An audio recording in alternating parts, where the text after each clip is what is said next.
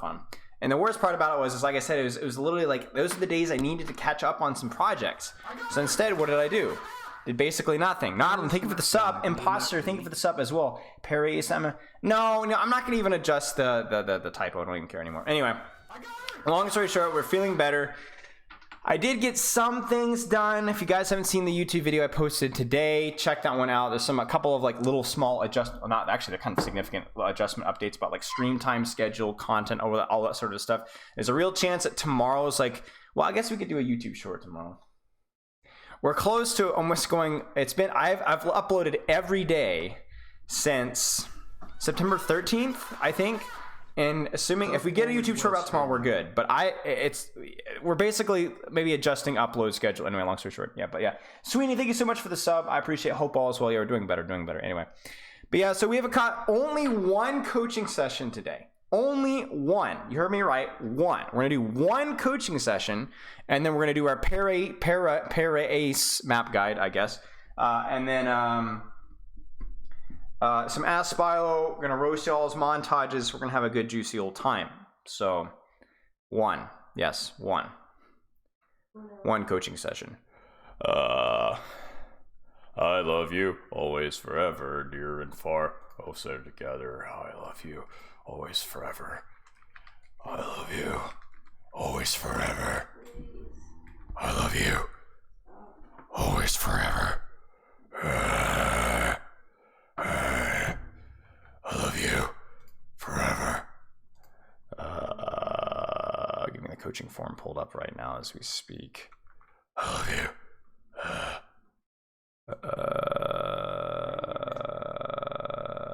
Okay, let's do this. I will.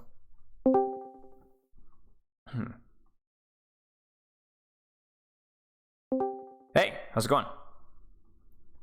Yeah, hello. Can you hear me?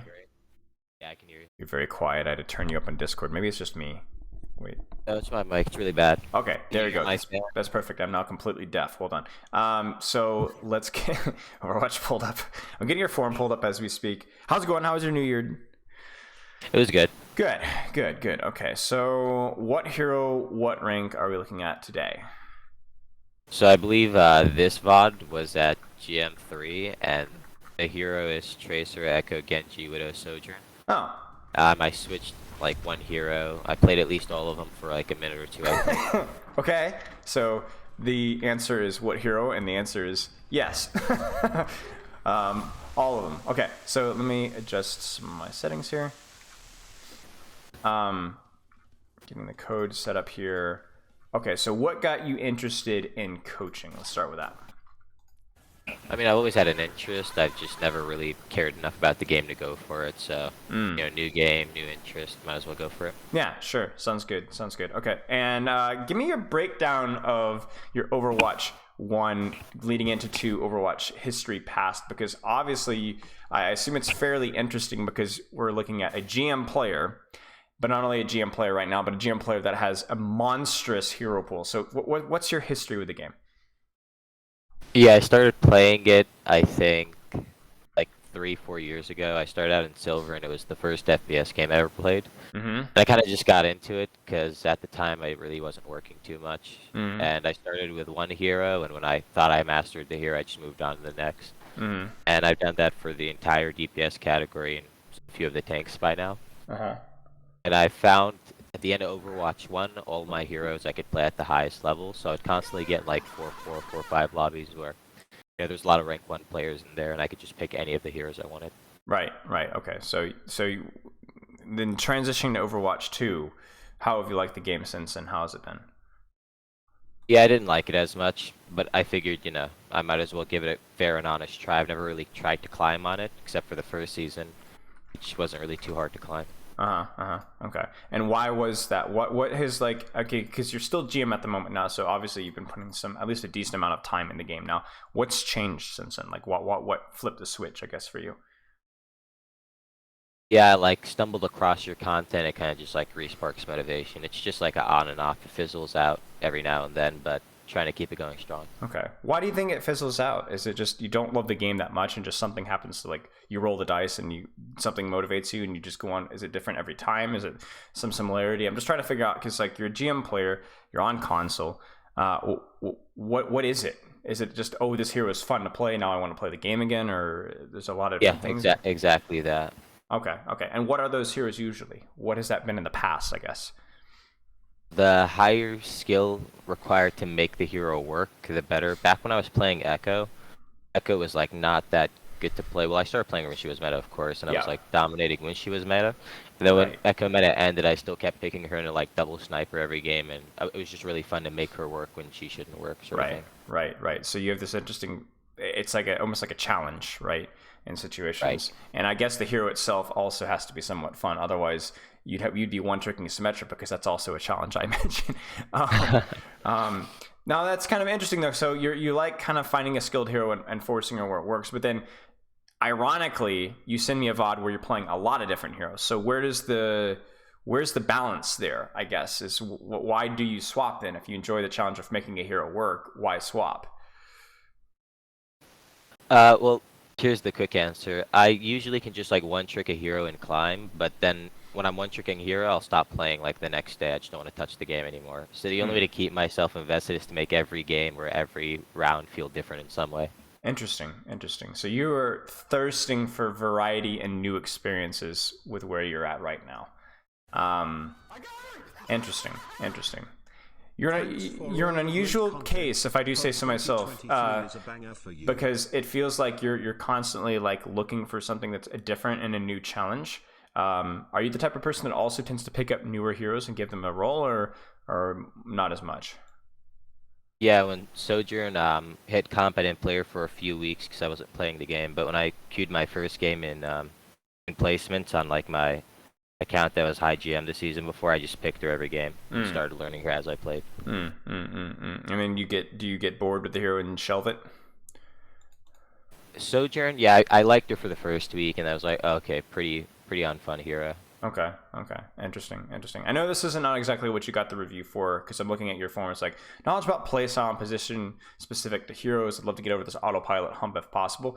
But however, you're just such an interesting case with that. I was more curious. So, okay. So love to get over this autopilot hump if possible. I guess we'll get into that later in the form. So I guess then what are your goals of the game? So I'm looking at your form here. Short term to refine your gameplay. Long term is to be the best on console. That's where you play. Elaborate on that one just a little bit.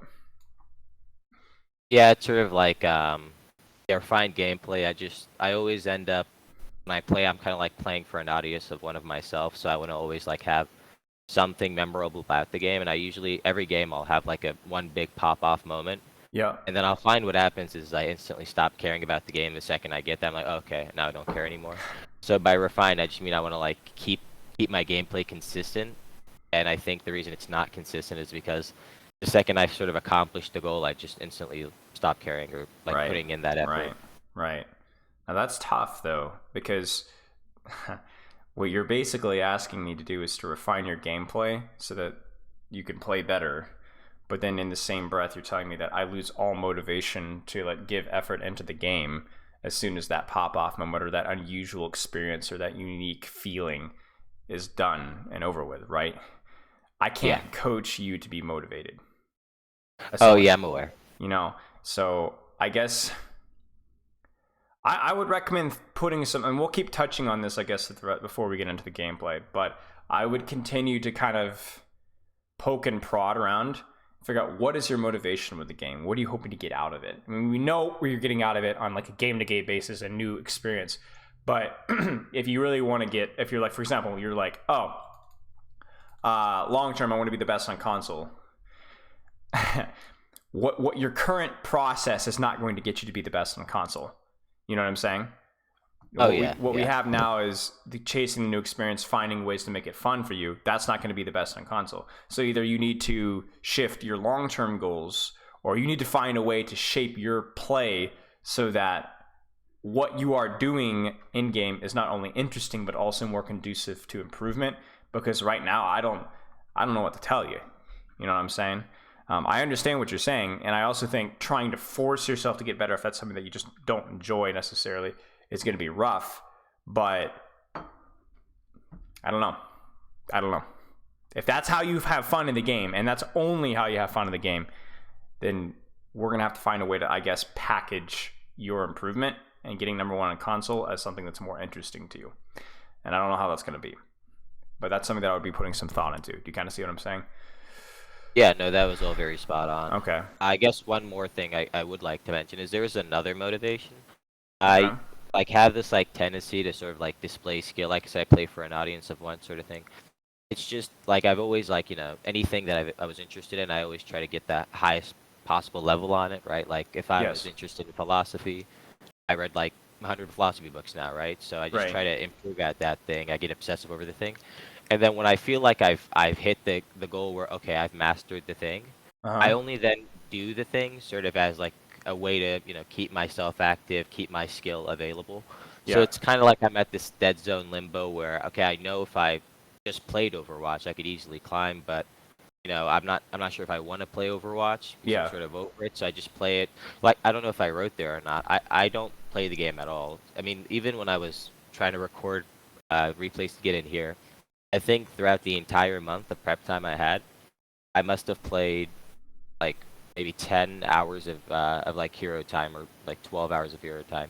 So I just really like if I know if I play more, obviously I'll get better. I'll go higher. I know if I pick certain heroes and certain things like that. But I'm kind of just waiting for like that motivation to come back. Okay, now I want to climb. Right. So I'll go for right. Sort of I see what you're saying. So here's well, let's start with that then, because obviously I can equip you better so that when you find that motivation, maybe a new hero comes out or there's something that you want to get good at, you'll do a better job of it because I've given you a tool set, right? That's something that we can kind of aim for. But I do want to kind of explore the first part. So I was just, it's actually funny because I was just talking about with my wife about this literally yesterday, because we're right now dealing with some like motivational issues because we're really competitive like flag football players. We do a lot of tournaments along the East Coast and we travel a lot. She's going to Tampa next week. We were in Virginia and then Savannah, Georgia, and Charlotte, North Carolina, Greenville, and South Carolina.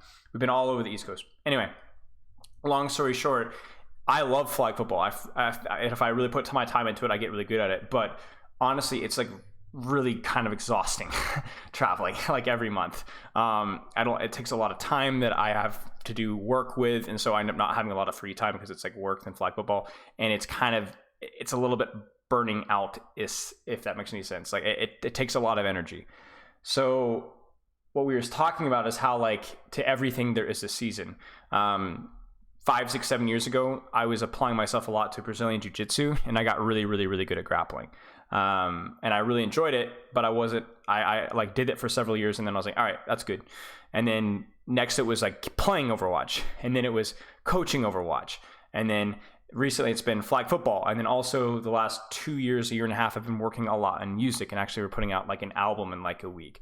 And when you said earlier how you were like, I apply yourself to like a philosophy or to philosophy, read a lot of books on it, and then kind of like build up my skill and like kind of master it, or not even master it, right? But just achieve some level of competence in something, you tend to move on, right? It kind of, I guess, satiates your thirst. Is that kind of what you tend to do with things? Yeah, that's exactly right. But I would say mastery specifically. I think at this point I have like master over like 5 different things. Like, well, what are they? If you don't mind me asking. Yeah, sure. I can kind of go down the list. As far as like philosophy goes, I have like a very wide, like I could teach like a college course on philosophy with what I've learned. I've also like read the DSM-5, like the entire diagnostics manual. So I know a fair amount about psychology. I've also helped like diagnose in certain cases where like I have friends who are psychiatrists and such, and they'll consult with me over these things. And it's all informal learning. Obviously, I just like learning when I'm interested in it. Another one is debate. I'm a very like high level debater. I run a lot of like formal and informal debates, and sort of like my debate language, and I'm trying not to use any big words here. My debate language and things of that nature, I've like fine tuned very well. And I guess another one would be, music, for example. I've like started like my music conquest, and over like 3 years now, I'd say I have like a very, very high knowledge, like of music specifically. Mm-hmm. I've become a music critic on multiple different sites, and I'm getting like a lot of attraction for my music criticisms. Cool. They're very in-depth and detailed and such. So it's just okay. I like music. Okay, well I'm gonna learn as much as possible about music. Okay, I'm interested in arguing, so I'm gonna learn as much about Right. debate. I want to know like what I want to do with my life. So I may just learn a lot about philosophy. Also, ethics and such comes with that. Okay. And then psychology is more personal to me. There are other things. I just don't want to go down like a big like fucking list of it. Sorry Right. about that. Right. So I guess my question then is, why change what you're doing right now? You know what I'm saying? Like, I think like with Overwatch, it's like this question of like, what can I do to then don't worry about reigniting Overwatch. It will be either your passion for the game will ignite because a new hero comes out and you'll be equipped to improve with it. But I don't think you need to worry about motivating yourself. You've already gotten good at Overwatch. Then I think the question should be, if Overwatch is not providing you with that spark, then go find something else that's going to provide and motivate that spark. I mean, if anything, the fact that a video game isn't like fulfilling you is really not a bad thing. There's other things that are probably more rewarding with that attention, with that focus. Now, like what I said, we can still in this review provide you with a tool set or something so that when you do, if Overwatch does provide that spark, a new hero comes out, new map comes out, and the game mode is adjusted, then you'll be able to improve that much faster because of what I instruct. But at the same time, I'm not diagnosing it. There's no problem here. You know what I'm saying?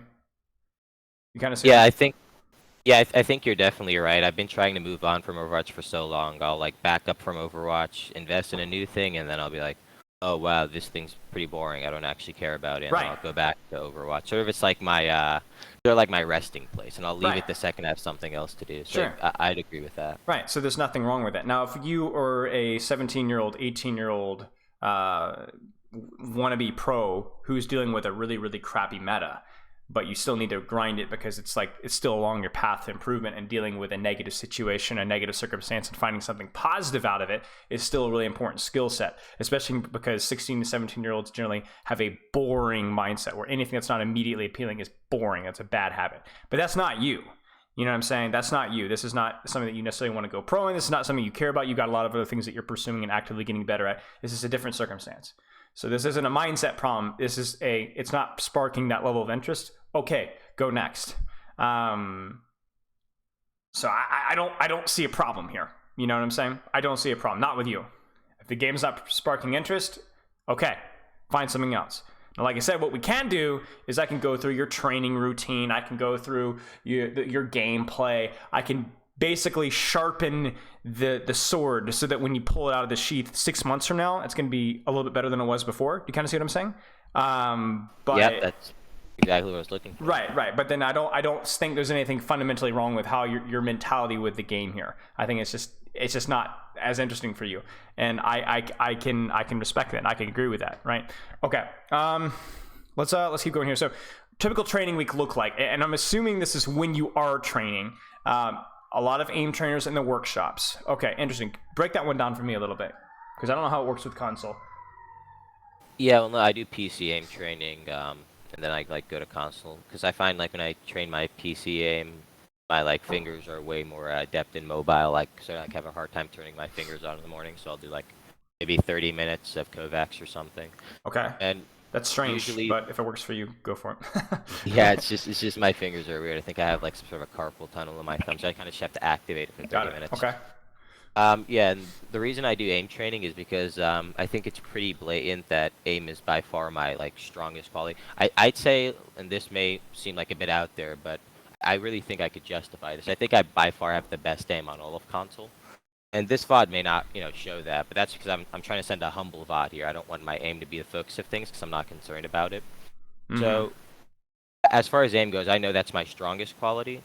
So I'll just sort of like crutch on that. Like, okay, right. If my aim is good, anything can work here, and that's usually what happens. Have you considered transitioning to PC? Yeah, actually, I was gonna transition to PC like a few months ago. And what happened was when I transitioned, I tried to make my account. It said my account was already in use on console, so I couldn't make a PC account. Interesting. So I used my phone number for it or something like that. Interesting. I would try that, especially because you're like, oh, I don't have a lot of spark. Like, there is a possibility that you could actually like leverage some of the aim training that you've already done for PC, and that could also be potentially the spark that makes Overwatch more interesting with you. I would revisit that as an experiment, if nothing else, if I were you.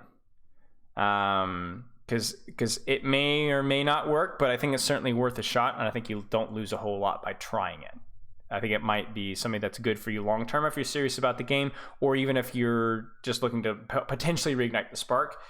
I'd give it a shot. I'd give it a shot. Yeah, I'm like very, very interested to play PC. It's just I'm kind of like at a standstill where I'm like sort of like playing PC is almost, it feels impossible because I can't make an account, so I don't know how to get by that. Like, I don't know if I should get a friend's phone number, because of course I could do that, but I don't know if that's like against some sort of terms of service. Right. Well, like I said, I would look into that and explore that. I will not advise you on that. I will encourage you to just do your own research and make your own decision with that. So who knows? Okay. I generally play 10 to 14 hours a week, play 3 to 4 hours. So 3 to 4 hours a night, 5 to 6 on the weekends. Is that consistent when you're actually training? Yeah, that's like my highest input. I'll put like one night of the weekday. I'll put like okay 3-4 hours. I'm bored of it, and then one day on the weekend where I'm doing nothing. Yeah, just kill some Overwatch. Okay, that's generally a fine training structure. Obviously, consistency is key when you are playing. Like, try to get in a little bit every night, but 3 to 4 hours is probably like what I'd say is max. Okay, I think outside of the possible transition to PC and spending time aim training on PC, which is a little bit strange, but hey, if it works for you, I think training schedule is okay. And see, this is the thing, like when we talk about like really truly improving at Overwatch, like we're going to look at your gameplay and we're going to talk about a lot of the big picture stuff about understanding your positioning on the different heroes and all that kind of stuff. But when it comes to just flat out improvement, if you get to a point where you are just seriously flat out wanting to improve, and you are playing in a situation where you don't mind 2-tricking or 3-tricking heroes, it doesn't bore you, and that's something you want to try and lean into. Now, I'm not recommending that because we've already seen that tends to be something that just bores the crap out of you. But like, obviously, like what we're about to look on in your gameplay is pretty extreme number of swaps. Even if you were able to play all those heroes. So just consider that. Sleep looks good. And then I guess the last question here, the important one, is what do you feel is holding you back? Unmotivated, tend to get bored quickly and stop trying. We talked about that. That's just not really an issue I think that we can just fix. I don't even know if that is an issue, as we talked about. I autopilot every single game after about 5 to 7 minutes in. Sometimes I just don't try. I queue for a whole day, not caring, and I lose a lot. I'm not throwing, but I find very little effort to win. Now, the autopilot every single game after 5 to 7 minutes in, this is a really, really important question. Is that because you're just not interested in playing that much or getting better that much? Or is it really, truly, I wanted to get better, and even when I wanted to get better, I would still struggle with autopilot? That's my question. Oh yeah, it's definitely the first. I'll just, I'll play a game and I'll be like, okay, I'm gonna focus this game, and then like the first to 7 minutes will be gold, and then instantly I'll just like be AFKing for a minute straight, like on my phone texting. Right. So it's not an autopilot problem. It's I don't care about this game enough to be playing it problem, right? Yeah. So don't play it. It's really that simple. So like when you're interested in Overwatch, you need to be giving it energy. But if your lack of energy or caring about the game means that you're autopiloting, that's not an autopilot that we try and coach her on. That's just, you just don't care, so just don't play. It's that simple. Now, if it was that little caring about, human beings or people that you need to be taking care of, or self-care, or taking a shower or brushing your teeth every day, then yeah, we might have a problem. You need to be caring about those things. But if it's a video game, we don't care. So I'm not going to sit here and tell you how to break your autopilot on a game that you don't care about, because if you don't care about it, I can't make you care about it. If I'm being completely honest, I had such a hard time filling the form out, because like I don't even know if these questions apply to me to some extent. Okay. So I don't disagree with any of this. Okay. Well, then that's something that you need to consider. Either you spark interest in Overwatch, or you find something else. And if I am the kick in the pants that makes you do that, then so be it. Okay. Do you have any other questions before we actually get to the general gameplay here? Yeah, just sort of just to reiterate the one thing that I mentioned. I'm very interested in like the fundamental like knowledge of the game. Like, okay, this is a position that, because I know like intuitively what to do, because I've been playing the game so long. But I have like all my Overwatch knowledge came from like 3 years ago. I have not watched a video on Overwatch since then. Okay, so you are more interested. Would you like to go like more in depth on like the macro / strategic side of things? Oh yeah, for Okay. sure. Because I go completely instinctive on that. Yeah. So maybe if I have some knowledge. Yeah, let's do that, and that will also be nice as well because that's where we can actually transition from hero to hero smoothly without abruptly stopping and talking about here's how you use Sojourn E. You know what I'm saying? We can kind of be like more fluid from hero to hero and think about maybe the big picture differences. Okay, so I'm gonna start streaming here, and you can hop in and we'll just talk about. So you are Torb here, yes, and then this is Tracer. Sojourn or Tracer. 1 second. Yes, a good Tracer. Can you see? Well, it's a problem. It's like very. I'm sorry, I don't use Discord. I can't like make it bigger. What's going on here? I don't know actually. Okay, there you go. There. Good. You go. Okay. So Tracer, yeah, Echo, a little bit of everything here. Okay. So I hate doing this, but if anybody in chat has a solution for this, please holler. But a lot of the new maps, the audio gets super distorted in the replay code. So, but you can already hear it right now. I don't know if you can hear that. I'll turn it up. Listen, just wait. You hear that? So frustrating. So we're actually gonna have to turn the audio off. I need to make a note to complain to Blizzard about that because it's like actually so annoying. Give me 1 second. Okay, so macro.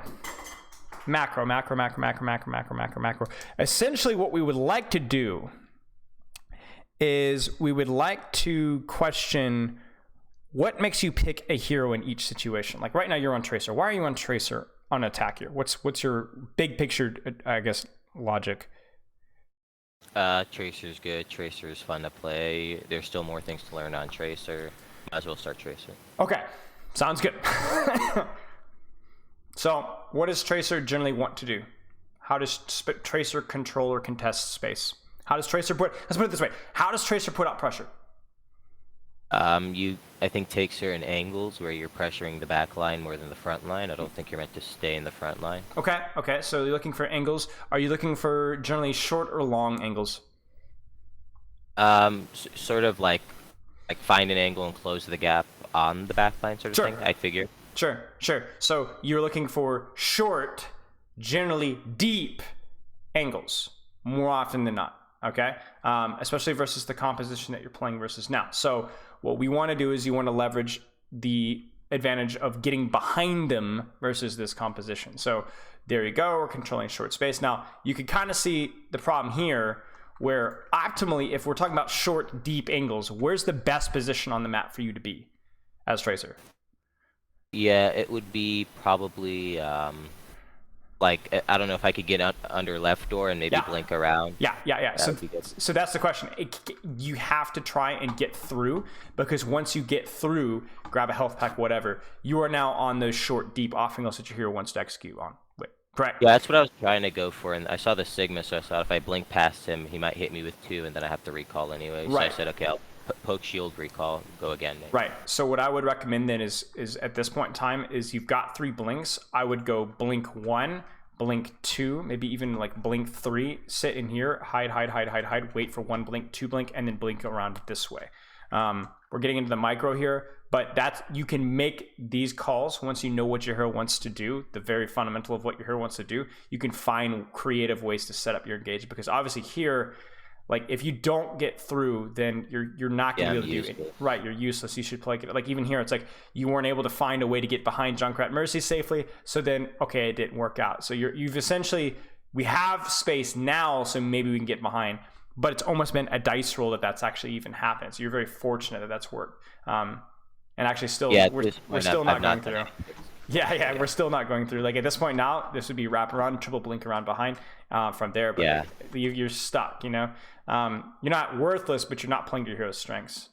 It's just the second I see Torbjorn, I'm like, okay, I'm gonna sit in the front line until someone shoots turret. Yeah. I mean, that's fine. I think there was enough cover there for you to get behind. Okay, so short off angles. I mean, this is relatively okay. Like it doesn't have to be a deep off angle. You're still doing good damage here. You've got good cover. Short angle.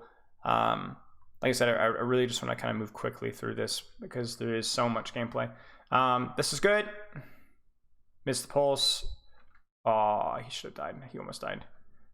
Nice. Looks good. This is all fine. I think wrapping around behind right would have been better. So like then taking the angle up through here when you get like double blink and playing up here, playing around this mega probably would have been a little bit better. Where are we at? Whoops, that's not the right person. But yeah, this is okay. This is all fine. We're getting good pressure on backline on, so we should be good to go. By the way, as well, if you have any questions while we're going, just holler and I'll pause and we'll talk about it. But like I said, I just want to go from here to here. Okay, so basically the geometry has changed. I will say, so if we're talking about a lot of positioning right now, but if we shift to another like very big macro concept, hitting the pulse here is fine. It's fine to hit the pulse, but then consider it from like how much time does a kill take off from the enemy team?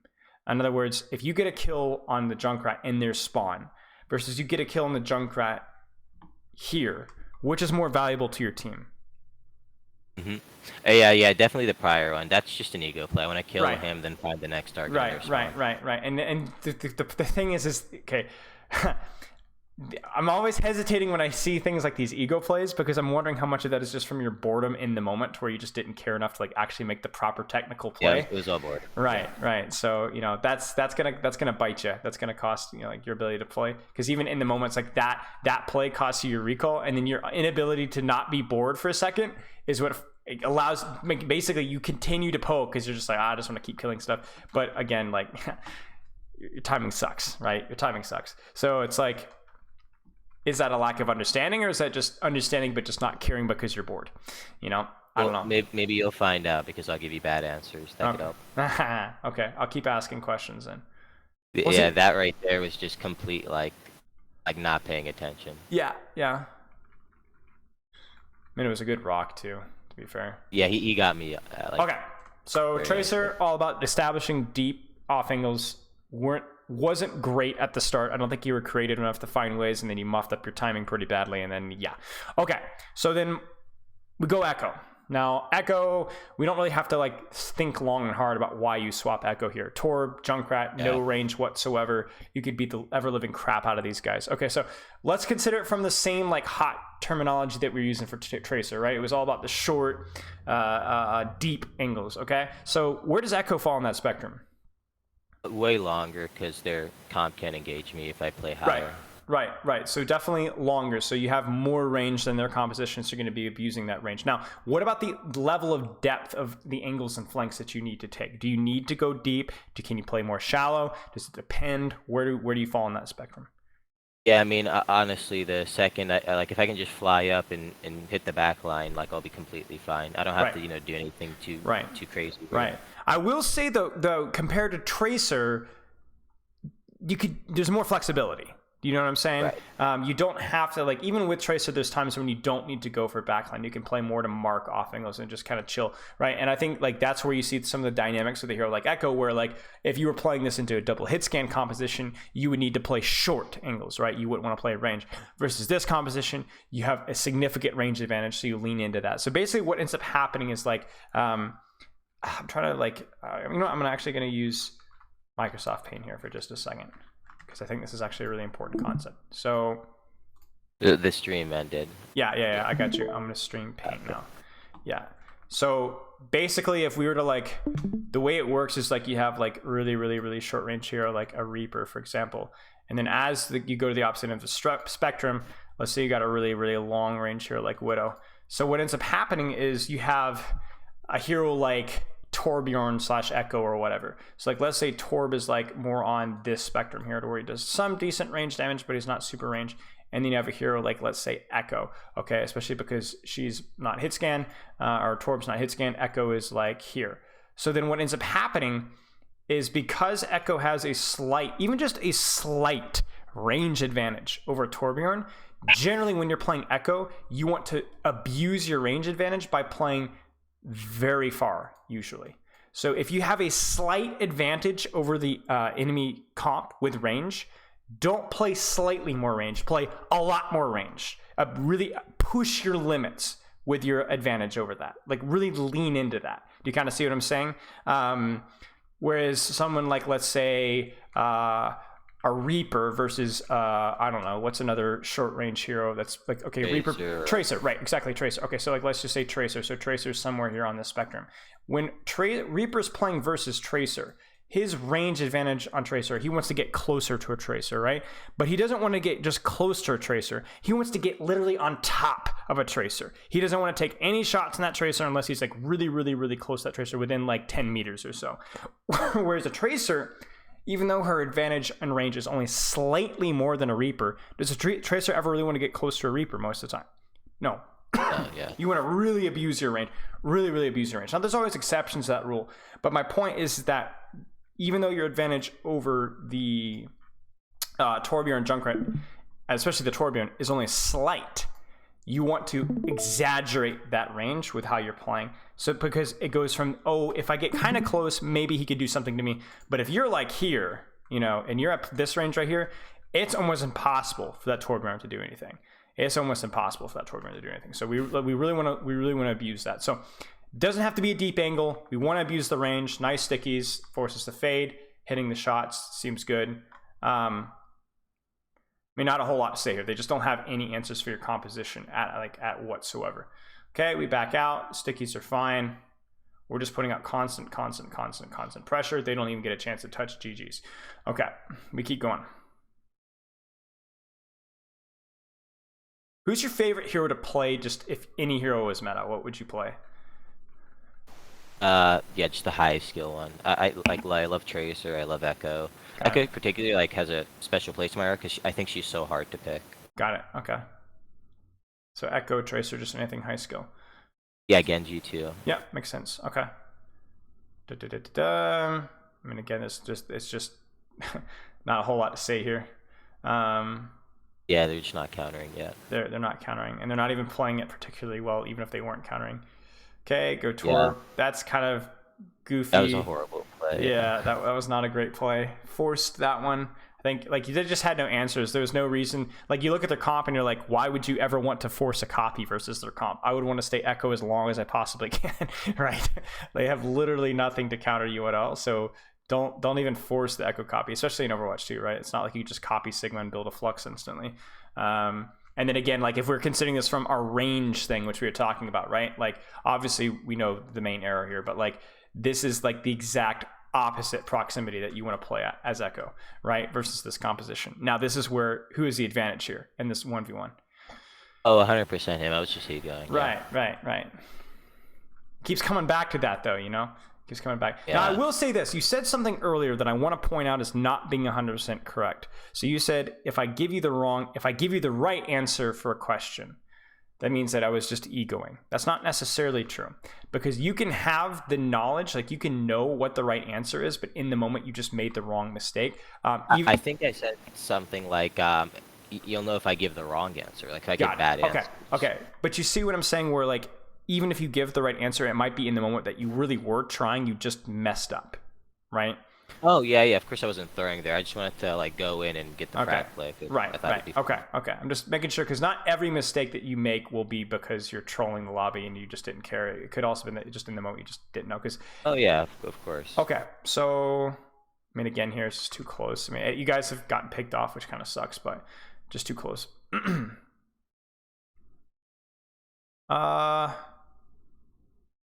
Again, I think the angles here are probably fine, especially if you're able to use high ground to then just shift out like you did there. That's really what we want to try and aim for, is like drop, use your abilities, and then shift up to kind of like as your defensive cooldown. Get close. Now, this is where the things pivot, right? So they're in Soldier now. So you need to get close to the Soldier, but you don't want to get close to the Junkrat. And so you're going to have to be able to position around that. Okay. Nice copy. And that should be a cap. Okay. So a lot of the mistakes here just are a little bit of like little slips in attention, little slips in focus. I think the Tracer one was reasonable enough to where, you know, just didn't think about how to get through. But I think after that, it was just like little slips in attention. Okay, so Genji. So Genji is mean, a lot of heroes are going to have a lot of similarities in how they play, but just different flavors. So we talked about short, deep angles as Tracer a lot of the time, especially versus the composition they were playing. Long spam range as Echo versus the composition that they were playing. And that one was really compositional specific, right? Because Echo could be completely different depending on what you're playing. Look at their comp now. Look at the hero you're playing. What positioning macro are we looking at here? Well, I figure for this comp, I'd want to play more mid to long range until I can engage. Sure. Because Why I is feel that? like because I feel like the soldier, the soldier Junkrat kind of like are a nice combo to stop me if I go too close. Junk can punish. If I stay too far, soldier can punish. Yeah. So I'm kind of just like looking for a specific duel and then taking a better position for that. Sure. There's nothing like a Widowmaker that prevents you from playing long range all the time. The soldier will be kind of annoying. You'll need to be careful, but getting close up without knowing the status of the Junkrat, without knowing the status of like Roadhog Hook, without knowing the status of like Moira, for example, it'll be kind of annoying. So playing mid range, looking for opportunities, is definitely fine. And then if you're gonna get close, you want to get closer to the soldier or the Mercy, right? You don't want to get close to the Junkrat unless he doesn't have his concussive mind. So like you said, it's kind of like a nuance here. So obviously using an off angle because you do have the mobility to use the off angle whenever you can, and so on. So like for example, like here, this is fine as long as you're very aware of the status of Junkrat pipes. Basically, right? Because it's unlikely he's going to hit you with too many directs. But obviously, if he looks at you, he's in trouble. Now, I'll say this: I don't know the quality of players that you normally play against, but you're probably not going to get punished by this kind of stuff too often. But you need to be aware of that, especially if we're talking about potentially at some point transitioning to PC. Because like you can look at this from the Junkrat's perspective, right? There's a grenade there, and he dies. Okay, is he going to get? Oh, he doesn't even get res. Where are we at?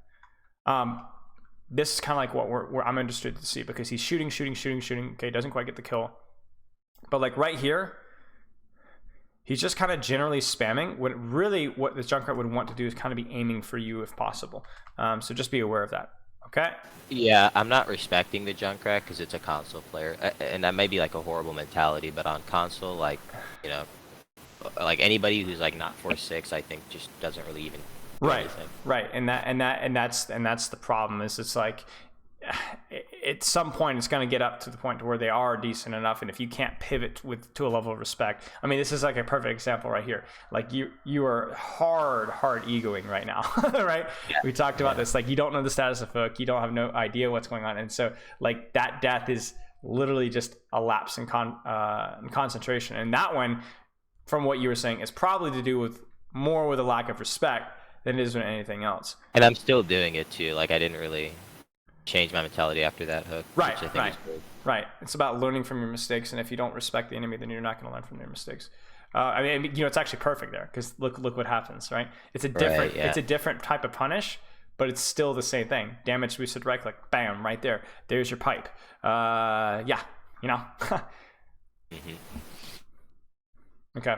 Yeah, I think I switched Genji like the earliest because I was like, oh, I'm really not playing well here at all. No, yeah, and Riptide is also really annoying as well. So yeah, it's like even like this here, for example. This is also a lack of respect, right?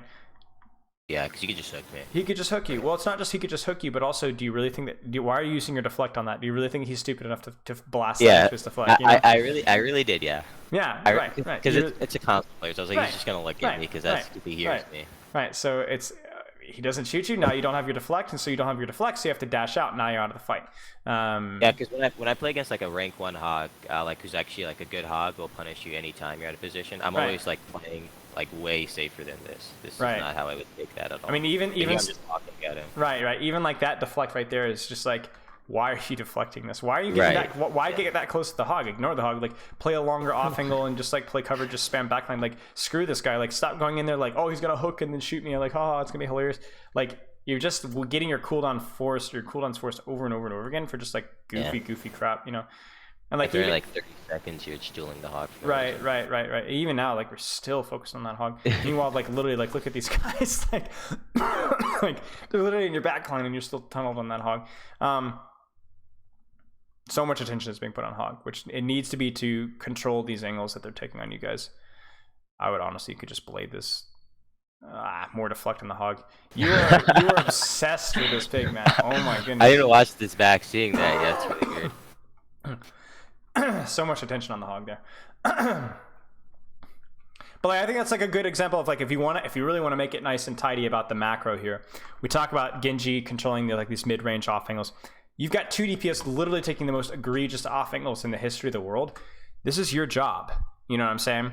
This is your job. Like you should be taking these off angles yourself, or you should be killing the people that try and take them away. It's like you're a duelist, for crying out loud. Like you can at least contest these guys, but instead look at what they're doing.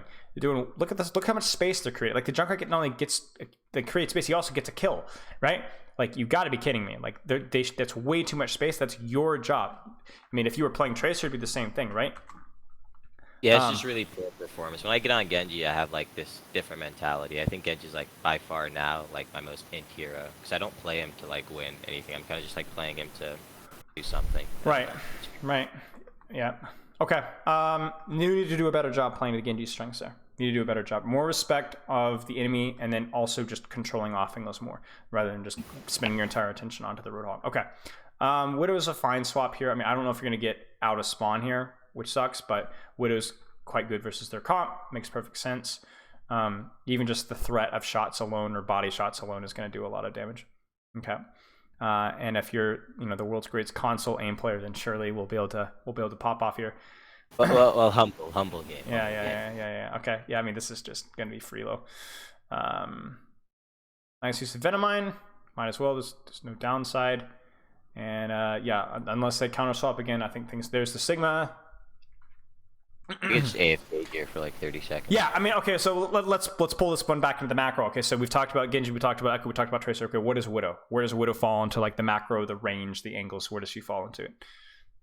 Like a long range angle that covers the map where they need to rotate in. Yep. Especially versus this composition, right? So if this was a Widow duel, you'd be more flexible for shorter range stuff to be like sneaky and try and win duels. But as long as they're on the Junkrat soldier, you have a monstrous advantage with range. Good shot. Nice shot. Get to fall asleep here at the wheel. Spawn camp executed. And then even if you guys do lose this, it's going to buy a lot of time, basically. A lot of time has been wasted at this spawn. Would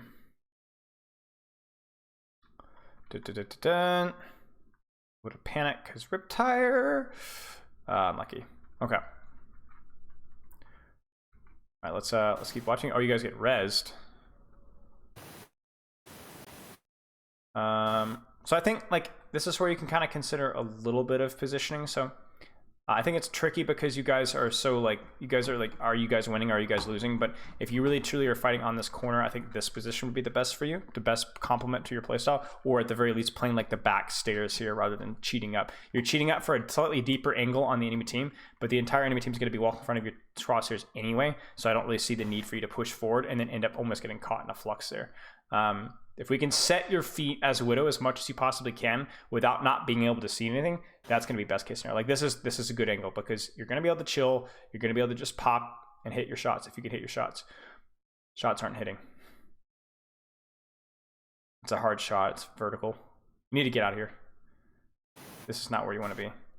This is like this is horrible. This is again the range, right? Like this is like soldier. This is horrible. Like this is because it's not just like, oh, like I need to hit my shots, but also like it's just you're under too much pressure the closer you get to the enemy's effective range. Yeah, because like it's just gonna be all these shots are gonna be like really, really, really hard if you don't die for them, which you probably will. You need to move. You need to move. Okay, this is where we want. Visor. What?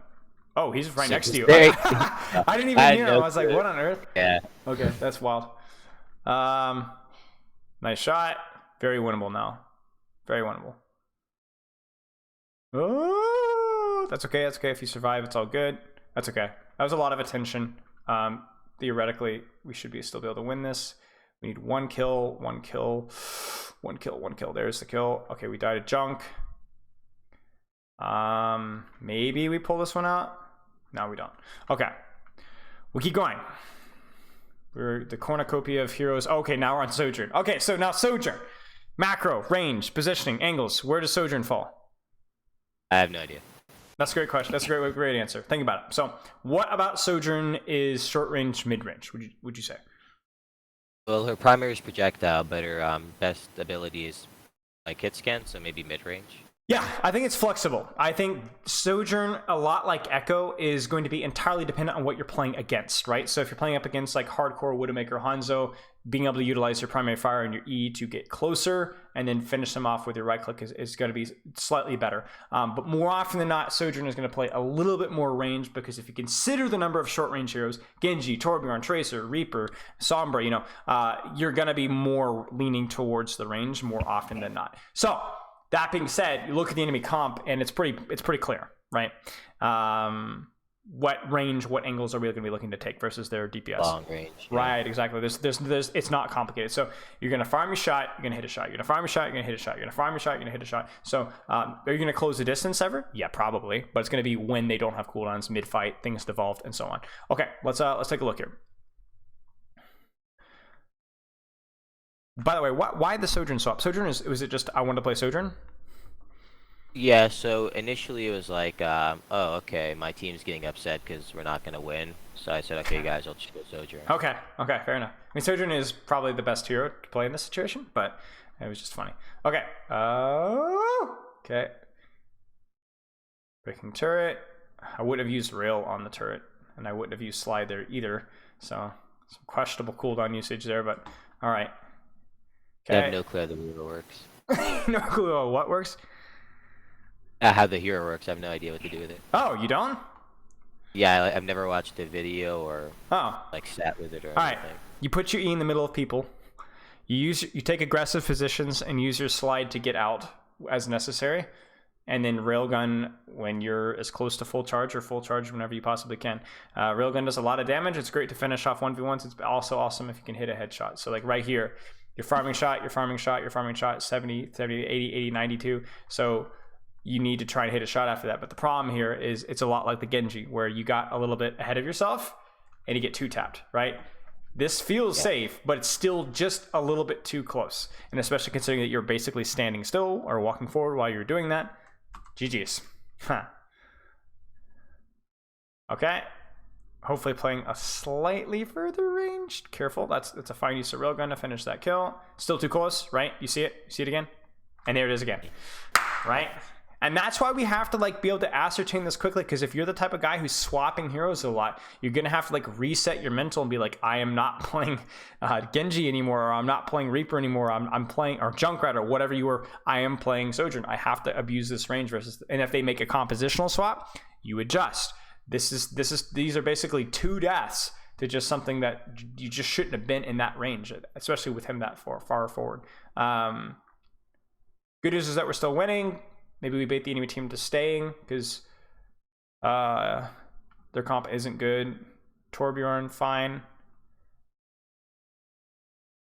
Yeah, here I backed up into the junk, so I'm actually like starting to fear him because he was Yeah.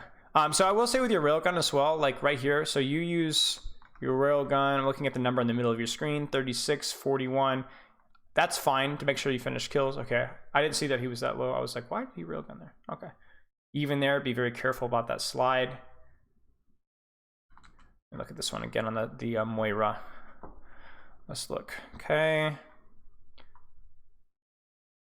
Yeah, so this is a good one right there. So there's 30 damage. I need to go for the railgun shot. Even though she's only half HP, you would need probably 45, 50 for that to one-shot headshot her. I think actually 50 plus. I think right at around 50 plus to one-shot headshot her. So you're going for the railgun at 30. Don't land like 2 more shots so that she gets even lower, like 2 or 3 more projectile shots, and then you'll be at like 40-ish charge, and she'll be even lower, which means then you'll be able to railgun headshot for the kill. Do you kind of see what I'm saying? So this is just, I think in general, we're pulling the railgun just a little too early. That's good. Didn't even need the railgun there. That railgun. Let's look at this one again on the Moira. Obviously, you're in really deep. I probably would have played this one slower, been a little bit safer. I didn't even see the railgun charge. I'm blind. But like you're at 100. Okay, you just missed it. Yeah, I just played that. Yeah. Shoot. Nice. Oh, I remember what happened. Oh, Charlie and I mean, yeah, it was tough either way. Okay, let's keep going. So I think getting too close with Sojourn too often was the major issue there, and then maybe just needed a little bit better, a little bit smarter use of your railgun. You do have damage boost though, which means you can one-shot headshot now. Oh, I thought that one was gonna hit. Nice shot. Good use of your E. Maybe we could have thrown it on the body as she flies there instead. I don't want to overthink micro. I think this is another use of the railgun, which I don't think is great. So like you're at 19 charge here, you're at 24, and you just took a charge shot on the Moira at like 24, 30 charge. Even though she's again half, it's just not going to be enough, even with a headshot, to get a kill. So you really, really need higher charge when you're pulling these. It's better to literally to just do M1. And the other problem with railing early as well is it slows down your DPS because it's the recovery time after you rail. So if you rail a Moira at like 30 charge and she's at like 115 HP, not only do you have zero chance of getting the kill, but then you have to sit there and wait for like a full second before you can start shooting her again. You kind of see what I'm saying? So you really, really need to try and break that habit. Okay.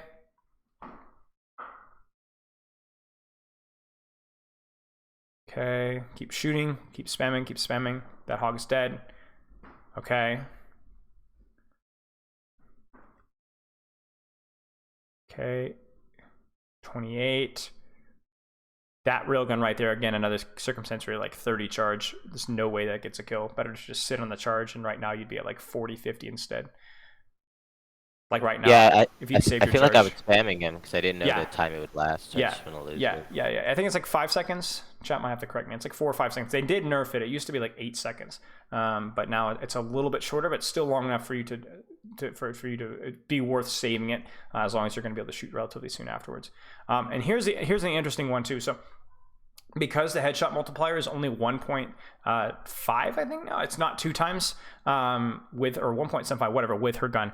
Basically, I don't see a lot of value in headshotting tanks as much. So I would put more attention on just trying, even if you body shot at a tank or body shot at a squishy, it's generally more valuable than headshotting a tank with the way the calculation of headshots is right now. And you could also be mouse wanting between your shots as well to increase your DPS by a little bit. So you kind of do a little bit of M1 damage, a little bit of M2. But hey, we pull it out. Nice job. We're very happy. Okay, so let's go down the list.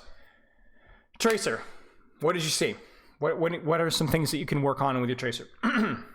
Yeah, I mean, my Tracer just was never in the right position. I need to find better ways to take the angles that I actually could be effective at. Correct. Okay, what about your Echo? Echo seemed obviously pretty good because you're easily just countering the enemy team, but what did you see with your Echo? Yeah, my Echo, every time like I fed my brains out or I lost us a fight, it was because I just ran right at their face instead of playing the distance we had. Right. And that kind of lines up with their Sojourn as well, too. It's just not abusing the range versus the compositions that you should have been. And then obviously just making sure you're not spamming your railgun. Anything with your Widow? It was really just that one fight, really. Yeah, I think my Widow was fine at the beginning, and then I think at the end there, I just like, I don't know, maybe that was autopilot. I don't know why I did that. I just kind of sat mid and made a lot of damage. Right. And honestly, the same thing happened with your Genji as well. I think the Genji was like a little bit different with like the goofy Roadhog focus, but it felt like in general, a lot of times, I mean, it happened to be, of course, this VOD because they just ended up playing Junkrat Torbjorn like most of the map. So obviously the longer range here was getting punished, and short range was going to happen a lot. But I guess if nothing else that you can pull away from this is that if we get into Overwatch again, if this sparks your interest in Overwatch and at some point in time, then you need to consider, like, don't get piped by a Junkrat. You know what I'm saying? Don't let that kind of crap happen. Abuse the range that you have on the different heroes that you're playing, because what we noticed is that as soon as that happened, that got to be a problem for you. Now, I will say that this could have been entirely different. Like, let's say that you were playing, I don't know, into a Widowmaker as a Genji, as a Sojourn. This could have been the flip side. Like, let's say this entire map was just a Widowmaker on the enemy team the entire time.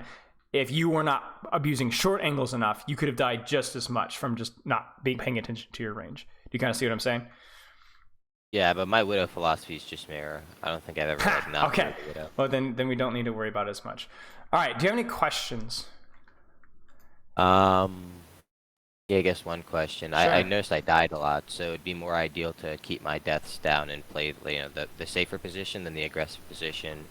In those specific moments where I went deep to try to I don't I sort of like we would lose a player and I would try to re-exchange that kill for my team by going really deep. Yeah. So in those positions, I just like keep myself alive, keep the team alive, and sort of like just poke and farm ults instead. I think like I wouldn't say there was like bad or stupid aggression. I just think that sometimes you were playing in positions like aggression on ranges that just didn't make any sense. You know, we want you to play aggressively, but in ranges that like actually make sense for your hero. You kind of see what I'm saying? Now, there were times like on the Tracer situation where you went into their spawn. That's stupid aggression, but that's not stupid aggression because aggression is bad. That's stupid aggression because you're 1v5ing, right? So what I would ask is aggression good here? Is aggression bad here? It's more to do is your team there to follow up, and are you playing to the strengths of the hero? And if the answer is yes to both of those things, then I'm totally down for aggression whenever and however and all the time. You know, just make sure that it's not stupid aggression. That's because stupid aggression is not aggression. It's just you feeding and not playing the hero correctly. You kind of see what I'm saying? Yeah, so I see the takeaway. I just need to play the range better and adapt my positions to what they're playing and sort of like play where my heroes more optimal. Right. And you can go melee range as Sojourn into like a Junkrat if the Junkrat doesn't have grenades, right? Or he's reloading, or you've got your E, or you've got Railgun. You kind of see what I'm saying? There's always exceptions to the rule, but you need to understand why the rule exists to begin with to know when you can break the rule. All right. Right, yeah, that makes sense. Any other questions? No, that's all my questions. Okay. Well, I want you to keep in touch with how stuff is going. If you do have any other questions come up, and remember what I said, I think the big thing is just like, don't feel pressured to play Overwatch just because, I want to play Overwatch, I got an Overwatch coaching session. Really consider like what the next step is for you, and if transitioning to PC or a new hero or just whatever life changes and Overwatch is fun again and engaging, then go for it. But there's nothing wrong with just branching out and going in different directions like we talked about. So, all right, mate. Do you know the replay code rule? The replay code rule. All right, so basically, you're going to send me a replay code. If you do get into Overwatch and you're like, I didn't know what to do in this particular situation, I don't know how to position here, shoot me a replay code with a couple of timestamps, and I'll get you some written feedback in a couple of days. Sound good?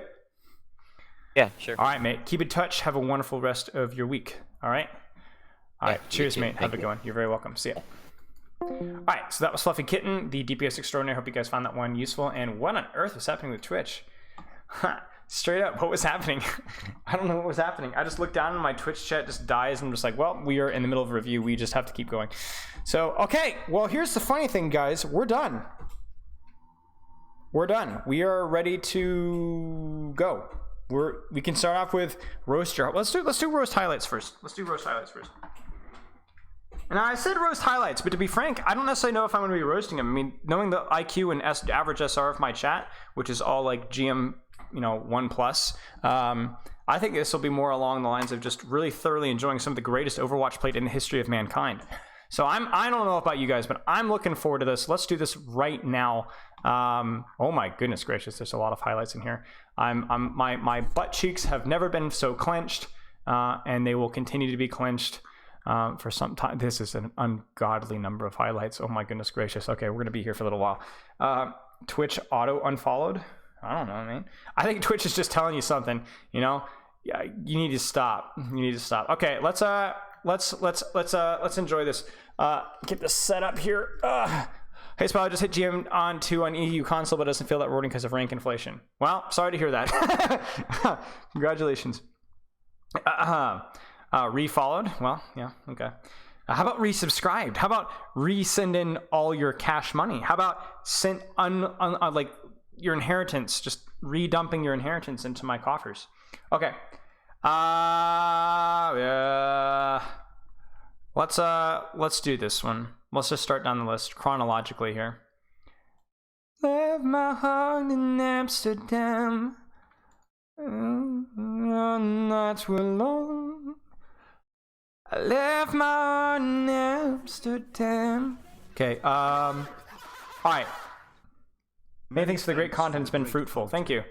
It's been fruitful. I appreciate the sub, Varashi. All right, let's do this. So this is from Chalark. Mercy play of the game. All right, let's go.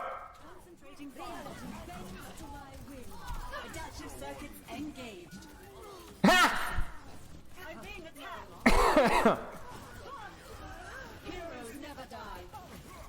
Oh my gosh, the shots are actually like... Okay, I was going to say the shots were actually pretty good, and then you just completely crapped the bed. Okay, listen. All right, well, here's what we're going to do. We're going to grade things on... You know what, let's do this. Let's do... No. Let's do things on execution. So, like, actually, like, mechanically, how good was the play of the game executed? All right, 1 through 4. Then we're going to go on creativity. All right.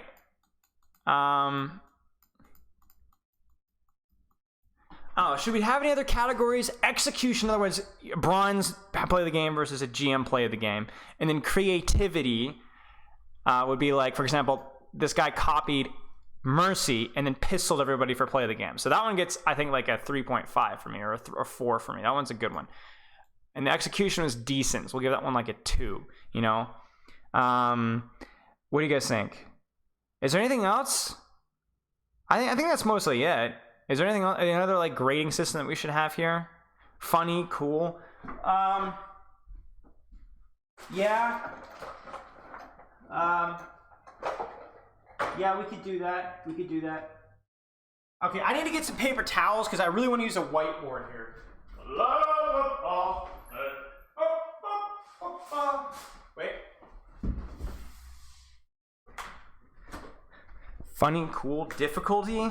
No, but see, that's kind of like the execution. You know what I'm saying? Maybe we should just leave it as that. We don't need like 5 different things to judge here.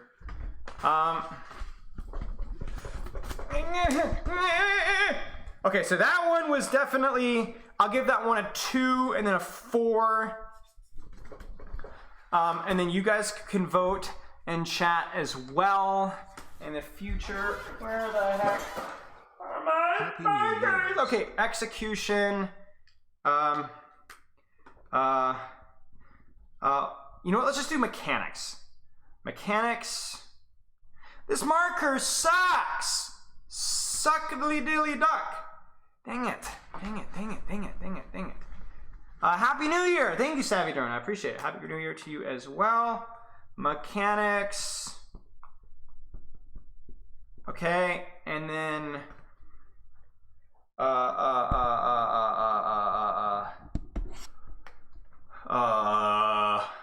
let's do pizzazz. I like that one. Pizzazz. Okay.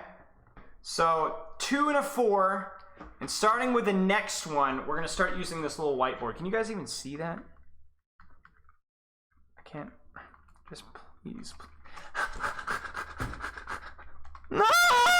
Why is it not working? Okay, there we go. Can you guys see that? Mechanics, pizzazz. Yeah. Okay. Good enough. All right. Let's keep going. So, not bad. Let's keep going. Widow Rialto.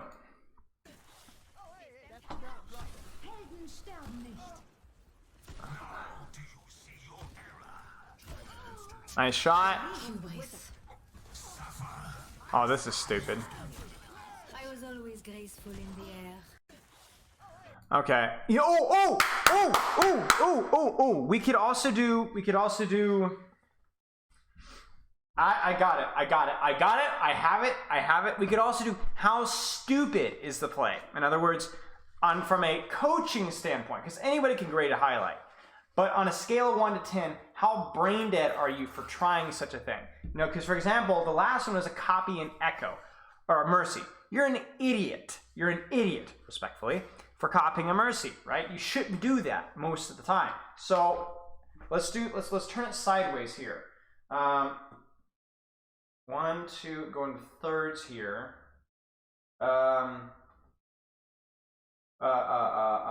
Mechanics.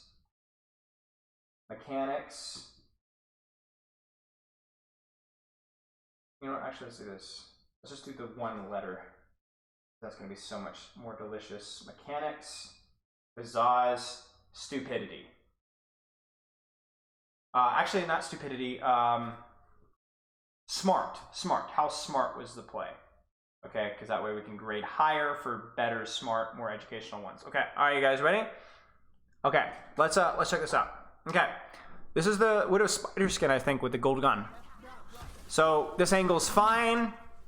We hit the shot. Good shot. This is pretty brain dead. I was always graceful in the air. Grappling that far, that was not good. So I think mechanics, it was a good shot. Those were some good shots. It was a good shot in the Ash. So what do you guys think? What do you guys think for mechanics? I'm thinking, what do you guys think for mechanics? What do you guys think for mechanics, for pizzazz, and for smartness? I'm thinking mechanics, maybe 2.5, maybe a 2.5. We'll give it 2.5. I think for pizzazz, grappling in and hitting the Valkyrie Mercy was pretty good. So I'll give that one also a 2.5 as well. And then for smartness, I'm going to give that one like a 2. Not the stupidest thing I've ever seen, but really not that terribly smart either. So this is where I'm grading this one. Decent, you know, decent play. Not the best that we've seen. Yeah. 1 through 4. 1 through 4. So I'll do the 1 through 4. 1 through 4. I think decent here. Okay, so not bad, but not great either. Rate taste for skin. I mean, I can't always tell. What I like the spider skin. I think it's probably one of the best epic skins in the game, actually. Okay, this one was okay. This was an okay, but I think the previous Echo one was, even though it was stupider, was probably an overall better highlight just because it was more interesting. Smurfing in silver recently. Wow, man, screw you.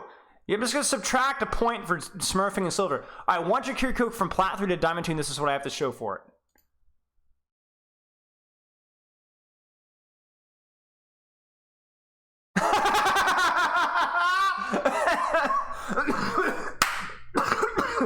Okay. Wow. Yeah. I'm not gonna even write one down. That was excellent. All right, here we go. What is this? What is this website?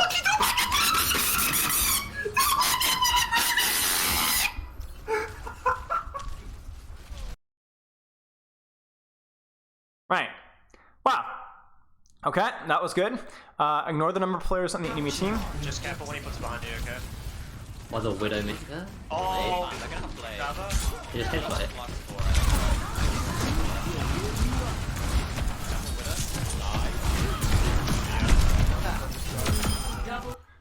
What? I spent the right amount of money on my graphics card. Like what? Who's speaking to me? What? Was a Widowmaker? No way. They're gonna play. He just headshot it. Hi. What?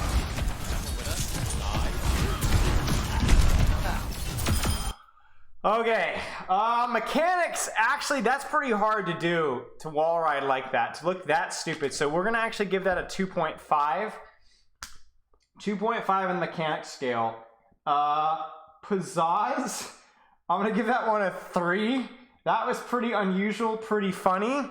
But in terms of smartness, okay, there's just no way that you're just like, hey everybody, we're gonna give that one like a 2.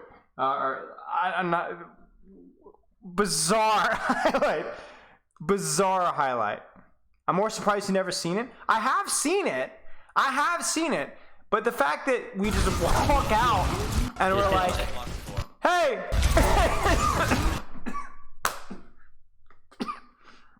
Oh, that is gold. What do you guys think? Okay, we keep going. Yeah.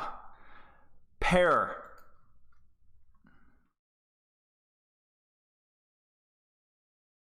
What is this? I can go on him in. Where's he? Where's he one? whatever. This is an Overwatch 1 clip. Where's he one? You guys have rally, just win with rally.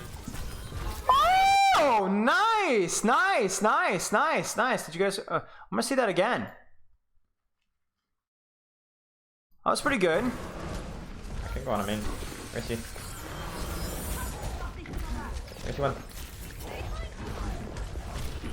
Whatever. I'm dead again. So we don't hit the hit there. guys have rally. You hit it there though. I think that was pretty good. That was pretty good. That was pretty good. I would say mechanics.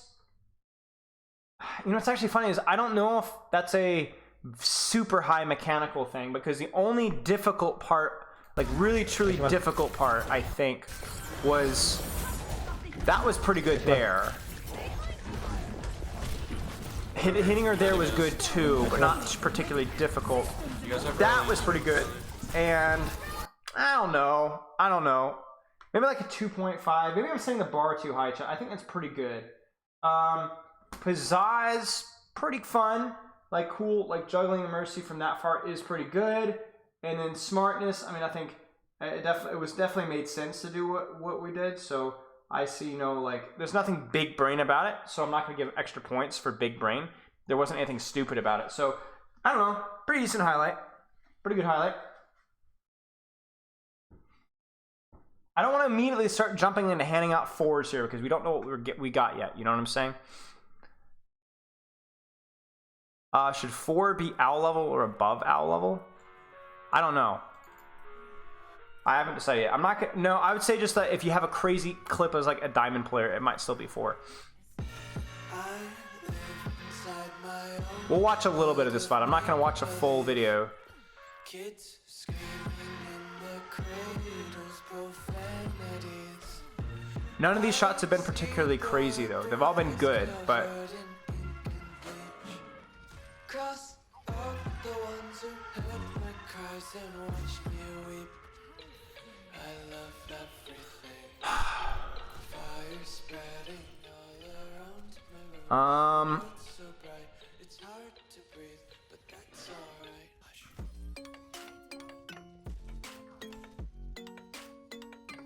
nice reticle though. Yeah, true. I'm gonna have to mute the music. I don't know if this is gonna get DMCA'd. I mean, this is just a pretty good game as Widow. Yeah, that's a good shot right there. Thanks for the subs. Hello gamers, are we doing highlights and did I miss mine? I don't know. We just started. Oh yes, we did yours. Yours was the first one. Wait, no, it wasn't. Snacky Sirs, thank you for the sub. We did not get yours. I don't think so anyway. Thank you for elaborating on what we could have seen. What am I looking at here? This is the longest setup in the world for something. Surely, what's going on here? Okay, Genji? No.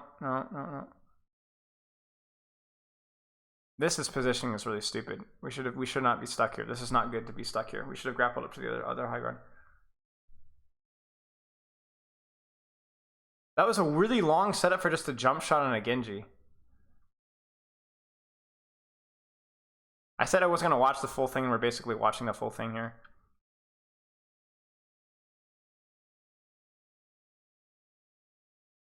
So we have to look at this from like a highlight perspective. This has been a very good game as Widow, obviously.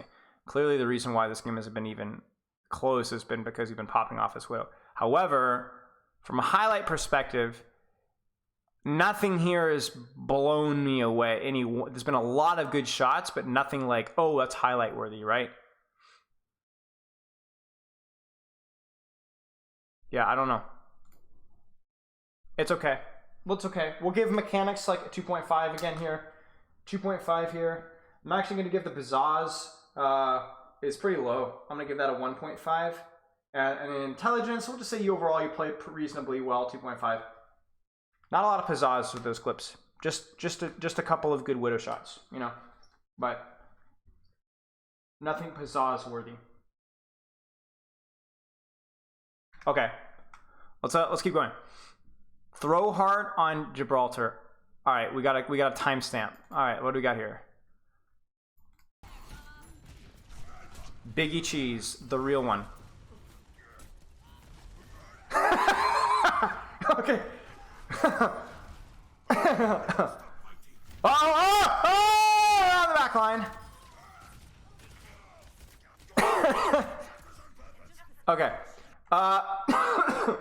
that's a perfect example of like a highlight that I think is better than the Widow one, but it's just because it's funny. Mechanics here, 2, I mean, or even 1.5. There was nothing impressive about this whatsoever. Pizzazz, definitely get like 3.5 here. Smartness, let's say like a 2, okay, or 2.5, okay.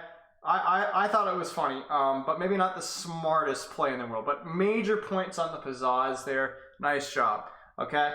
You guys need to start keeping track to see which one ends up getting the highest. That was good. That was good. Major pizzazz points. That was excellent. Okay, we keep going. Kiriko 5K. What on earth?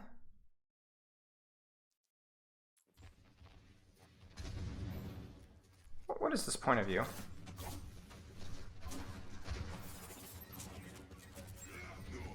Let me balance you out.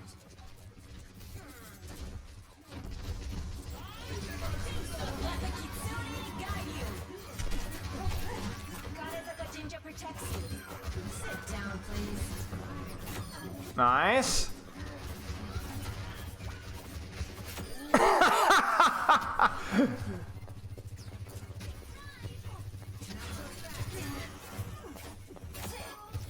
How many was that?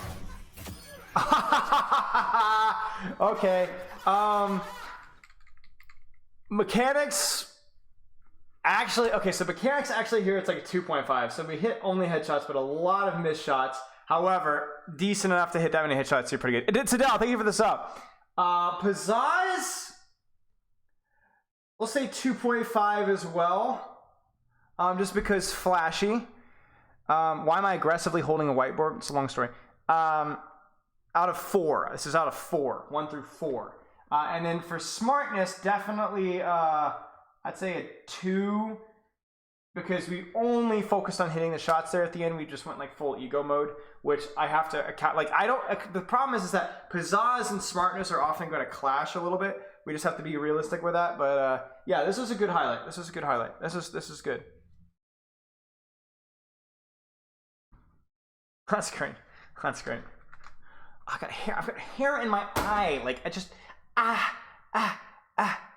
Okay. 3K Esperanza Diamond. Let's keep going.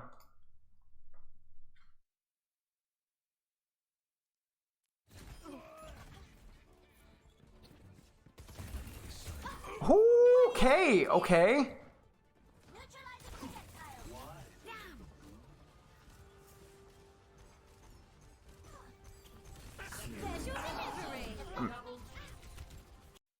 Nah, I don't know. You're way ahead of your team there, which is problem number 1. That was not very smart. You missed the pulse, and then 2 of them walk into it. The clip on the soldier was good, but this is a posture check. Thank you. I can't posture. I'm holding a whiteboard. I'll say mechanics are like a 2, at least in this clip. You hit a nice clip there, but missing the pulse, and then basically that's the clip. Nah. No. Pizzazz, pretty boring. Not the most boring clip that we've seen yet. Smartness also, you're kind of going way ahead of your team. The soldier thing was fine, but nah, we could do better than that. We could do better than that. Redeem highlight roast. We could do that. All right, let's keep going. Clipping masters players. Why are you sending in so many clips? What is wrong with you? That's so loud.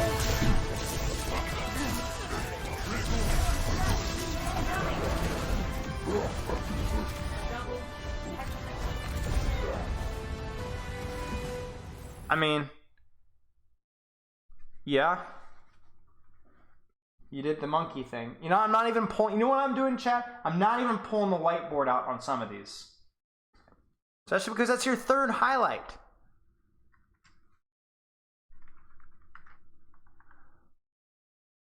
Another one. Overwatch 1.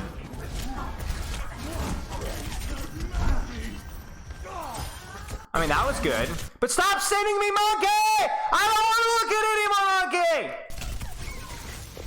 This was a good juggle, though.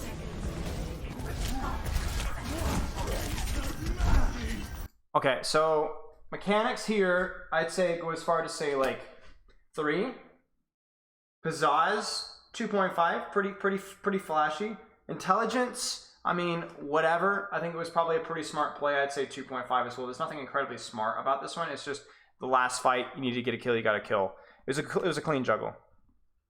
In the end, this is Overwatch 1, so you know, okay, it's fine. It's a good clip. It's a good clip. Winton, yeah, hilarious. That's just so funny. Okay, let's keep going. Pair.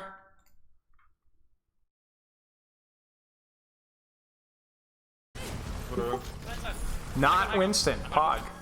Reinhardt. Sick. Break. Oh, the push to talk noise is gonna make me wanna weep. Low? Sick low. Push. There. I have 2 deaths within 50 seconds. Go, boss side. Let's go. So Widow Why right is... side, Widow Whoa, that's Rhino. deaths within 50 seconds. Rhino on Ash. Let's go. I knew I recognized that voice. Widow right side, Widow is getting Okay, finally! I'm sitting here playing like, please tell me you swinging your hammer for 30 seconds isn't the clip. This isn't bronze, dope. Okay, but this is pretty good. That being said, it was pretty easy to predict where she was going. But I'll give credit where credit is due. We'll give that one a 3 with mechanics. We'll give that one a 3 with pizzazz. And we'll give that one a 3 with smartness. So maybe the best clip that we've seen so far. Maybe, okay? Not bad. Pretty good. Also, Rhino sounding like a squeaker still was a good extra points. Check Discord DMs. Oh, what do you want from me, Frosted? What? Oh no, what is this? Hang on. Hold on, boys. All right, here we go. Push. Okay, never mind. Can we push outside with Flux in 3? I'm pushing 3, 2, 1. I'm out. I got 4. I think I kill off. Dead. Nice kill. Tracy's just cart. Nice rock. I see you. He heals behind you. Got 2. 206. I got 1. Oh my. Oh, come here. Oh! Got you. Focus Tracer if you can. No. Oh, you missed the rock! Nice! That was good. No! Ah! Push. Let's push it. Mechanics there. Okay, never mind. Can we push outside Let's with think Flux here. in 3? Let's think here. I'm pushing 3. Let's see. Mechanics, hit the shot. Flux is whatever. You hit the shot on that. Rock was good, but wasn't the hardest rock in the world. That was good shots right there, though. That might have been the most mechanical. That little flick there was good, too. But that wasn't even that good of an eat because it was more of an eat for the shots that happened to also catch the pulse. I'd say 2.5 on mechanics. The shots on the Sojourn were the most impressive shot. The pizzazz factor was 2.5 as well. And I think smart, you definitely get a 3. I think everything you did there in terms of cooldown usage was really quite good. And I think all things considered, that was good. You were eating for the pulse. All right, I'll take your word for it. We'll add 3 to the pizzazz then.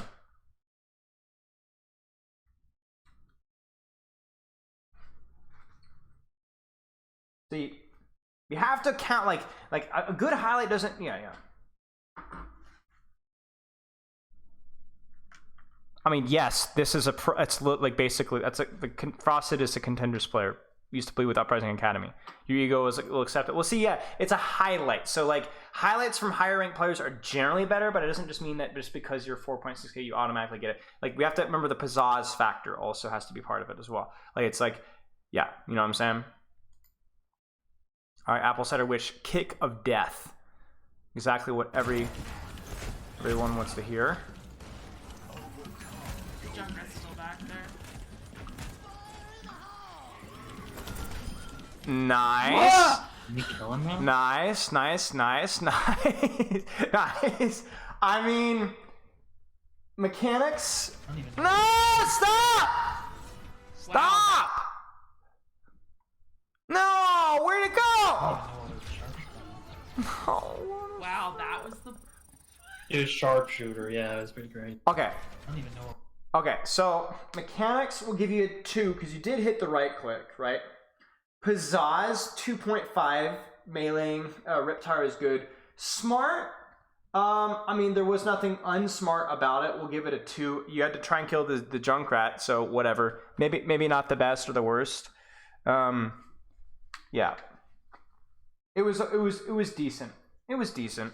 It was decent. You're welcome.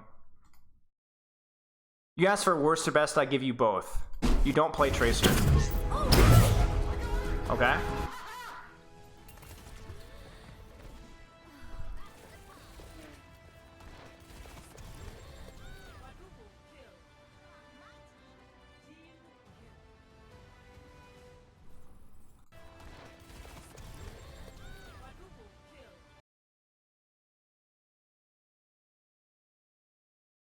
Right.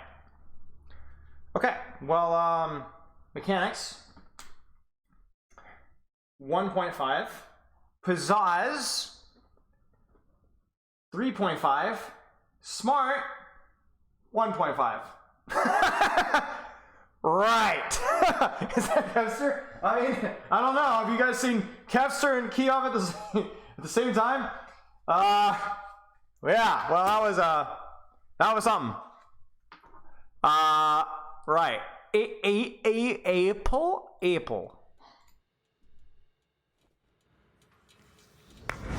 Ah. Oh, an Overwatch 1 clip.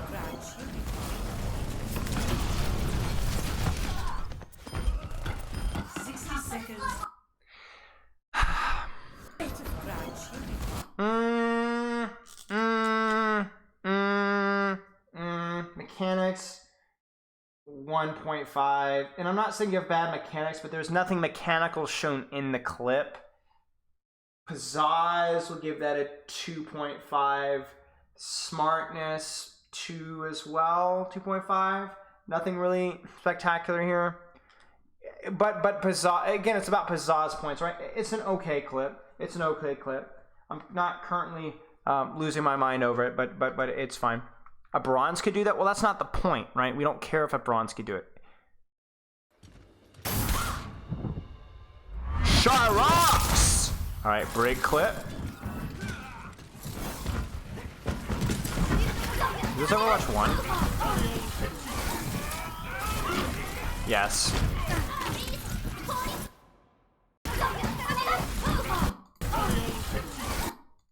So you whip shot and then bash. I mean, it was okay. It was okay. Again, I'm not currently losing my mind over this one. So mechanics, we'll give that one a 2. Pizzazz, pretty interesting, 2.5. Intelligence or being on frontline there, I'm gonna give that one like a 2. Not the best clips. Not the best. I don't know why I'm writing this down and then immediately scribbling it out like 2 seconds later. Doesn't help the quality is bad. I mean, like you guys are harsh. I'm like, you guys are like, this guy sucks. This is the worst clip ever. It's a waste of time. Can't believe that this was posted here. It's from Overwatch 1, but it's funny. Okay. I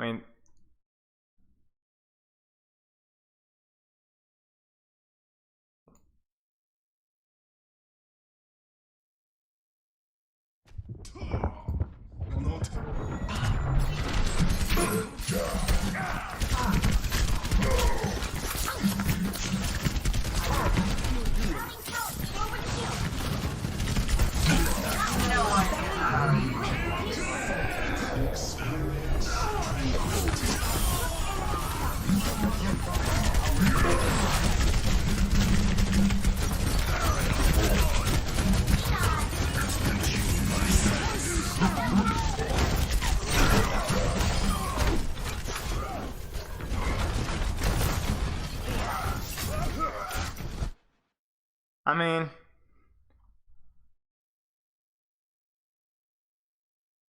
mechanic. Yeah.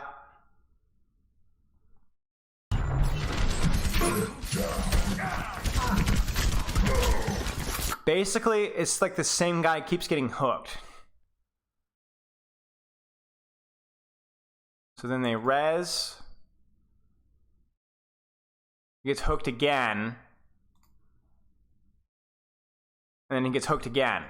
I mean, mechanics here, it's like a 2. Pizzazz, it's pretty funny because the same soldier gets hooked again. The use of whole hog there, the general positioning wasn't great, so I'm gonna give that one like a 2. Pretty funny though. Yeah, 2. I don't know. The pizzazz of hooking somebody like 4 times in a row was like the only interesting part of the hook clip for me. Yeah. Okay, let's go.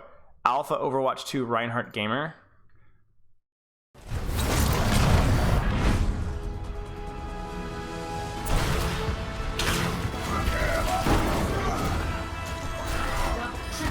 Nice. That was good. That was good. That was good. I'm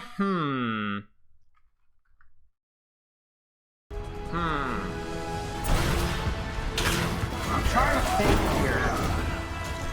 Like the timing with the Sorry Bubble was really good. So like it's used perfectly, right? And bang, right? Perfectly timed around the corner. So I think mechanically, and then also speed boosting 1 swing into the close range double fire strike. I think mechanics actually are pretty good here. I think I'll give this one a 2.5. A 2.5 for pizzazz, and for smarts I'll give this one a 3. A good highlight. Good highlight. Yeah, this is a good highlight. Was timed very well. Was done. The micro, the mechanics were done well as well. So yeah, that was good. That was good. Funny Ramatra E.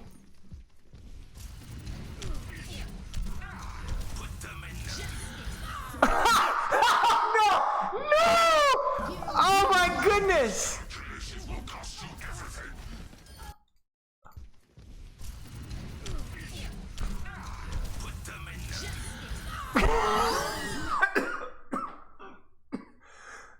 Okay, there it is.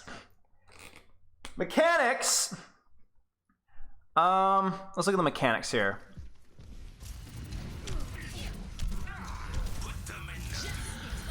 I mean, mechanics are like 2.5, whatever. Nothing crazy special here. But pizzazz, yeah, that's a 4. And then the smart, yeah, that's a 4 too.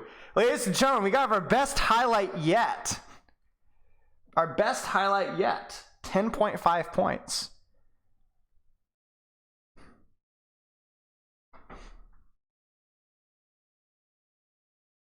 Let's give it a 3.5 in the smart, because I don't think we're anticipating the barrage, but even if we weren't anticipating the barrage, pulling the far down like that is really, really good. Yeah,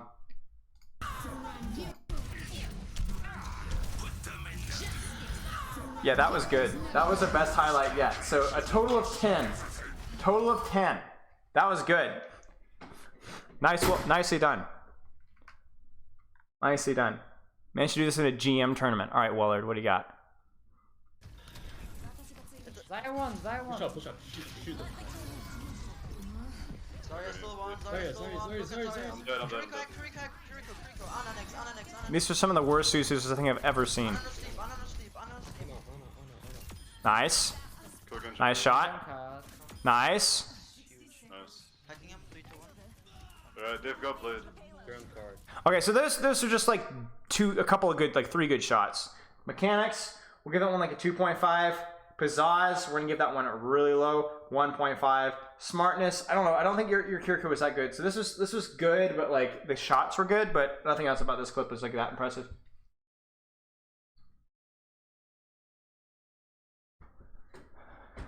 Horrible clip. You guys are brutal, man. It's killing me. Google video by Hassan. Okay, what do you got for me?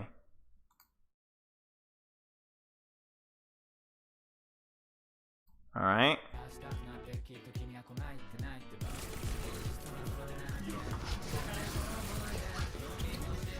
Overwatch 1. Nano.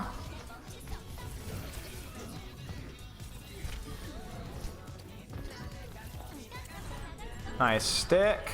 That was pretty good. Nothing crazy there. I'd say the stick was probably the best part of the clip. You just got nanoed. Mechanics, I'd say like 2-ish, 2.5. The stick was definitely bumped up to a 2.5. Pizzazz, let's say 2. Nothing crazy. Smartness, just like a 2 as well. Decent clip, but nothing spectacular. Yeah. It was okay. It was okay. Nothing crazy. Apple.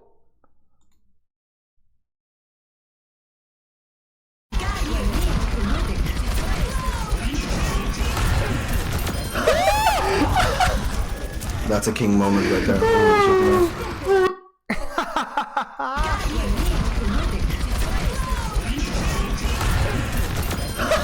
That was pretty good. That was pretty funny too.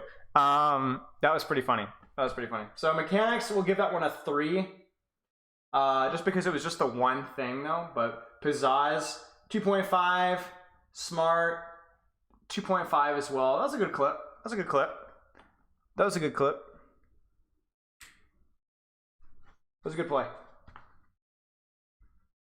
little bit of pizzazz, a little bit of mechanics, just a little bit of everything, you know what I'm saying? Okay. Your best and your worst. I'm not downloading something. What is this? Oh. Never mind.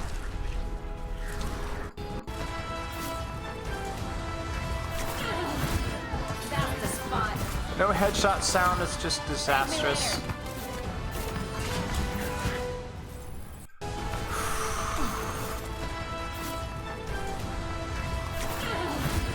That's the spot. Thank me later.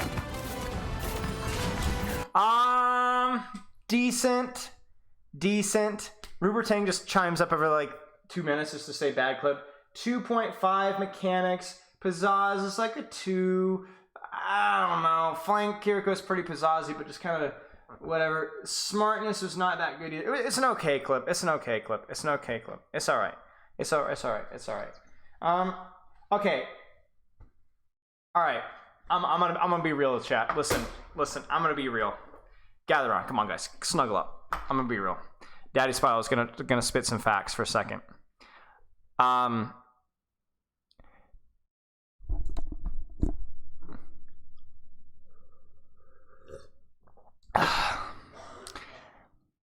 Kiriko clips just aren't that interesting. It's just not interesting. I don't know what it is about the hero, but I just don't care.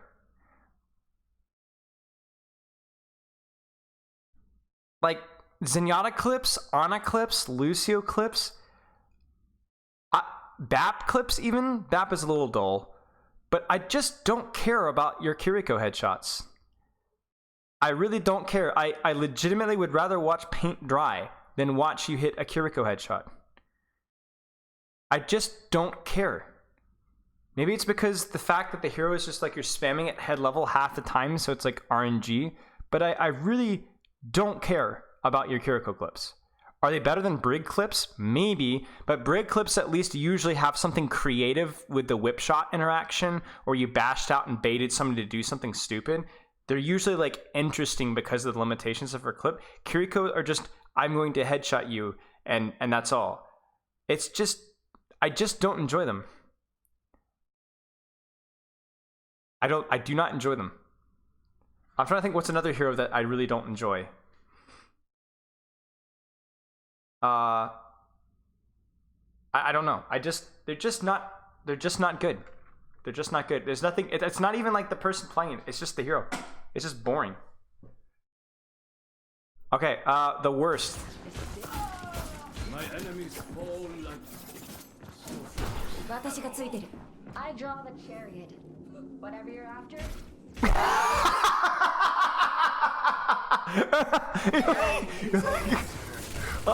That's pretty funny. That's pretty funny. Didn't know they could spawn there. Okay. Right. I don't seem to like monkey clips. You're not wrong.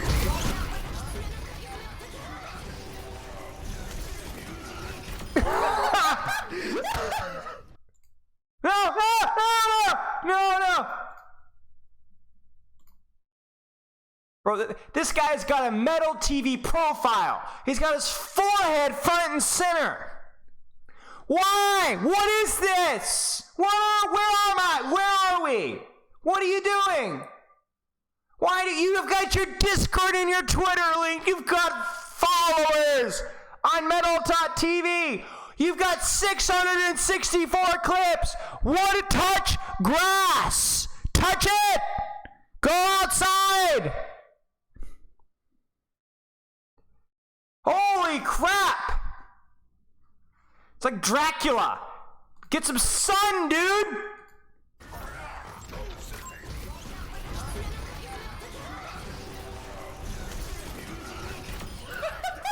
I mean, yeah, I guess. You pinned a Ginge.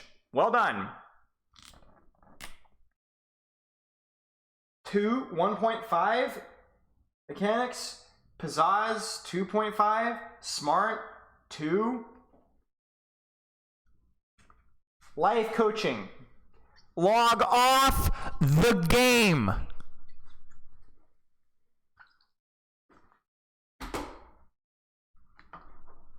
Right. Space, but it looks like if we take a look at Alpha here. Like Ooh, in a tournament. Ooh, in a tournament. Ooh. Alpha's gonna go for the sneaky flat chatter here and see if we can't kite the enemy team all the way through streets. See if we can't kite Haven through streets. And when he the does, Demon's gonna spy check though, I'd imagine, right? Oh no! They're gonna get the shuttle through! Play Alpha slamming him down completely uncontested, and there's a high noon from Slick as well to get the cleanup through. And okay, that's pretty good. That was pretty good. That was pretty good. Mechanics. There wasn't anything flashy there. I'll say like 2.5 because the fire strike was okay. Pizzazz, especially in a tournament, I'll give you a 3. Smart, I think I'll give you a 2.5. It was a good clip. It was a good clip. Rizzed out fire strike. Yeah, I'll give that was decent. That was good. This is a Rhine video. Huh.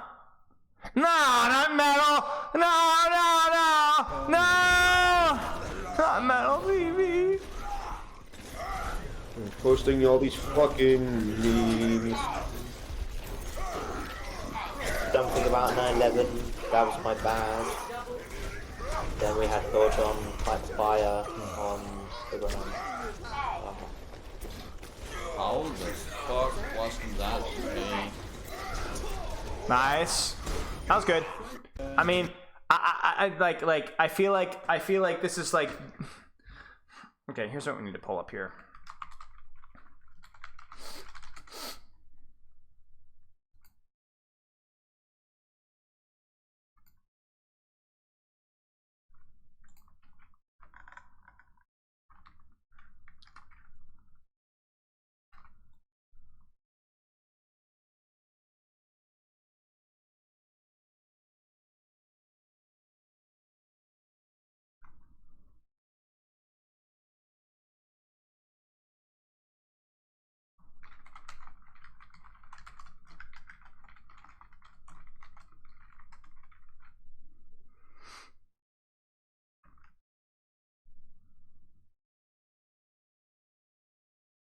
I'm gonna keep this picture pulled up for further use. Mechanics 2.5, I guess. Pizzazz 2.5. Smart 2. Yes. Good chatter. Chat, I'm being flooded with dopamine. I find myself caring less and less and less. My body is immersing into a chamber from which I will not return. Oh, Reaganomics? Wow, you're at 4 years ago? 4 years? Horizon Lunar Colony? Are you kidding me?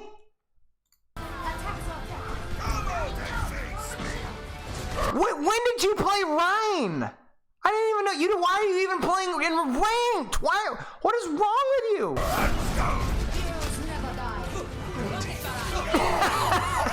10 seconds.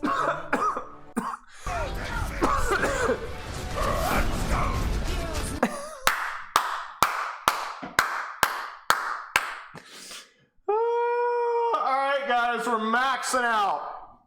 5, 5, 5. We have a winner.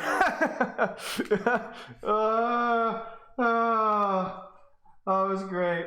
That was good. Faith in humanity restored.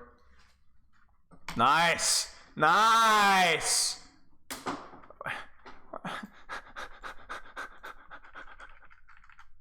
Okay. Well done.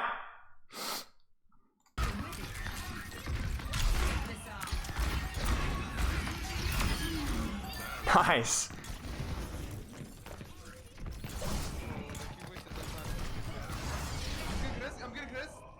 What the fuck, dude? I mean, yeah, that was pretty funny. No, my place, where did my place go? Oh, guys, there's so many of these. Oh my goodness gracious, there's so many. That was pretty funny. Where's my marker? Where's my marker? Where's my marker?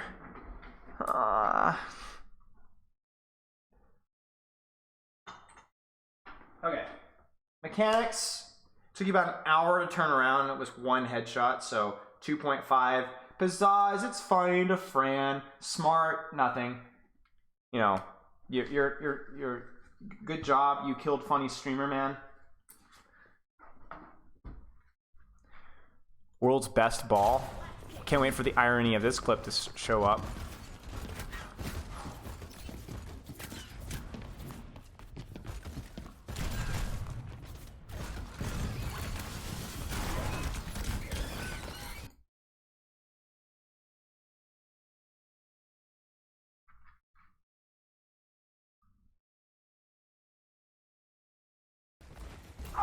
Call an ambulance! Call an ambulance!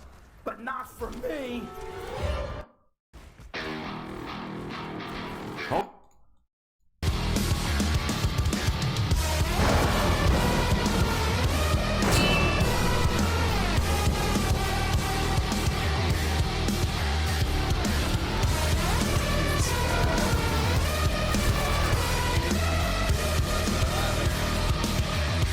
You press Q! You press Q! Oh, that was good. That was actually pretty cool.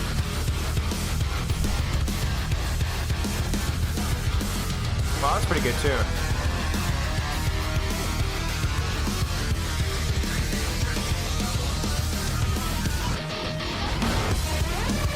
That was pretty good.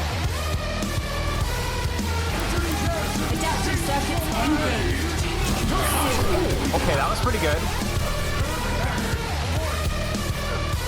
See, this is like a perfect example. You can tell that this player isn't that high ranked, but these are good examples of really good mechanics despite not being that high ranked. You kind of see what I'm saying? It's like the highlight. These are actually highlights. It's probably plat or diamond, I would guess, but that's what I'm saying. You don't have to be GM to produce a good highlight. You know what I'm saying?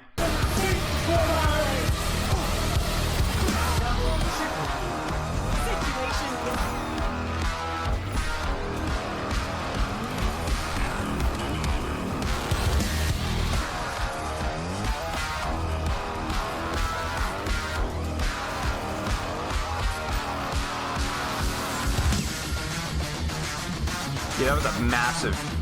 You were GM for a few of these clips? Whoopsies.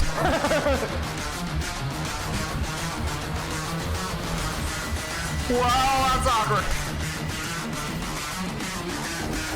I don't care about your slam clips, to be perfectly honest with you. Season? You guys are awful! Oh, that was a nice shot. Oh, that was a nice shot too. The Hanzo looks pretty good, I'm not gonna lie. The Hanzo clips are clean. Woo!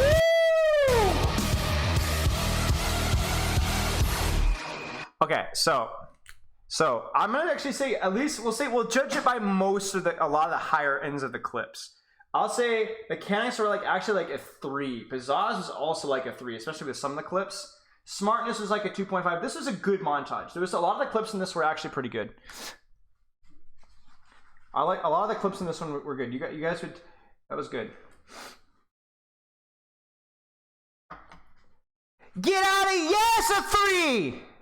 Yes, some of the top clips, yes.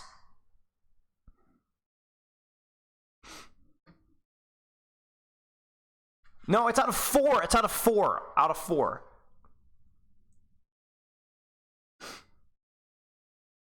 I mean, I want really good clips, yes. It ain't about winning. It's about being toxic and ruin someone's fucking day. I want to be the reason you threw your fucking controller through your television. That was pretty funny. Why is Epic Pen being dumb? It ain't about winning. It's about being toxic and ruin someone's fucking day. I want to be the reason you threw your fucking controller through your television. That was pretty funny. That was pretty funny. That was pretty funny. Mechanics is just like a 2. There's nothing there. Pizzazz, we definitely are like capping out here at 3.5. Smartness, it's just like a 0. but major pizzazz points, okay? Major pizzazz points. I would 10 times. See, the pizzazz factor is more fun. I would rather look at high pizzazz and low mechanics. Yeah, first 0. I mean, come on, guys. It's the meme. You gotta embrace the meme.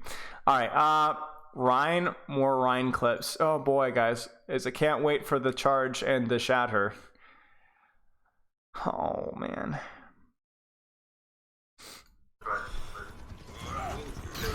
Baptiste back right. No one shooting around with us.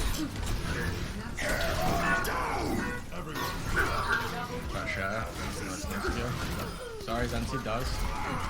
Baptiste 1 does. That was pretty good, Ryan clip. That was a pretty good Ryan clip. I'm like literally all my brains are like running together here, and I'm trying to like figure out where stuff stands out. But that was a pretty good Ryan clip. I don't know. It was alright. It was okay. Maybe not a 2 with the maybe like a 2 with the pizzazz. It was a good Ryan clip, but it wasn't like anything like super crazy, juicy, succulent, special about it. What's going on? Can you play Overwatch on... Oh, is that the clip? That was the clip. I was sitting here like, what's this background clip? This is funny.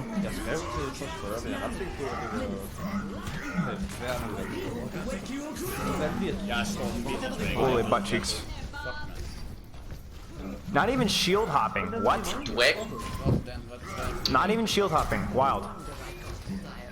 Can you play Overwatch on... I mean, that was pretty funny. That was pretty funny. I'm not gonna grade multiple people back to back to back though. I have to. We saw that one already. All right.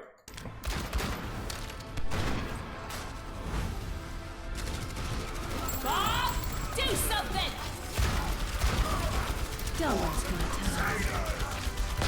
time. Double kill. That was a good shot.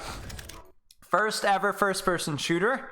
The second is your first one in Overwatch 2. Okay. Let's see which one we rank here.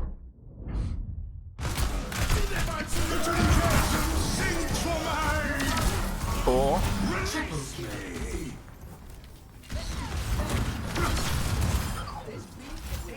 That was pretty good. That was pretty good.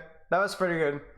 That was, we'll say mechanics, nothing spectacular with, yeah.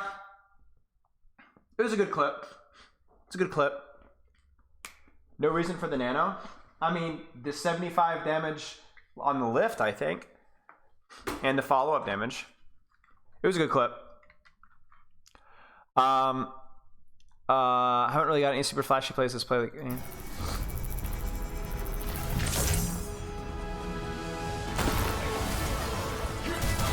Oh my gosh, that's a fat one. That was a good rock. That was a good shot too.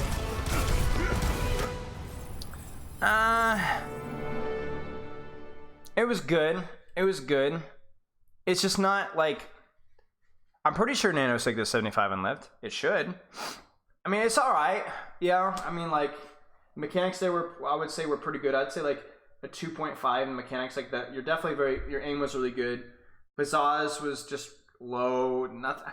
Like, here's the thing, guys. Here's the thing. Listen. Here's the thing. It's not about the number of people that you kill. Okay, chat, listen. Listen, if you want a good highlight, all right, look, really, truly, look at what we're saying here. Mechanics. So if you send in a highlight with really good mechanics, where you have a crazy mechanical pop-off moment, okay. If you had pizzazz, something really sexy, really flashy that you did, okay? Really, even if it doesn't even kill anybody, but it was really flashy, okay? Or something really smart you did, like you made a really heads-up decision, it was like the perfect play, and it worked, right? Ilkat, thank you for the sub, right? Do you notice what's not on this list here? The number of people you killed. Listen, I don't care about your 5Ks, okay? I don't care. Killing 5 people is meaningless to me. If you do damage to 5 people and they all die, I don't care. I don't care. I don't care if you kill 1 person. I don't even care if you hit a crazy 180 headshot on the Orisa. Like a 360, like, bang, and she doesn't even die. I would still rather watch that than some of these 4Ks and 5Ks. I don't care about the 5Ks or the 4Ks.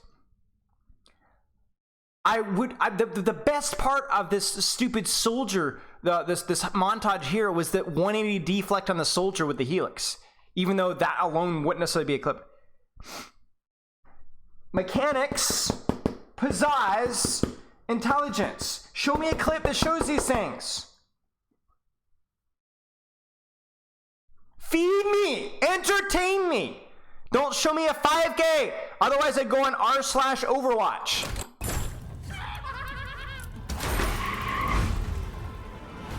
You know what? I'm doing it. If I see any of these 5Ks, these 5 things where I just shot 5 different people, I'm not grading you.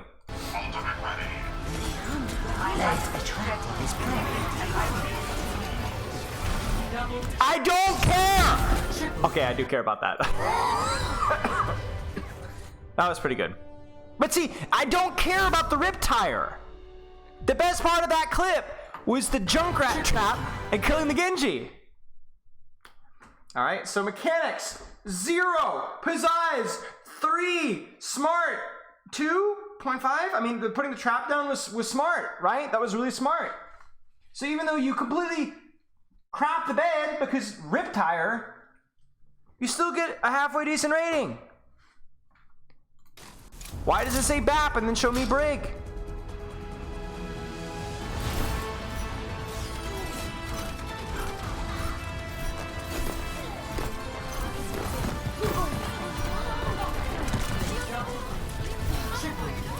That was pretty decent mechanics there. It was different as well. I'm not going to grade it because you already sent it in a clip, but it was okay. That was all right. Fall 1v3 in a deathmatch last June. Wait! Okay, you hit the whip shot though. It was all right. At least it was decent mechanically. Nice mechanics! Nice, that was pretty good. That was pretty good. That was at least interesting and some demonstration of mechanical skill. We'll give that one a 2.5, 2.5, and a 2. Decent. Decent. No need to grade. How about degrade? Ha ha. Woo. Warwick Pugs.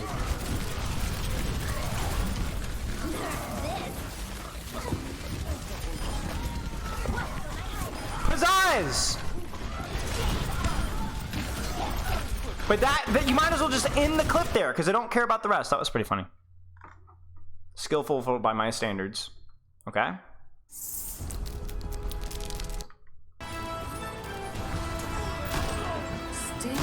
Oh, it's a headshot. Couldn't even hear it. Nice. Nice. Okay. Skillful by what standards? Aimbot standards?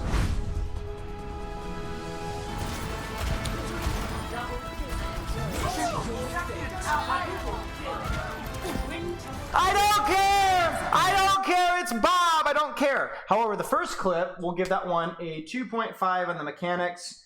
Pizzazz was kind of low. Smarts was kind of whatever. Decent clip in the first one, though. I don't care about Bob, though. Don't care. You could kill 12, and I wouldn't care. Some very old ones for the lulz. Oh, what is this? What did you just empty like every highlight you've ever had in the history of the universe? If this is a bomb clip, I'm literally gonna give you negative points. Nerf this. Don't care. You gave it a little bouncer on you.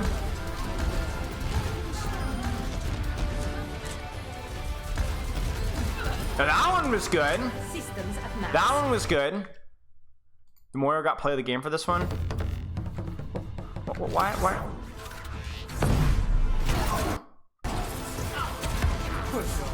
Harris? Whoa, 4K.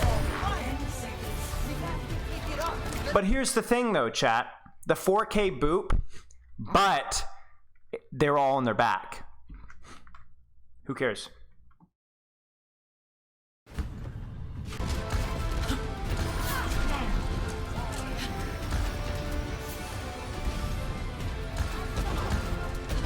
That was pretty good.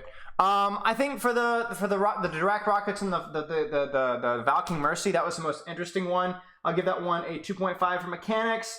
Pizzazz was also 2.5 because Valkyrie Mercy. Smarts is just kind of irrelevant, so I'll just put it at 2. That was a decent clip. Well, no respect for the boot because they're all on their back. They're all on their back. You could tie a monkey to a controller and having it press random buttons. And if you put it in that exact same position, they would hit the exact same boop. Like, look. Boom. Duh. I could have done that. Me.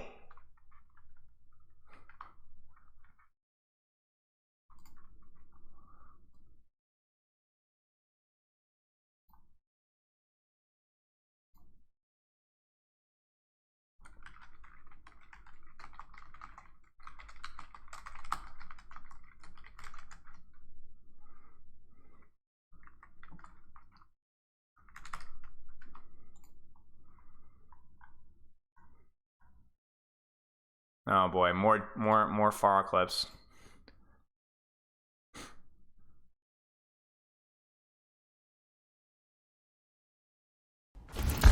System repaired. This is Overwatch 1. Don't care. Clearing the area. That was nice. Don't mess. That was nice. That was nice. That was pretty good. I already graded you, so I won't grade you again. But that was nice. Noddlin.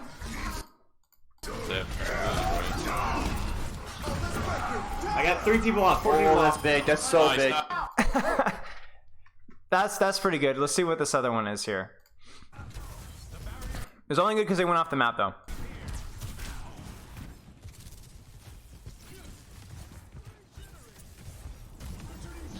You're gonna get hooked. Oh. Don't care.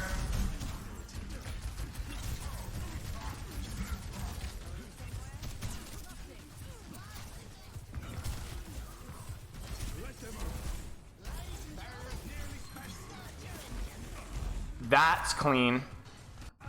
That was a good prediction. I'll give these ones some decent. My whiteboard. Okay. Pretty decent. Like nothing spectacular mechanically. We'll say 2. But Pizzazz was really quite good, and the Smarts was pretty good too. We'll give it like a 2 point. Well, I don't know. The Rock and the Reaper was pretty good. I'm kind of comboing these. That one was pretty good. That's pretty good.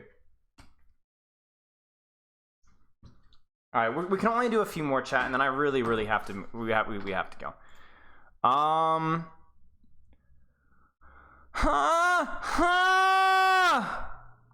Let's try and do people who haven't had the replay, who haven't had their replays looked at yet.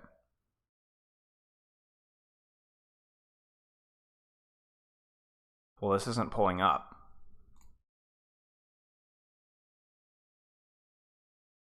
I don't know what's going on. We've already. Who's not looked at?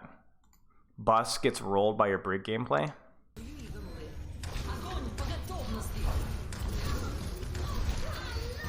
Oh fuck.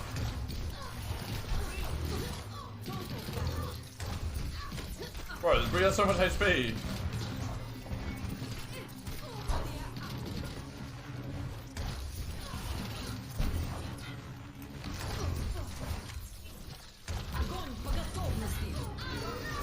Oh my god. Why is he just not spamming bubbles and preventing you from getting Inspire? Okay, never mind, there we go. I guess that would be.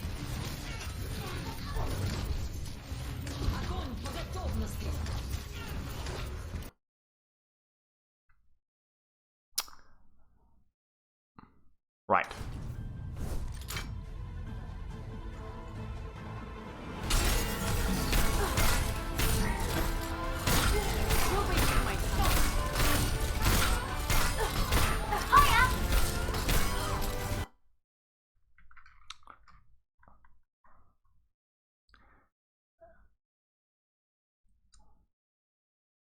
No, you're not. No, you're not sorry. You're not sorry at all.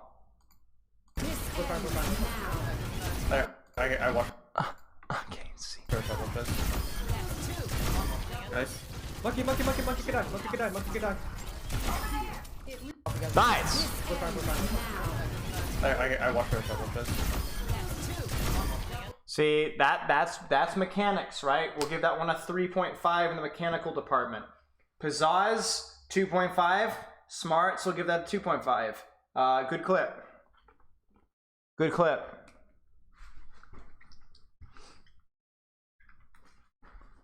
Good clip.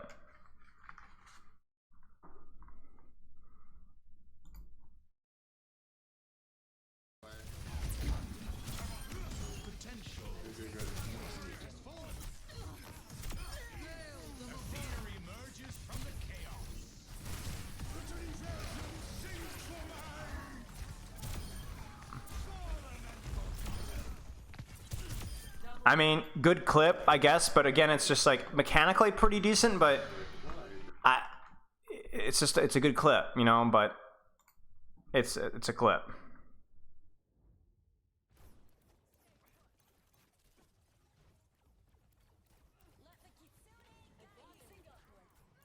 Oh, that was nice mechanically.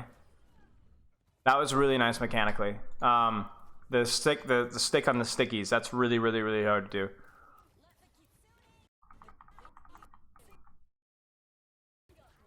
Okay, I'm not gonna lie though, you got pinged just a little bit. Your crosshair was totally lagging behind.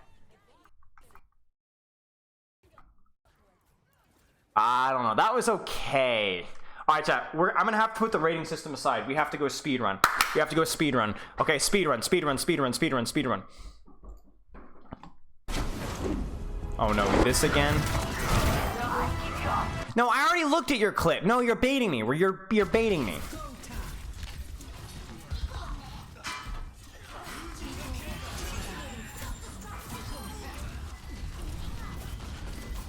We're gonna give one word responses only.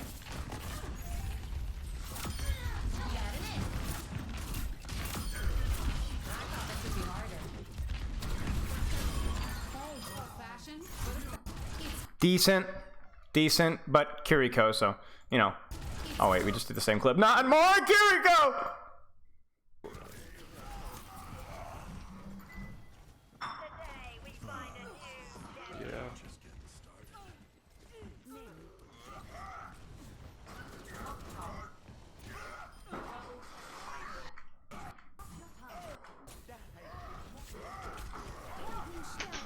Ah, that lucky.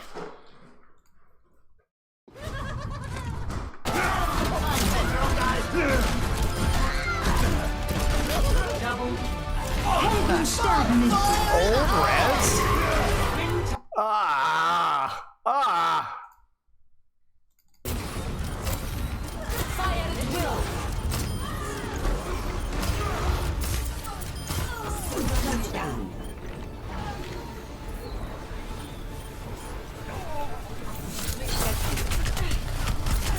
Idiot.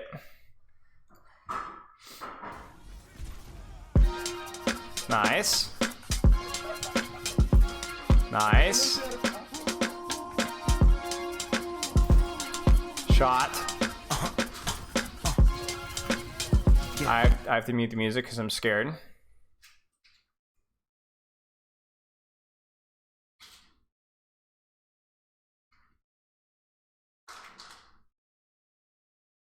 Nice shot. More than one word broke his rule. Shut your dirty mouth!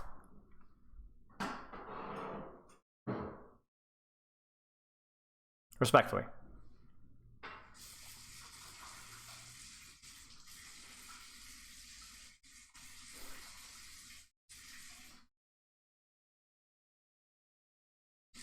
I too enjoy shooting people in grav clips.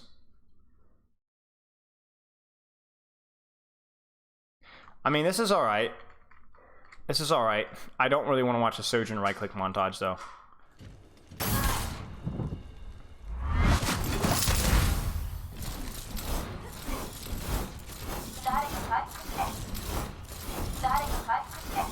Thrilling. This is an old clip. Right. Just a 6K? Okay. Oh, see this stupid epic pin. You know what I'm gonna do is I'm gonna close on epic pin so I can actually go full screen here. Here we go.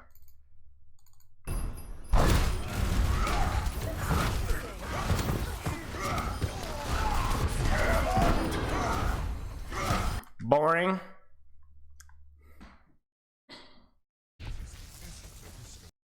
Beating it off again. Their left side. I mean, no more Mr. This guy. It's over. Yo, we're TPing. Come here. Are you guys ready? Yes. Yeah. Fine. Top right. What the hell? What the? I'm on the original. Okay, That's hard. They use left. They use One left. back, one back. Good point, good point. I got their back. Fight them. Back one. Funny, I guess. I guess if we're talking about floating through the air, greatest of ease. Metal TV! I don't want it anymore! No! No! I don't want a Metal TV. Why do 703 clips on Metal TV? Touch! It's not even working! It's not even working. It's not even working.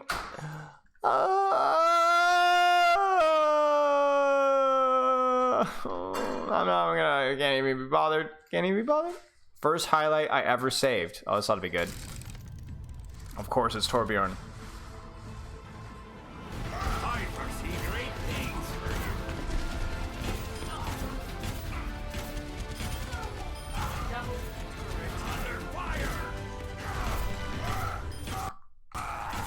Perfect. Excellent.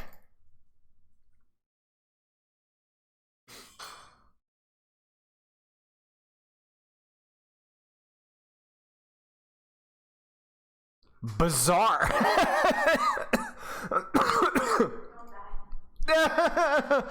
Okay.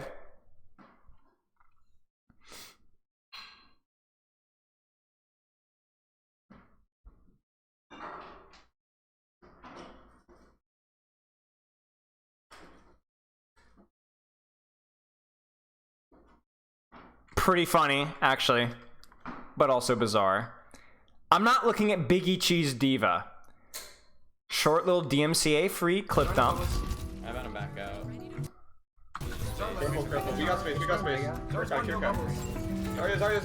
ping. Put some things in here. Okay. Carry.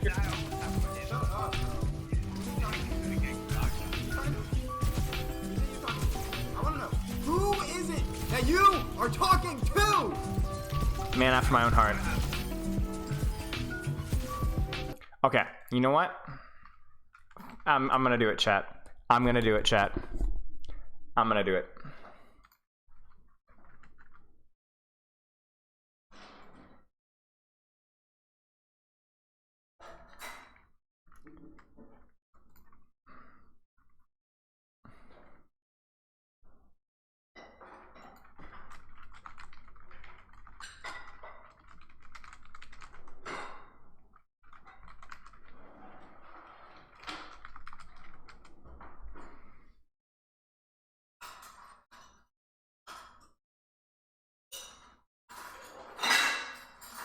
I'm tired of it! It's just the same stuff! Railgun to the head!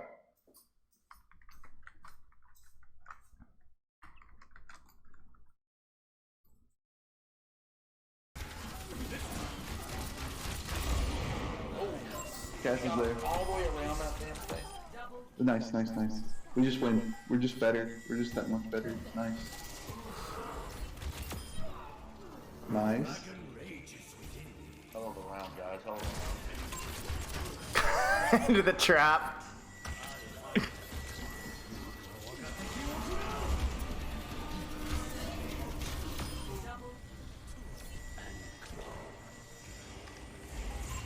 Nice. Nice job. Good game, guys. Nice.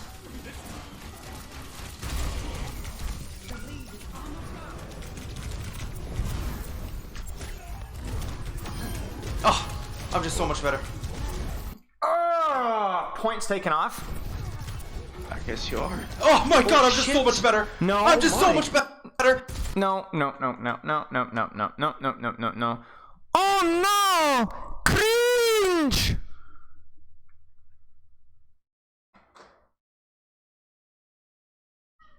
What do you mean you can't see anything? Listen, you didn't miss much. Okay, you want to see it? Do you want to see it? Here's so you can see it. Oh, I'm just so much better. Wait, you can't. Oh, you didn't see the clip before that? Oh my gosh. Okay.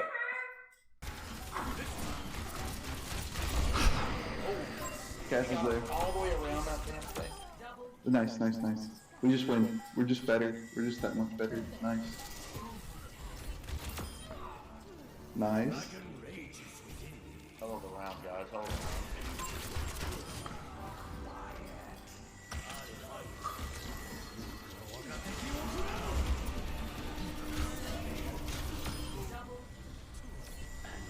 Anyways, decent.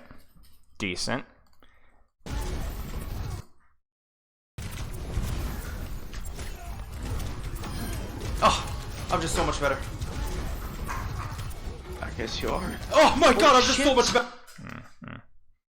Can't say that. Sorry, it's not allowed.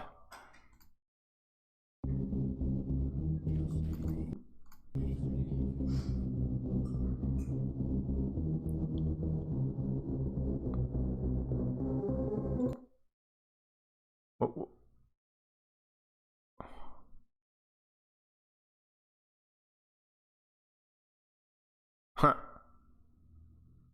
Oh, that's back when the rock distance was based off of the distance that you throw it.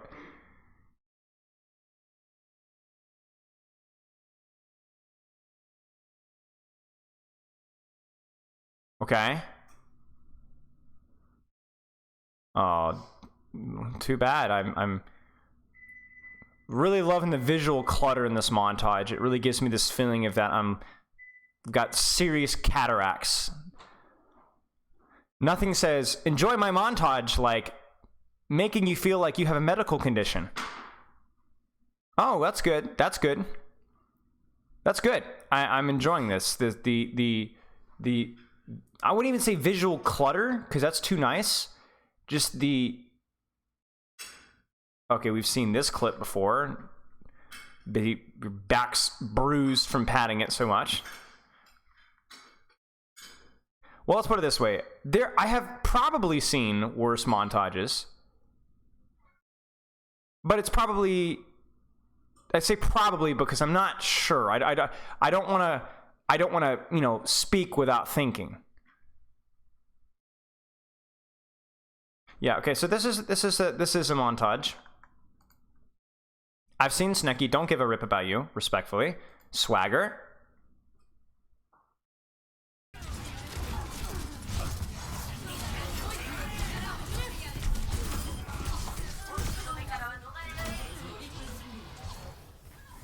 This is a good highlight.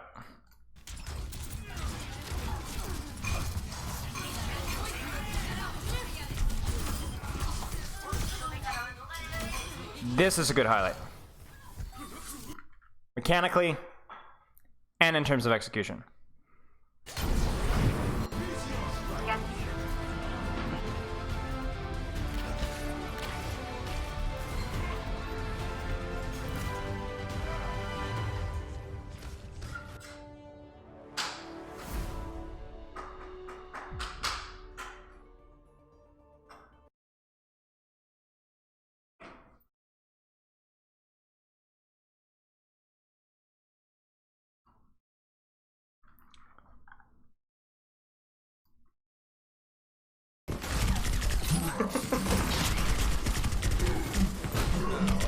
Ooh, fuck off then. Are you okay? Yeah, I'm good. So that's pretty funny. It's a classic. No, not Metal TV! Not Metal TV! No, you can't! You can't make me! You can't make me! See, even my browser's saying no. No, no, no, no, no. No, no, no, no, no, no, no, no, no, no, no, no, no, no. No, no, no, no. B. They have window and shadow. Maybe get a remake. That's hard to explain. I'll force point actually. They have shatter, I think, but so do I. Don't walk out, Yeah, don't yeah, walk yeah. out, don't walk out, don't walk out. They have window shatter. We're waiting on Tracy. I'll force point. Wait, are you? Oh, you're in Baby Diva form? What the fuck? I think. Smart. Let's go. 3, 2, 1. Yeah, I got team on me. That's pretty funny.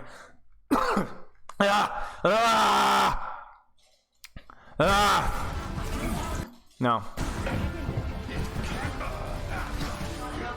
I'm good. Nice.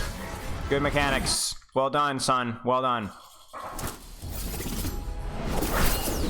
If this is another Kiriko headshot thing, I'm gonna just weep. I'm stopping. The second it becomes a Kiriko headshot thing, I'm stopping. I'm gonna do it. I'm gonna do it. I'm gonna do it. I'm gonna do it. I'm gonna do it. I'm gonna quit. I'm gonna quit. Oh, you know what? Maybe it'll be different. I mean, those are okay shots, I guess. And at least it was quick and painful.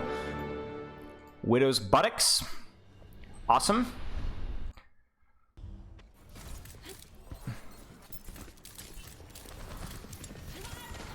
Grapple shot, because we haven't seen those. Oh, a 360. Okay. As we frantically clip. Call the ambulance, not for me.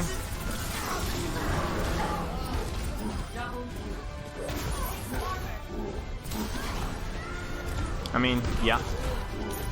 I mean, yeah, 4 kills is definitely a thing.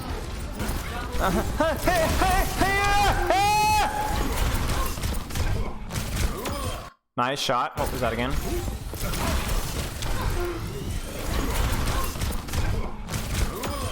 That was good. Chat, we're losing momentum. We're almost there.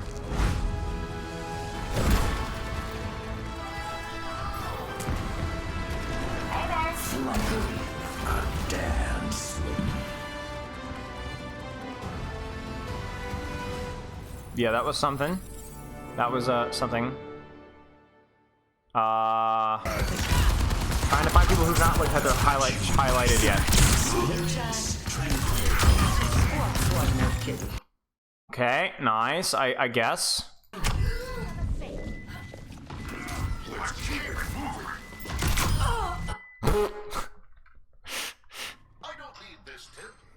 My apology for a Kiriko clip way earlier. You're not helping your cause.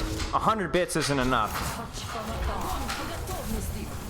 I'm not gonna be bought out for that clip. I'm talking. We need like probably some form of charity service. At least.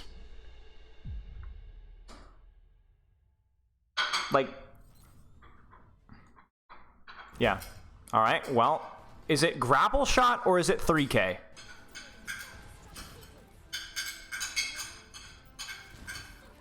One, two. That's a good shot. Okay, that was actually a pretty good shot. That was actually a pretty good shot.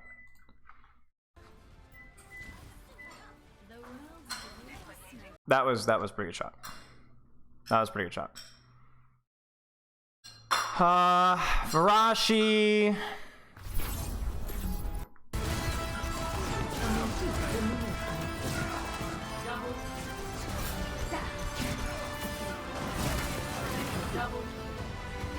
I mean, that's something, I guess. You press the button. Roast. Ooh, okay, nice. Nice mechanics. Roast your montage. Yeah, and then we're gonna call it. Oh, okay.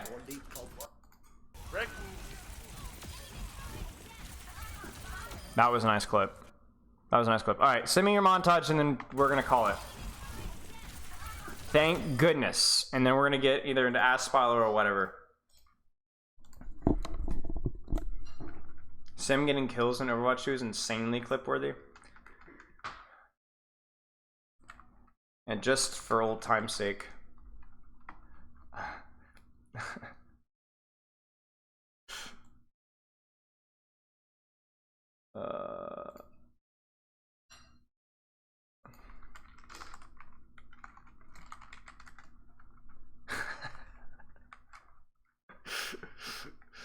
Roast? Do you want me to roast or montage, or what are we doing here?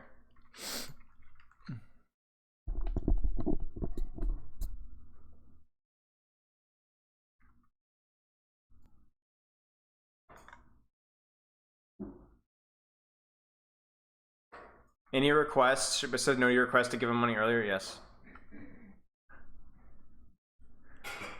Do whatever? Okay. Alright, chat. This is it.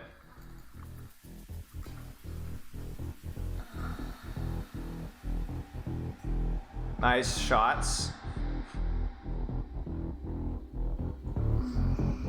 This smells like weeb. I hear Genji and I hear like B-tier EDM with this like disturbing female like vocalizations. What is this? This is weeb, isn't it? This is weeb. Project Melody doesn't sound weeb. What is this? This smells like weeb. I don't think it's weeb though, is it? I knew it! I knew it! I knew it! Disgusting! Look at this! Look at this degeneracy! Look at these! What is that? I can't even look at this!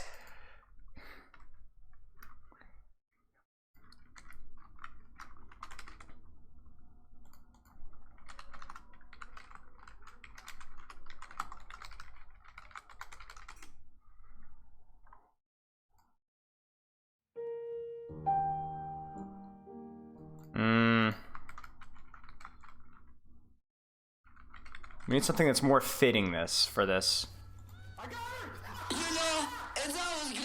What is this trash? Polka. Alright.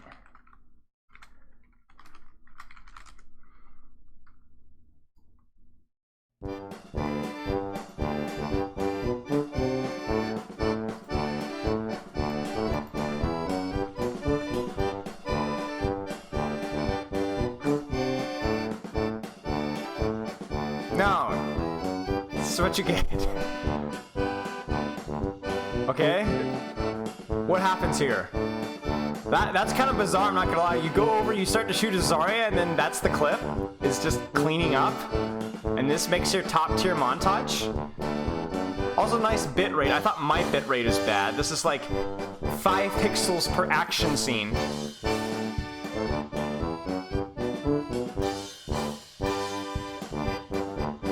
No, you mash the music to it. I don't care. No, I'm doing you a favor. This is much better. Here comes the deflector. Sorry, yeah. Wow, everybody and their mother knew that one was coming. Hey guys, I deflected a grab. Well, yeah, I love a deflected grab. Yeah. And there's just been nothing here that's been particularly good. That transition was good though. Oh, that was good. That was clean. That was a clean blade. That was a good blade. Yeah. That was an interesting choppity chop there. I enjoy the shurikens that we're dumping into the robot's body. See, I don't find this particularly engaging. This is just dash like simulator. It's okay. That one blade was the best clip I think we've seen so far, though. And yes, we are on loop. Now that was. Wait. What? Like what?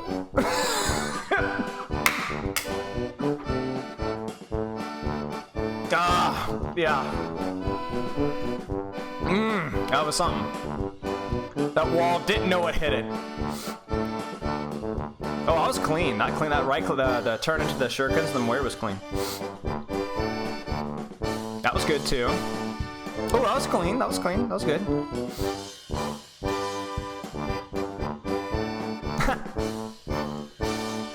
That was something. That was good right click right there.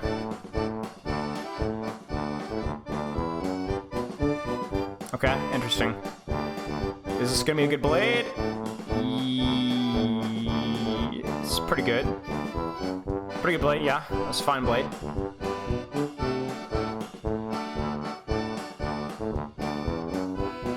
Good blade too. That was a fine blade. Nothing super special. That was good. That was nice. Your blades are good.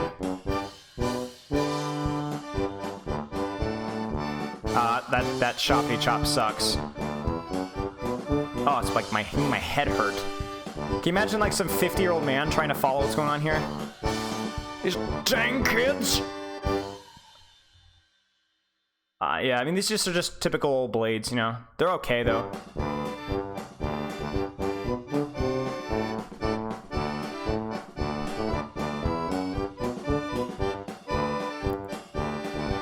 Nice transition.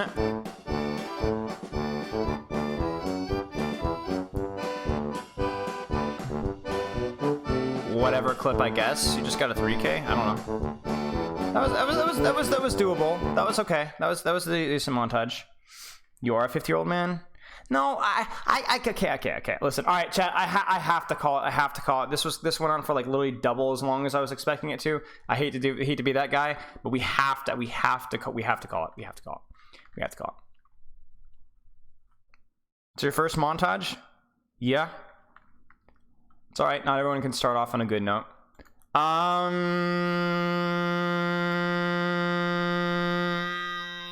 I guess we should probably do a Paraiso map guide. We'll try and get it done relatively soon. Thank you, coach. It's been fun. I wish I could say the same.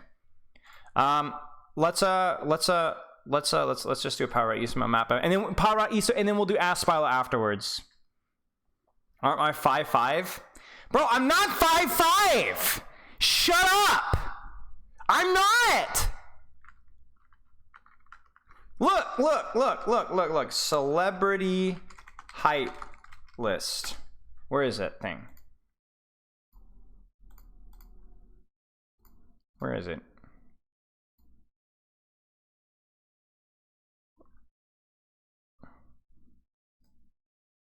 Yeah, here we go. Check this out. Danny DeVito, taller than Michael Fox. I'm taller than Dustin Hoffman, Woody Allen. I'm taller than Daniel Radcliffe. I'm taller than Harry Potter. I'm taller than Jack Black. I'm taller than Frodo freaking Baggins. I'm taller than Al Pacino, Josh Hutcherson, Tom Cruise, Robin Williams, Javier Bardem, and Robert Downey. I'm taller than Iron Man. I'm taller than Ben Stiller. I'm taller than Jeremy Renner. I'm taller than Mark Wahlberg. I'm taller than Don Cheadle. I forgot how to pronounce his name. I'm as tall as Jason Statham, and I'm only a little bit shorter than Johnny Depp and George Clooney. Shut your mouth. Shut it. Close it. Cheadle. And no, I'm not sensitive about it. At all.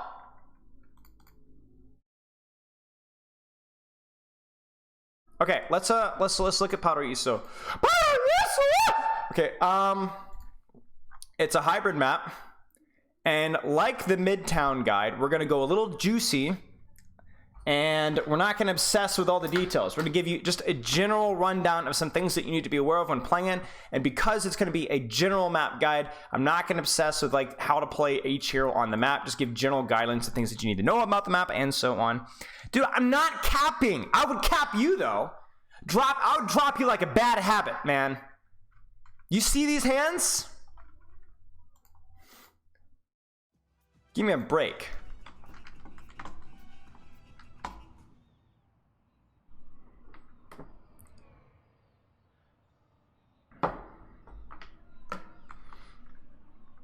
Okay, Amari Pepper cameo? Where is Amari, by the way? Pepper's on the phone.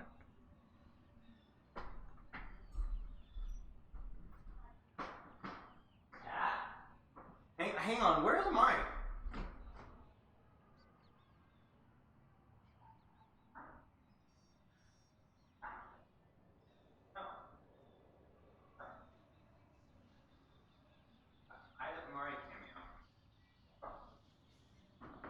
Here's your Amari cameo. Say hi, cat. She doesn't say anything. She doesn't speak very well. Okay. Channel point rewards. Shut it, Cage. Okay. All right, here's the deal. First thing first, be really careful when you're walking out of spawn here. A lot of people tend just to autopilot walk out the left spawn door here. The problem with that is obviously that you have really two nasty transition points where you can get picked off versus certain compositions. There's transition point number 1, there's transition point number 2, neither of which have a lot of cover. And especially if you got certain types of spam here, like Junkrat crap, this feels really, really bad. I'm not saying that this is bad. You just need to understand that the cover here and like the cover on the bus and up here is really, really important. A lot of times I tend to rotate along the right here just so I have better vision, so I can spam out and do rotate wherever with better vision. So I like the right rotate for a lot of heroes. Left is generally fine. Just be very aware of if they have range spam. These two crossing zones are really nasty. That being said, this doesn't immediately mean that you're in a safe position either, because you still have to cross out in the open, but at least it's just one crossing instead of two. So just keep that in mind. A lot of the way that the map works is you'll generally kind of start here as an attacker and play it slow. Either get your mobile flankers in, get your tank to walk up, jump up, whatever, and contest this area here. Now the nice thing is that most of the time, if you're able to get people underneath, okay, and then start to have people like flank up through here, or maybe you have your monkey jumps up top. Once that kind of crap starts to hit the fan, you can generally get stuck out from under here, don't be stuck here. You can generally push forward and start to walk forward to positions like this here and then rotate from here. The goal for the attackers is to contest and clear this high ground as best as you possibly can, so that then you can claim this high ground, because once you claim this high ground, you get a lot more of the map opened up. So what I would recommend is for supports, you're going to play really cautiously until you have an opportunity to walk forward, and then you're going to try and rotate either to this position from here and then take high ground, or you can take this position here and look to contest the enemy high ground from there. Now, flankers. You really want to try and either contest this high ground directly or indirectly by looking to rotate up through underneath here. Maybe even use the back side of the map as well to go up through stairs, contest these high grounds here. Like, your job is to kind of open up the map just a little bit, because this high ground should not be holdable for long. You should be able to contest this high ground if you're playing properly. And then supports, you can either position to help your flankers out, to protect your tank out from here, but as they walk forward, you need to be making sure that you're walking forward first. Please make sure before you push on to point as a tank, DPS, or whatever else, that you have turned around and made sure that everything on your screen is completely empty or as close to empty as you possibly can. In other words, if I am playing Reinhardt, the worst thing that I could do is walk forward here and just walk swinging onto the enemy team right here as best as I can, when they're literally DPS and tanks and supports that are still behind me, preventing my team from walking forward. The way to deal with Paraiso is it's a very sequential map. A lot of maps are like this, but Paraiso is no exception, where you need to clear this high ground, you clear this high ground, you take this high ground, you then clear this high ground. So like this high ground all the way to here. You do that, and then once you get this high ground cleared out, then you can start the assault on point, or you can take the time to assault this high ground up here. You cannot skip steps. You cannot just zoom on to point and then leave control of this high ground here. There are exceptions to that rule. For example, you can do like a speed comp with like a Reaper Ryan and just zoom and flip the map on them, but those are the exceptions to the rule. 99% of your games are not going to involve that. You're going to need to clear off these high grounds one at a time. And then once you clear these high grounds, you can also use these high grounds. For example, if I'm a support, I would 10 times rather be up here than I would being down here for most of the time. Okay, it's better cover for me, better vision on the point. And then as you guys are attacking, that also opens up flanks for your flankers. So like your Genji can take this angle, your Sombra can take this angle, your Tracer can take this angle. Even if you're like a Widowmaker, you can do like a little cheeky back flank here with like, or a damage boosted Ashe with a Mercy, right? You can have your Roadhog and hard flank this area here, and then go to clear this high ground as well. But yeah, now I will say this here. Interestingly enough, the strong side, the strong points of the defenders are not the high grounds here. Now, if we're talking about attackers dealing with this, it's actually pretty easy for attackers to clear off or contest these high grounds, because you notice these high grounds, for example, all of these high grounds here, they don't have any cover. So it's actually pretty easy to spam them off and force them to drop into these little alcoves here. So it's pretty easy for you to use and clear and take high grounds here. And then deny the enemy team from using high grounds around first point. The problem is that you can't then just take them yourself, because it's the same problem for you. There's no cover for the high ground on the attackers either, outside of this little position here. So what ends up happening usually is you clear the high ground, you clear the high ground, you clear this high ground up here to some way, shape, or form, and then you get this ugly skirmish on point with people hiding and tucking into any of these rooms right here and pushing out. But what you can do is, if you clear all these high grounds, you can leave one hit scan, like an Ashe soldier on us, something like this, up on this high ground up here, and she can kind of, at least, she can sit here and control point. So in a lot of ways, Paraiso is really ugly for attackers to get through all these chokes safely. But once you get to a power position on point, attackers have, I think, a slight advantage. Besides, they have to touch point, which kind of stinks. But attackers generally, because they can utilize the one safe high ground on this point, which is this one right here, you do have a slight advantage. So make sure that once you clear all the high grounds, if you have a hero that can utilize this position, that you try and utilize this position, because it's the most powerful position on the point. And this particular area here, okay? So for defenders, it's going to be all about basically trying to contest these high grounds without dying here, because this is not the best angle for you, period. You obviously, if they go underneath you, you can't see them. If they flank from here, it's awkward. Maybe they might flank from here. Maybe they'll go all the way around behind and start contesting your high ground. So it's good to leverage this position, but you don't die in this hill, okay? So you're going to be looking to spam and utilize this high ground here. Then as they start to sneak underneath you and contest you, you can drop out and rotate to here. You can even have people starting here as well, so you have like multiple different off angles. Like basically, it's the flip side of the attackers, where the attackers have to clear out this high ground, they have to clear out this high ground, they have to clear out this high ground, and those are the high grounds that you're going to be wanting to leverage. So you might have like your tank here with, like, let's say a Genji. Maybe you're playing like an Ana, your Ana's positioned back here. Maybe you've got like a soldier's kind of controlling this off angle here. Starts with the Ana, then rotates here as necessary. But you're kind of controlling these front high grounds. The map is kind of cut in two, right? Where if you have everything on this side of the map and then everything on this side of the map. And you only want to rotate here when you need to. When they've contested you and they've cleared you off, the Winston's jumped on you, you've had to back off. Maybe the Tracer's touched point, so you guys have to go back and deal with her. So basically control this front position as long as you can without dying. We've lost a lot of cooldowns, we're all low, then we back off. And so then once we back off, what's going to happen is your supports are either going to rotate to here and drop to point and then play like backside of point, or you're going to drop off, you're going to rotate to high ground here, because for defenders, one of the few high grounds that are actually fairly decent is this position here, at least to start. And then you can always rotate out this direction, or you can back out, rotate under, and come out underneath here. But defenders, it's tough. Defenders, it's tough. If you got like a damage boosted Mercy Pocket hit scan, you can hold a position like this here where there's a little bit of cover, but you need to find a way to pocket people on high ground here. Supports, if you have people on this high ground here, you need to try and pocket them, because the cover usage is really, really, really, really bad. If you can hold a hit scan or something on this high ground here, it's really powerful if you can give them support. Tanks, generally, you're going to find some way to hold this corner here if you're like a Reinhardt or Orisa, something like that, maybe a Zarya. Other than that, there's not a lot of options. You can... I mean, there's really not a lot of options, really. You need to try and prioritize and not just turning your brain off and, you know, taking the trade on the corner here. If the enemy team, like, let's say, dashes across and tries to contest space across here, you can pressure them. If they try and pressure this high ground here, you need to be aware that they might flank you from behind. But for defenders, it's mostly about holding the corner as best as you can, pocket the people on high ground, and be aware of the two flanks that really matter, which is number one, this little flank up here, and number two, this flank from behind here. Outside of that, Paraiso is all about power positions that feel really ugly for both teams. There isn't any really clear cut and dry black and white power position outside of a few exceptions. So it's all about which team is able to control those positions as best they can and not die in the process. And really the same thing goes for second. So we talk about first having a lot of awkward high grounds. So these high grounds are good, but you can't hold them forever. These high grounds are bad, and you certainly can't hold them forever. There's no really good power positions. Same thing happens in second point as well. Second point, attack.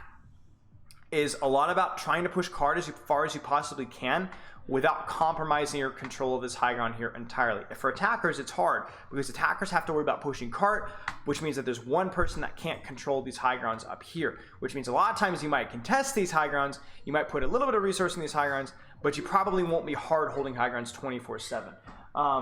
So you're gonna have to push cart as best as you can. Maybe you'll have somebody playing this back high ground to cover cart, and then pushing cart, trying to avoid living and dying on this high ground right here. And then once cart gets to about here, this is when things start to get interesting. Once cart gets to about here, it's actually okay to kind of ignore the cart for a little bit and go back and look to push out and clear out the enemy high ground. So for example, here we can now put 5 people trying to clear out this high ground, and then once we clear out this high ground, we can take our positions from there and start to push cart again.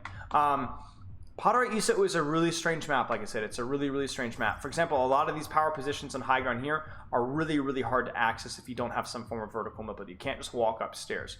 So what I recommend is pushing cart, control the high grounds as best as you can. Flankers, utilize these tunnels and these back alleys here, utilize the health packs in here, utilize the flanks up the stairs to sneak behind and contest the high ground. You also keep in mind that there's things like this that are spawn rooms, but it's a dead end back here and there's no health packs either, so you need to keep that in mind. And then the other one that you need to keep in mind as flankers is that this little back alley through here with a mega health pack wraps, is really importantly, is not just about this here, it actually wraps all the way behind if you have some form of vertical mobility. So if you're a Genji, if you're a Sojourn, if you've got a Sombra and you want to throw your translocator up and over, this is a really great way to access backline. For people who don't have vertical mobility, you can utilize the high ground here and go across this way and flank around behind. I think like if the attackers can get the cart to about here and then start to control high ground for either here or here, generally you can win this fight in this area right here, okay? You can generally win that. Be aware that there will be flanks around from behind here, but you can generally win this. Once you do that, if you can get the enemy team backed off because you've controlled all the high grounds, you've pushed cart far enough. From there, it's again moving on to what's the next high ground to control, which is going to be this one right here. So it's going to be about getting DPS, getting people control here. I see a lot of really ugly trades in this corner with both teams on attack and defense ignoring this high ground right here, which is a big shame. Whether it's from this angle here or from this angle here, this is a really powerful off angle that prevents the enemy team from hiding behind corner without taking damage. Please be utilizing this if you're a DPS player. The other thing to keep in mind for attackers is that you can utilize this flank here, and this flank can be utilized on you. So sometimes the enemy team will try and retake high ground from here, and the same thing goes to the opposite side here, where you'll have defenders retaking the high ground from this flank stairs here. So keep that in mind. All right. Once you finish that, keep in mind that a lot of teams will try and like hold this choke here late on attack, where they don't think the enemy team can respawn and rehold. The thing you have to be aware of is if everybody's stacked on cart here, you can get flanked around by defenders that recontest from up here or that recontest from this door frame right here. So be aware of these two flanks as well. So all about clearing high ground, push cart, clearing high ground, push cart, clearing high ground, and pushing cart. It's similar to Numbani's second in that aspect. If you guys remember Numbani, where it's sometimes really hard to hold high ground, and you have to find a balance between that and pushing cart. Defenders, it's a lot of the same. However, because you don't have to necessarily push cart, you have more flexibility with holding high ground. So it's more common to see defenders hit scans using this high ground right here because your tank can be with you. Your tank can be guarding this flank here, right? Your tank could be holding this position here with support, whereas you have another support up here on the high ground with you. Sometimes you'll see defenders holding here. So if you guys do get the chance, spawn holding on this map is pretty good. In other words, instead of fighting here, for example, or fighting here, for example, you guys can set up to hold the choke here. Now, the reason why this is good is because all of your DPS, whether they're using the high ground here, using the high ground here, using the high ground here, or even just using this long angle here, you have got great sightlines on this choke in particular, and there's not a lot of really good flanks for the enemy attackers to break. So they can utilize this here, but it's awkward, right? It's easy to see, easy to hear. They can use this here, but again, easy to see, easy to hear. Same thing with this here, same thing with this here. There's a lot of angles that the attackers can use to get out of spawn, but defenders can see all of them. All of them from, like, if you position right here, for example, like this is not exactly a very brainiac position to hold as a support, but you can literally see every single window and door that the enemy team might come out of and spam all of them. And as a tank, you can hold the corner here, or you can back off and hold the corner here, right? So it's another really great way to kind of abuse the long sightlines. And if you do die, which happens in spawn holds by the way, you have a very, very easy recontest. Very, very easy recontest. You can even get to the point where you can hold these high grounds here. So I recommend giving that one a shot, especially with certain compositions that have speed boost, right? Or even some form of range, right? Where you can abuse the high ground sightlines like this here. One danger about holding these high grounds here is that if you don't get a good angle on cart, the enemy team will do what I said for the attackers, and they'll get the cart all the way to here. And if they get the cart all the way to here, that's when cart starts to be a problem. So what you might have to do is adjust your position from this high ground to actually going to this high ground right here with some of you guys. Now that doesn't mean you have to give up this building entirely. You could still hold off angle like here. You can still hold a defender's off angle from here. It just means that the cart is pushed so far advanced that you have to respect it, and it also opens up the attackers to flank around from behind on your high ground now that they don't have to worry about cart. So leverage this high ground, be aware of the numerous flanks. The big thing in this map is the numerous little flank angles to high ground. There's a million ways to attack this high ground position. There's stairs here, there's the stairs here, there's the window here, there's the window here, there's the window in the high ground here. There's multiple different angles can be attacked from. So utilize the high grounds, know the weakness of your high grounds. This map is incredibly punishing if you lose track of somebody, whether it's a tank, a DPS, or support. It's really easy to lose track of somebody because even though the map is actually pretty small, it's very messy. It's not like Numbani where it's very wide open. It's not like Gibraltar where it's very wide open. It's very congested, which makes a lot of guerrilla warfare going on. You know what I'm saying? So be aware of that. Same thing with defenders with this high ground. Utilize this high ground. Utilize this recontest here. If they're on this high ground, you can always recontest it from here. Again, defenders, you can always recontest it from here as well. Be aware of this flank all the way far behind. It's not commonly utilized, but depending on their composition, it could be. And then this choke for defenders is generally pretty oppressive to hold. Just be aware that attackers will start to try and take away these high grounds, so you need to try and deal with that as best as you can, either by positioning where the high grounds can't see you, or by usually going out and clearing out these high grounds whenever you possibly can. Remember, on late recontest, if you feel like you can't touch, if you get somebody on cart and at the same time have somebody go up top, that is a huge, huge way to clutch lost fights on second point. I don't know when we get Numbani back, no idea. Trying to think if there's anything else relevant here that you do need to know. There's a mega health pack back here. This mini is by far the most relevant health pack on the map, or mini health pack on this map. There is a mini health pack. Where is the mini health pack? I think it's over here. Yeah, mini health pack over here. The mini health, there aren't quite as many health packs as you'd think there are. There's the two Begas, which we talked about, but there aren't a ton of health packs around here. Is there one in here? I feel like there might be one in here. Maybe there's not. I think I'm misremembering. Yeah, misremembering. I'm not seeing it. So be aware of that. Okay, going on to the third point. So third point is one of the more straightforward, it's probably the most straightforward point on this map, where it's going to be about finding, again, this is a classic of this map, finding the balance between pushing card and pushing high ground. Generally, pushing card here isn't too hard, so I generally try to prioritize clearing high ground whenever you can. But it's going to be about maybe getting the cart to here, maybe getting the cart to like this corner here as the attackers, and then kind of utilizing this opportunity to clear out this high ground from here. You can also do it if you've got vertical mobility by climbing up from here. But it's all about going to be clearing this high ground from here. Clear this high ground, clear this high ground. If you can clear off this high ground here by utilizing this position and maybe an off-angle pincer from here, you're going to be in a great spot. I was like, what is that noise? It's the music. You're going to be in a great spot to clear this high ground, and then you're going to be in a great spot to push the cart all the way to the next corner here. And then when you get the cart to the next corner, that's when things get a little bit tricky, because it's obviously pretty hard to contest these high ground off-angles. They're too far away and they're out in the open. So that's oftentimes where you just get your guy here or your flanker here or your hit scan here, and then just push cart. The other tricky thing as well is that if you notice the position of this like these speakers here, attackers lose some of the high ground advantage once the cart gets close to closing. In other words, for you don't really have this high ground you can just shoot on cart anymore. You have to be either really far away, you have to either be on a really deep flank, right, which is scary, or the same thing on the opposite side. You have to be in a really deep flank on the opposite side. So as attackers, keep leveraging cart, try and have somebody that can cover cart from this position as best as you can, and then you can even try and like kind of leverage the flanks on these side of the maps. Is it smarter to try and stay in this high grounds as much as possible? Yeah, if you can, as Zarya, putting as much as possible, and then only dropping the cart when you're absolutely 100% necessary, or when it's 100% necessary.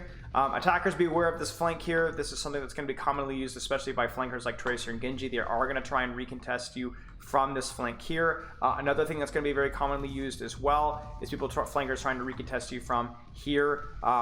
Another thing that they're going to be doing as well is that if you go underneath, if they're fast, they will be able to wrap all the way around here. By the way, there's a Mega there, and they'll be able to recontest the high ground from here. So again, very similar to the other things. It's a little bit more straightforward than second point and first point, but it's all about the high grounds and knowing the numerous different flanks and angles with which people can recontest that high ground. It is not like Numbani where it's really just the one or two directions they could be coming from. There's at least 3 at every single point on the map where they could be assaulting you from. Not to mention things like wall climb and double jump. Health packs, nothing in here. It feels like there should be, but there's not. There's a Mega here. I swear there's a mini in here. Yeah, there's a mini in here. And then there's basically nothing to my knowledge that's super relevant. There's the old spawn room here, but this is usually not super relevant. It's good to know about this like flank from underneath here, but it's all about getting the cart to an advanced position, clear high ground as attackers, pushing cart a little bit further, clearing high ground, and then when you get to the last segment, it's trying to kill the enemy team so that you can push the cart all the way in. Third point is generally pretty hard to defend. Just because it's such a simple thing, you really only have to win like 1, maybe 2 fights to cap it. But yeah, for defenders, it's tricky because, again, if you want to hold this corner here, you're not really in a great position to be supported by the people on the high ground because it's a little far away. So what you'll often see is defenders will hold this corner where it's a little bit easier to leverage this high ground right here. Now you can also leverage this flank here.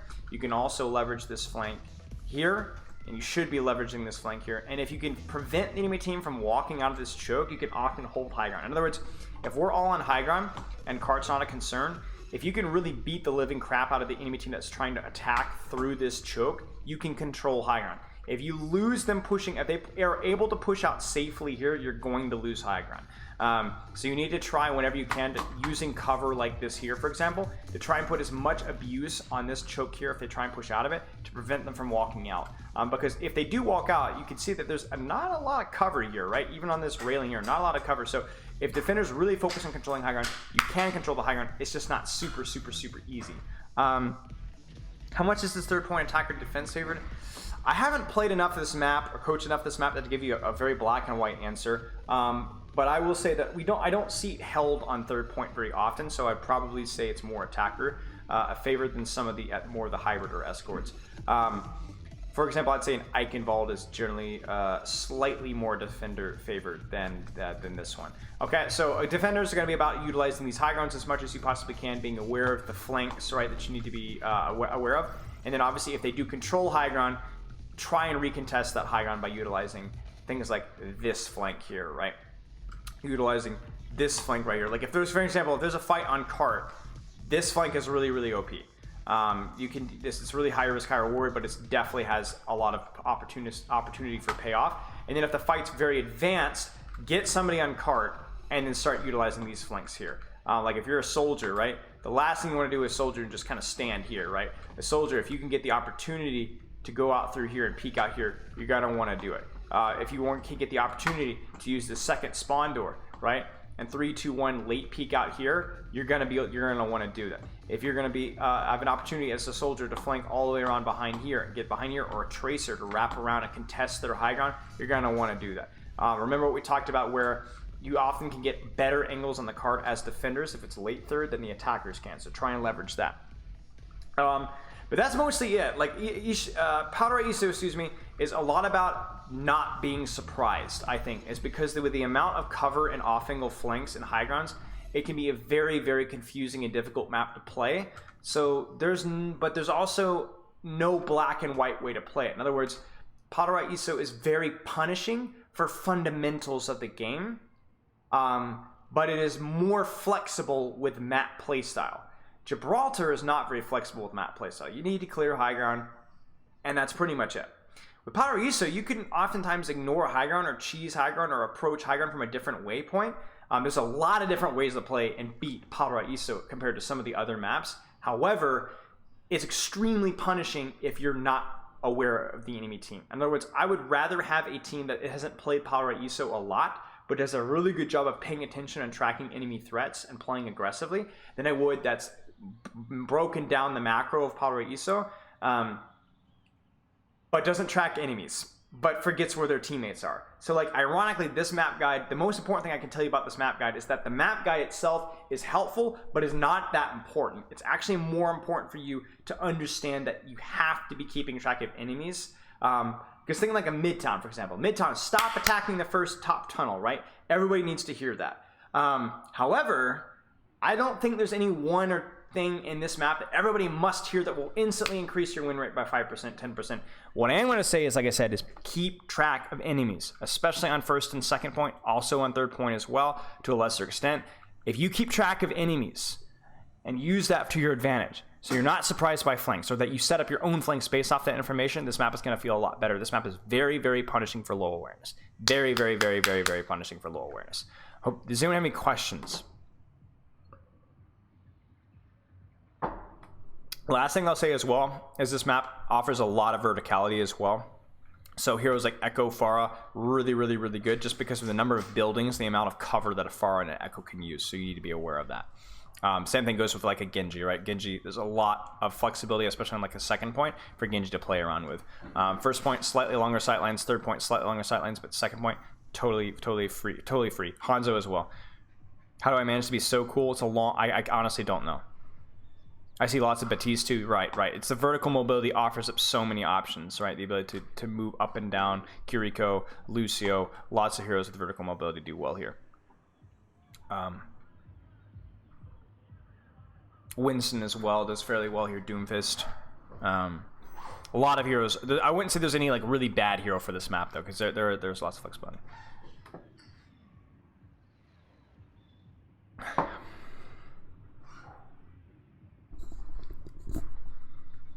Okay, let's do some Ask Spilo. Ask Spilo, Gucci gang. Okay, so we're a little behind in Ask Spilo, but we will catch up. Okay. Hey Spilo, recently I've been facing a lot of difficulty with my mental approach to aim mechanics. I found myself caring so much about them when I know I shouldn't be. I can't stop myself from letting my mechanical performance demand how happy I am with the game. It's led me down a really negative hole where the days where I have good mechanics I feel as though they should be expected, while bad mechanics days feel much worse. Even days when my mechanics are about my average, it feels like I'm playing worse than usual. Those stats say otherwise. I've realized I've stopped wanting to play any game with aim slip because I'm afraid of not meeting my expectations, then a risk isn't worth it. For context, this is happening. I've been working on my aim for about the past year. As of yesterday, I started my 2-week break off from aiming games, and we'll be able to revitalize your motivation with a fresh start and clean away an expectation I have for myself. Is this a good approach? Yeah, that's a tough one. So like, it's potentially a good approach. Yeah, it's going to depend on person to person, the way to get over it. But like, I think the best way of looking at it is like looking at how your obsession with like having good aim is ruining your love of the game. And I know that's like, oh, well, that's not exactly making me feel better. Yes, I know, but you have to be honest with yourself. You have to be honest with yourself and say straight up, when my obsession with improvement and being good at something is ruining the fun of that something, then that kills the point, right? That kills the entire point of why you're playing in the first place. Like, why do you want to have good aim? Because you want to be good at the game. Why do you want to be good at the game? Because it's fun being good at the game. It's fun having good aim. But then if that's making it not be fun because your obsession with the improvement is replacing the fun of improvement itself, then you're shooting yourself in the foot. It's not just, to me, it's not even about like, oh, when I'm putting pressure on myself, my mechanics get worse. It's when you're putting pressure on yourself, your mechanics get worse, and that makes it less fun to actually play the game. And then another concerning thing here is also it feels like I'm playing worse than usual, though the stats say otherwise. Well, first off, stats are stats, but let's say you did have an accurate stat for how your aim is doing. Now your perception of how you're playing is clearly warped. So you're not even being honest with yourself. And this is what happens when you get on these downward spirals. So this is why it's really, really important that you don't focus on just the aim and mechanics of things, because you can definitely practice your mechanics. You can definitely establish like aim training schedules and things like that. You could definitely establish like go and do an FFA and practice just your mechanics and focus on just clicking and hitting your shots or building better habits. But that's why when I coach people, I don't talk a lot about mechanics, because a lot of mechanics is just time. right? A lot of it's just going to come with time. So if you're putting all these attention on mechanics, then that's a problem. And you can see that that's a problem because look at this. I've been working on my aim and swapping to DPS for about the past year. That is a long time to obsess with your mechanics. And that's not a very healthy thing to do. It's like, this isn't the best analogy, but roll with me for a second. It's like focusing only on your weight when you're trying to start a fitness journey. That's good because if you're, let's say, extremely overweight, you need to get your weight down. Weight and health often have a pretty accurate one-for-one. Like if you're overweight, you are generally going to be an unhealthy person or less healthy than you should be. However, weight isn't everything, right? And nor is weight the first thing that you should be aiming for. So no pun intended. So if I'm focusing on my weight, how about instead I focus on making sure that I'm eating the right amount per day, and then I'm eating healthier foods, and then I'm getting a certain amount of exercise, and that, am I getting stronger? Am I getting faster? How's my endurance on an assault bike, right? How's my my mile time, or what's my sprint time looking like, or how many jump squats can I do in a row? Like, to me, that's a better measure of fitness. If you focus on your abilities as an athlete or as your fitness level, and then the weight will drop down as a result, right? Because as you build more muscle, as you drop weight, you'll be able to do more things because there's less dead weight. And that will also prevent you from going down the road of getting obsessed with the weight to a negative point where everything is about the weight. Everything is about the weight, right? You go on binge eating and then you purge, or you obsess and you dehydrate yourself to drop weight. Or you might, the other tricky thing with weight as well is that weight can sometimes go up briefly during weeks as you get healthier, because you're building more muscle, your body's holding on to more glycogen and more water weight, so you actually gain weight even though you're in a healthier position. And again, as we also said as well, weight is very unpredictable. Weight is completely dependent on sometimes you wake up and you're heavy and sometimes you wake up and you're lighter. That's just normal human being things, right? So that the analogy isn't perfect, but it's a similar, it's an idea of why we don't focus on aim, because aim is inherently unpredictable and not always a perfect measuring point of how you've improved as a player. So when you say things like, I've been working on your aim, you should be working on your aim with how you're training, but when you're actually training, you should not be thinking about your aim, if that makes sense. So when I'm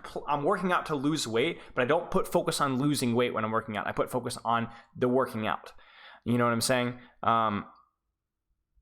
It's really important that you put focus, because the things that you can control are not your weight and not your aim, so you don't put control on them. Now, you can indirectly control your weight, of course, but I can't wake up first thing in the morning and say, I'm going to be skinny today. I'm going to lose 2 pounds today. That's why I'm not even a fan of setting goals of how much fat that you lose in a day to day. I don't like that. I would rather, like, let's, you know what I'm saying? I'd rather have something more tangible. You know what I'm saying? Exactly, Slugger. Like, your mechanics getting worse might even be a good thing if that's something for the long-term improvement. So, all that being said, I feel for you. I empathize with you, and it's good that you've recognized that this is an issue, right?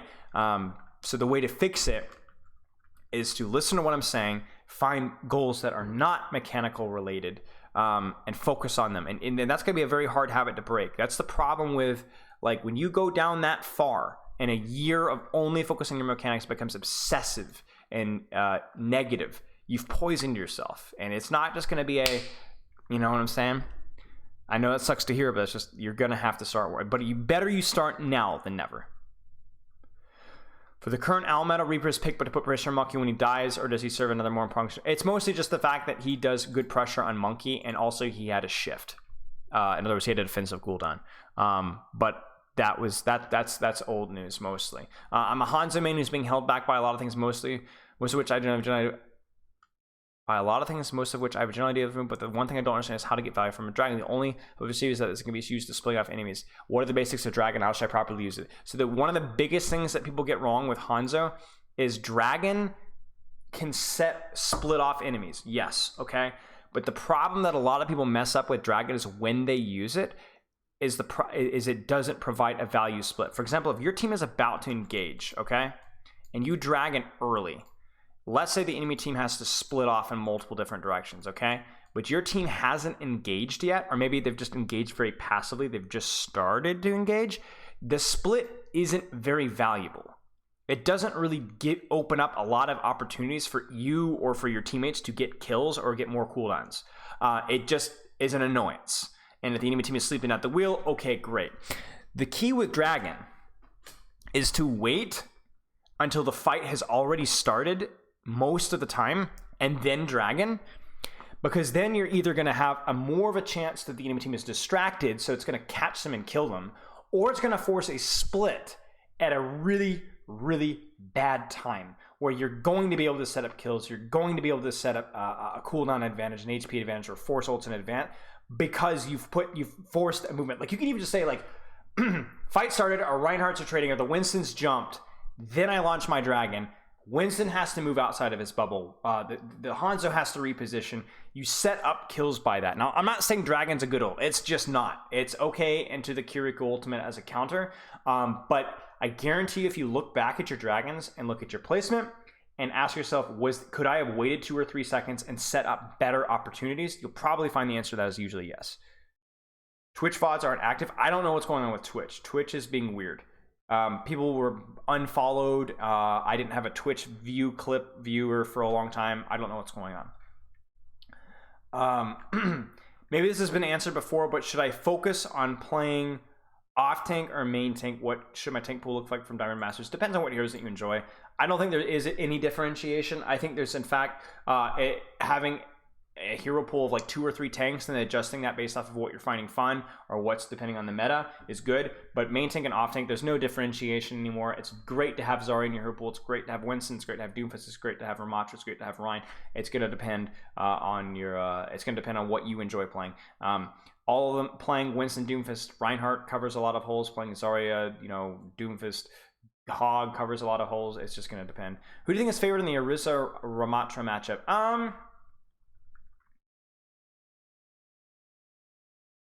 It depends. I'm actually not too sure. I think Orisa has a slight advantage because he's pretty easy to harpoon over and over and over again, and it's pretty free damage for the most part.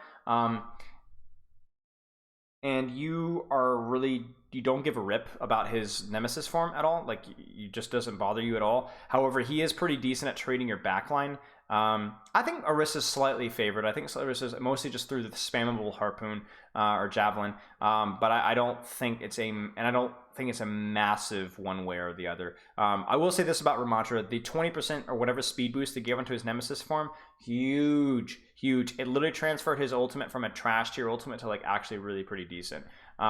It's not still stupid ultimate, to be very clear. It's one of the worst design ultimates in Overwatch history. But it's at least stronger.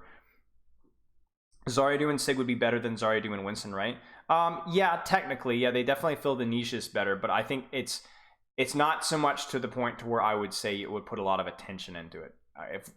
Unless literally Winston and Sigma are heroes I literally like equally. So I'm a DPS player. I can't afford a better hardware at the moment. Right now I play average of 36 to 37 FPS. Possible win. That's tough. You could do it, but you can do it though. It's doable. It's doable. It's doable though, and you can improve during that. You can work on so many different things during that. Any chance we see an FD God review maybe this year, maybe off his YouTuber Utini Sphere? Potentially. I just did a Lucio VOD review not too long ago, but maybe. I don't know how I feel about like stealing Twitch VODs, or I don't know. I would prefer to like reach out to FD God, maybe do a collab with them or something. Do you discuss Overwatch meta with other coaches? Watch educational videos? You just come out that way. So I do discuss. I haven't recently, because I've been out of like the pro meta for a while, and with Owl being done, like I was still sitting in London Spitfire VOD reviews towards the end of the season, and I was like paying attention to like what they were talking about, some of the strategies which helped. But I haven't, as pro meta and stuff like that, I haven't talked with as many coaches as much. I'm friends with a few coaches, but I'm not super close friends with a lot of coaches. I do watch a lot of educational stuff. I watch all of A10 stuff. I watch all of IOStux's stuff. I don't agree with IOStux and his game philosophy usually, but I do think the way he coaches the game, especially like the mental game, is pretty good. And I think the way he explains stuff is also quite good sometimes too. So I learn from watching him still. IOStux, A10. There's a couple other coaches in my Discord who I think are good at explaining things as well. Egoist Cat, I watch a lot of those educational. So yeah, I continue to pursue. And if you guys have any highly recommended coaches, I don't care if they're coaching plats or if they're coaching doing pro analysis, I'm always game for more, because I need to. You always have to keep learning, right? Always have to keep learning. Most of what I do come up with is coming from what I know already, and I infer. But a lot of what I inferred is because of the millions and millions, I mean not millions, but many thousands of videos and hours I've spent listening and studying other people's content. I will say that my theory on the game has been a result of my own thought processes that I've learned from other people, but I don't think with the positioning, the timing, the range, my theory on the game, I think, is unique. It's certainly not something that was talked about a lot. I think even the emphasis on like off angles that has come out more in the educational Overwatch community, whether it's Overwatch University or some of the other content creators, I think that I at least deserve part of the credit for that, because I was talking about angles back when people were still saying the stacked 6 together on main, and I feel like I was the prophet of angles for a long time. But anyway, okay. I would love to see your thought on Ramontra's tank matchups now that he's been around a few weeks.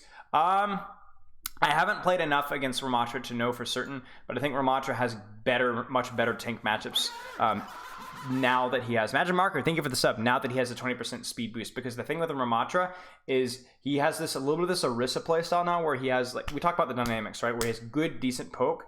You're welcome, by the way, T-Champ. He has good, decent poke like Orisa. But with the Nemesis 20% speed boost form, he actually has the opportunity to kind of dive backline more. I had this really funny game playing Orisa into Ramontra one time, and I realized that we were just like chips passing in the night. We would poke each other, we'd trade cooldowns, and both of us would see an opportunity to go for backline, and we both zoom past each other on an off angle and trade backlines, right? Now, thinking back on that, I probably should have stopped him from doing that, because I think me harpooning him, I think I can win that HP trade, so I think I can win the tank trade there, so it would have made more sense for me to do that instead of go for backline. But I do think Ramontra has a lot more flexibility to play versus into other tanks, because it's not just about the tank trade anymore, right? He can actually bypass the tank trade if he wants to, which technically indirectly makes the tank matchup better versus some tanks. I don't know. I don't think there's any tank that he does horrendously bad versus, outside of maybe Roadhog, but I'm not even sure that he's horrendously bad versus Roadhog with the 20% run speed boost, because now he can be hooked in, and he can block, he can move, like he just feels a little bit more complete. The shield cooldown feels a little bit more complete. A lot of his weaknesses are a lot less egregious. I think Orisa is still better than him. I do think Ryan versus Ramontra is not a very favorable trade. But that's also only looking at the Ryan versus Ramontra, right? Like, I'm sure Ryan deals with more things that Ramontra can deal with, which indirectly means Ramontra does okay versus Ryan comes. So you still don't want a Ryan versus Ramontra melee trade. Ryan will still beat the ever-living crap out of him. I think Orisa in the tank trade as well is not very favorable. So Ramontra still has some bad tank matchups, but he does better versus general comp stuff. Just watch the YouTube video and self-out reviewing. What are some other broad areas besides positioning, time review of VOD for? I'm guessing ability usage, range, DAS, cover usage. Somebody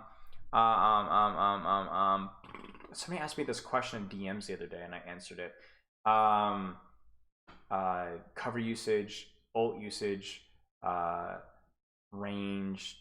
Were my deaths? I think another one was like, are there any like consistent stupid mistakes that keep showing up in my gameplay? Like, do I just tend to jump in the middle of the enemy team? You know, things like that. Why so sexy? Hard to explain. Spilo in Overwatch won the ball tracer matchup, depending on each team's backlines. If the enemy backline is beefy and ready to duke it out with a ball, then the ball tracer matchup really doesn't need to happen.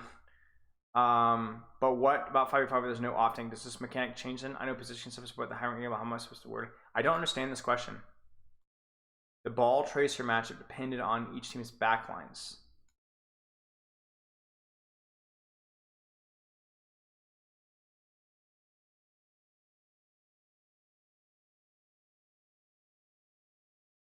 You have to ask this question because I don't understand. I think you're talking about like if it's like a ball tracer with a Zen comp, then the ball tracer goes for the backline if it can. But then if it's Moira Lucio and ready to duke it out with a ball, then the ball tracer match really doesn't need to happen.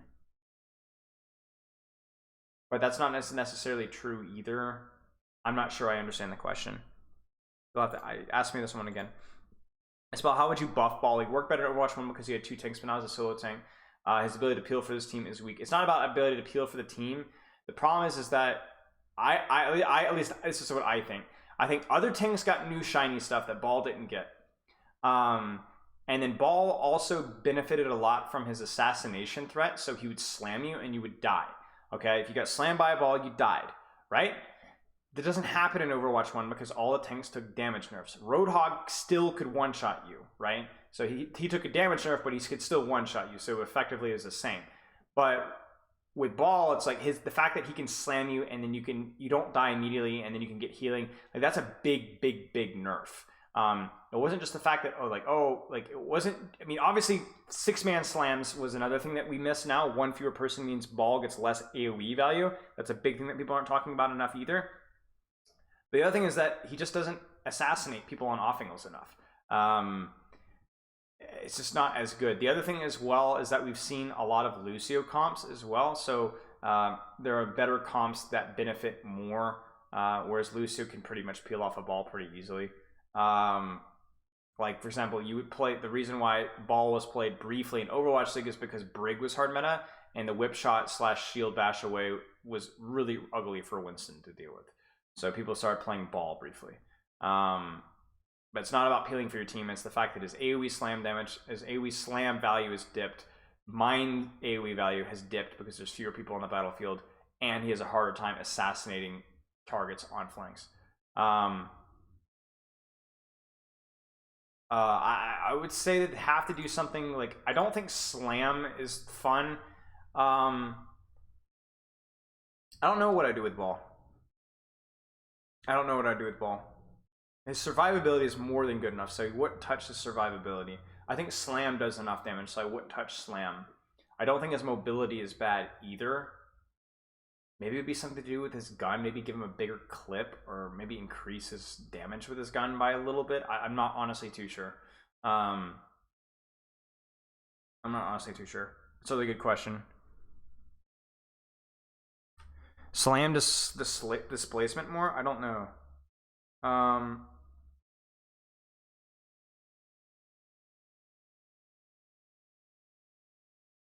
I mean, it's not Mercy. It's not about Mercy. It's about the damage breaking point. It's people still playing Sojourn and using the Mercy for the right click. Not to mention the fact that I also talked about how like Mercy I think was slightly underrated because Overwatch League players just were bad Mercy players, so they just never played Mercy, so nobody really knew how good Mercy was. I think a lot of people were saying like Ball was literally completely and absolutely unplayable, but he's not, right? It was just that people were bad at Ball. Now he's still bad, but he's not completely and utterly unplayable. I also think the thing with Ball as well is that a lot of the meta tanks have like the hog hook and the javelin are really annoying for him to deal with. I think Mercy's probably fine for now. She's just a hero that's good because of the way other heroes are right now. I think the one thing that I don't like about Mercy is I really don't like what they've done with her movement. It's too easy to move with her. It's too easy. Her skill floor is too... I guess her skill floor is too low. Like, it's too easy to just do the movement thing with her now. Yeah. Decrease reload speed for Ball maybe? Yeah.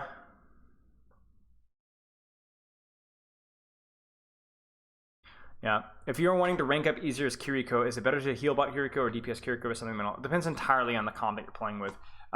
Healer Kiriko is still very, very strong. If you're playing a composition without a lot of spam, like let's say you're playing versus like just a brawl comp versus brawl comp, heal bot, you know, you can scale a lot of value of heal botting, and there's not a lot of value to be had with shooting. However, if you're playing the sniper comp, you need to be sniping. You need to watch my recent Kiriko VOD and the new Kiriko playstyle. That's how you need to be playing versus compositions with a lot of range, a lot of spam. But then if you're not, you need to go back to that original Kiriko playstyle, because even though her ultimate is a little bit less powerful, the healing percentage is still... I'm still very mad at Blizzard for not nerfing her healing.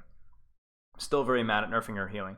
I was watching, coaching some Kiriko the other day off stream, and it was like the Ramatra meta, which is apparently a somewhat meta in some of like the contenders, but some of the teams at like the GM level are doing a lot of Ramatra Kiriko Lucio with like Reaper stuff, and it's the same crap. Heal bot Kiriko, heal bot Kiriko. A little bit less so because Ramatra needs less healing than the Winston did, but I find it abhorrent that the hero is now just heal bot.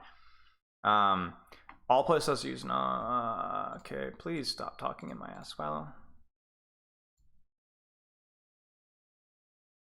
If you can't hit your shots, DPS flank character would burn. Oh, no. I don't think it has to do anything with the rank. I just think it has to do with the comp that you're playing with. The matchup is the more important decision when it comes to deciding what playstyle. What is good about Mercy? Moira, what is she good at? She's like how Gary is good for here. Moira, the only reason you play Moira, and I'm not even joking here, I thought this was the case, and it's been confirmed to me. Moira is literally just a duelist. No, I'm glad to hear it, Slugger. Like, Moira is literally just a duelist. Like, what's good about Moira? She's good at 1v1s. So, as a Moira, if you're not abusing your survivability to, like, clear out DPS or dive people, then you're trolling the lobby. Straight up. Like, the problem with Moira right now is that you literally have to play some form of DPS Moira to get value out of her. Now, I'm not saying that Healbot Moira won't get you to Platinum or Diamond or even Masters, but you're not playing the hero optimally. The optimal way to play Moira is to play mostly DPS Moira, and that's it.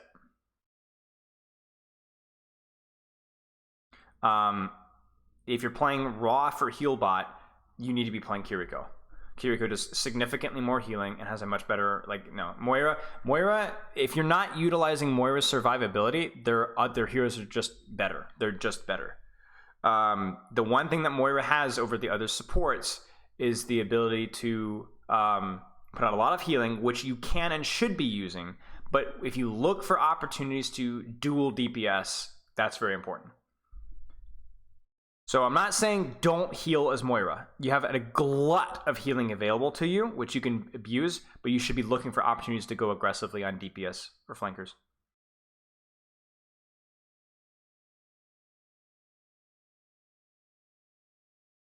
Do I plan on making other more advanced hero guides, tanks specifically? Potentially. Yes, I'm always in Cager's DMs crying about how much I hate making guides. So the Chipsa guide was actually really easy to make. It only took me like 12 hours.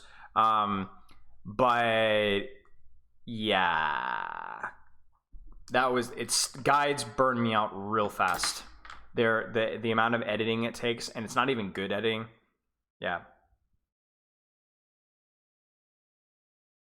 So the TikTok Moiras are doing the right thing. I'm not saying go hard backline, but I promise you, if you guys look at any, like, I mean, honestly, chat, are there any GM Moiras that stream? Wasn't that Tesla guy a streamer? Or ARX? I would bet a lot of money that you watch most of their games and they're probably not heal botting. They're probably playing pretty aggressively.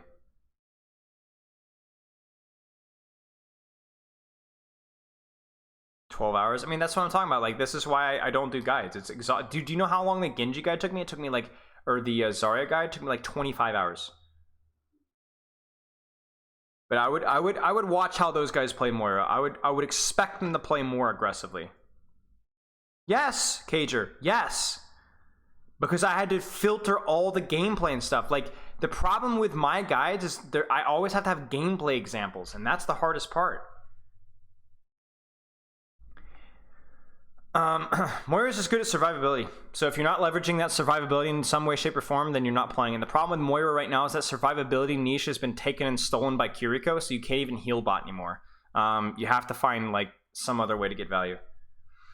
It's a pretty uncontroversial statement that Adamant Brick is the worst support. With that being said, could you OTB Brick top 500? Yes, you could. Yes, you could. You could. I guarantee if you put like something like Admiral, but you'd have to be pretty good.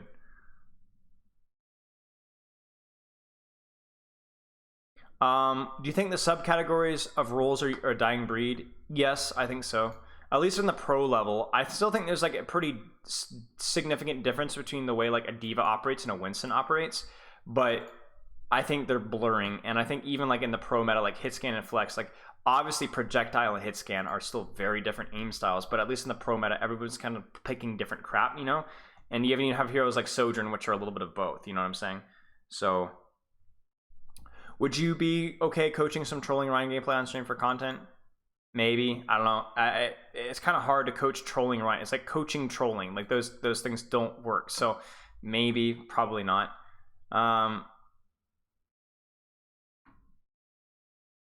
Yeah, well, there's your bump, bud. Any Riz tips for the short Mendem out there? Confidence. Don't feel like you have anything to prove, though. Just live your life, to be honest with you. Like, the thing with confidence is that a lot of, like, people get this. So here's the thing. When I was a teenager, here you guys want a little bit of this. I was, like, 5'9", whatever. And this is like the early, when was this? This was like 2010, 2011. This is when the whole, like, be confident with girls and you'll get all the girls, that was all coming around. So I was a douchebag, kind of. I wasn't really that much of a douchebag, but I was overconfident, cocky, especially with girls I didn't really know, and it worked. I'm not gonna lie to you, it worked. I was overconfident, very cocky, I was a pretty funny guy. Like, I was pretty witty. I don't know what happened. And I had a lot of girls like me. But they were also teenagers. I wasn't jacked at the time. I was like 135. I was pretty skinny. I had started lifting at that point in time, but my hair was not good. So, overconfidence, cockiness, and having like little baby muscles worked for me in high school, right? You're reaching an age where the overconfidence, cockiness is just not that cool. Like, I mean, it will still work, but the type of females that you're going to get with that are not the type of females that are going to be worth your time, because you're going to portray yourself as a short, shallow idiot, and so that's what you're going to get, is short, shallow idiots. And I even started to learn that as I got older, where like a lot of the girls that I like respected kind of got annoyed at me at that point in time, like friends of mine. So what I would say is confidence is good, but confidence and cockiness are like two very different things. Confidence is knowing that you're a complete person, that you have things in your life that you enjoy, and you don't have anything to prove. So confidence would be going up and introducing yourself to a female, but not coming across like a douchebag. Just be like, hey, how's it going? Would you be interested in this? Okay, no problem. Have a good one. That's confidence. You know what I'm saying? And honestly, confidence is not necessarily, it's a lot of the same things that I succeeded with in Overwatch, where it's like confidence isn't even knowing that you'll succeed. Confidence is that knowing you'll succeed through sheer persistence. Where it's like, you'll introduce yourself, you'll ask for somebody's phone number, and you're like, I don't know if they're going to give it to me, but that's not going to stop me from asking somebody else afterwards. That's confidence to me. Confidence is the assurance of success despite failure, not the assurance of success without failure. That's the difference between confidence. And cockiness is not only assuming no failure, but assuming that anybody that doesn't accept you is an idiot. And so the problem with cockiness is very fragile, because cockiness assumes that you're the best. And so as soon as that bubble gets burst, there's nothing inside. Cockiness doesn't account for failure, so it's not confidence. And not to mention you come across as a tool while you're doing it. Thank you, Chance, for the sub. So the way to build confidence is through persistence, faking it till you're making it a little bit, even if you're uncomfortable putting yourself in situations like that, and also defining who you are as a person. You know what I'm saying? I have confidence in who I am as a person, as an Overwatch coach, as a football player, as a weightlifter, as a sprinter, as a person who enjoys books, as a singer, as a guitarist, as a coach, as a Brazilian Jiu-Jitsu aficionado, as a writer, as a whatever. Like, there's a lot of things that define me, so I build more confidence in myself, because it doesn't matter how I'm feeling on a particular day. I know I've built over years a complete person, right? You need to do the same. You need to do the same.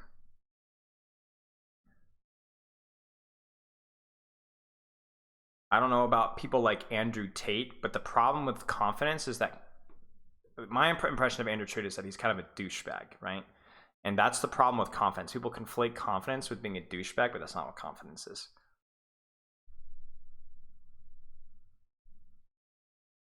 Didn't you just get arrested? I don't know, bro. I just honestly don't care about Andrew Tate. Like, I really don't care. I just don't care. I just could not care less about that individual at all. Adding on to this, any Riz tips for the normal height people as well? I mean, it's the same thing. It's all about confidence. Know who you are as a person and get reps. Don't avoid bad situations. Don't avoid social settings. And ultimately, any female that declines you because you're too short or you're too ugly, nah, bro. You just dodged a bullet, king. You just dodged a bullet, king. Somebody says no and they're, you know, whatever, you dodged a bullet, king. Sometimes that person is just respectfully saying no. Sometimes if they're a douche about it, you know, which I've gotten rejected before back in the day by, you know, rude behavior. Nah, you don't deserve them, king. Or they don't deserve you, king. And I really mean that. Like, the type of person that would say something ugly like that or be a douche or a turd about that, they don't deserve you. And that's not the type of person you want to go with. So when you're doing that, think of it as much as you're fishing for them as they're fishing for you, and you're testing to see whether they're worth your time. And if they say no, but they say no respectfully, sucks, go again. If they say no, but they do so disrespectfully, you didn't really care anyway. And by the way, here's your little life tip. You guys know what, here's a little life tip. So you guys know the cliche of, like, you go to a hangout with a bunch of friends and that one guy always brings the guitar and just shows off. You know what I'm saying? And the girls love him. Now, that's not really the case, but it's a cliche for a reason. Because you know what's attractive? Somebody with skills. Somebody who's a good conversationalist. Somebody who's funny. Somebody who is passionate about guitar or passionate about writing. You know what I'm saying? There's a reason why, you know, the Mercy e-girls are going to go boost the 4.5k Genji OTP. The guy's good at Genji. You know what I'm saying? Now, I'm not going to say go to a party and wear your SR in a t-shirt, because those people won't care about that skill as much. But being skilled at something, whether that's a subject or a sport or a good conversationalist, is attractive. Being good in Overwatch count as a skill? Yes. So but the problem with being skilled at Overwatch is, where is that skill valued? It's usually within Overwatch, within Discord, within the E universe, right? So it's hard to find somebody, unless you're E-dating, which, you know, I don't recommend. So being a competent person or a skilled person or somebody who isn't a lazy bum is attractive. Right? So if there's something that you enjoy doing and you're good at, people are going to find you attractive. Bro, I had a girl fall for me. True story. I had a girl fall for me in Lord of the Rings Online. Some teenage girl. Because I was shot calling raids. It was a raid I'd done like a million times before. I wasn't even a raider. I was more of a PvPer. And I just knew this raid like the back of my hand. And I was just very, very respectfully and kindly, but to getting everybody all their ducks in a row. And that was the true story. It is attractive for males, females. Competency is attractive. Competency is attractive. Competency and confidence, and the confidence came from because I was good at it. I knew what I was doing.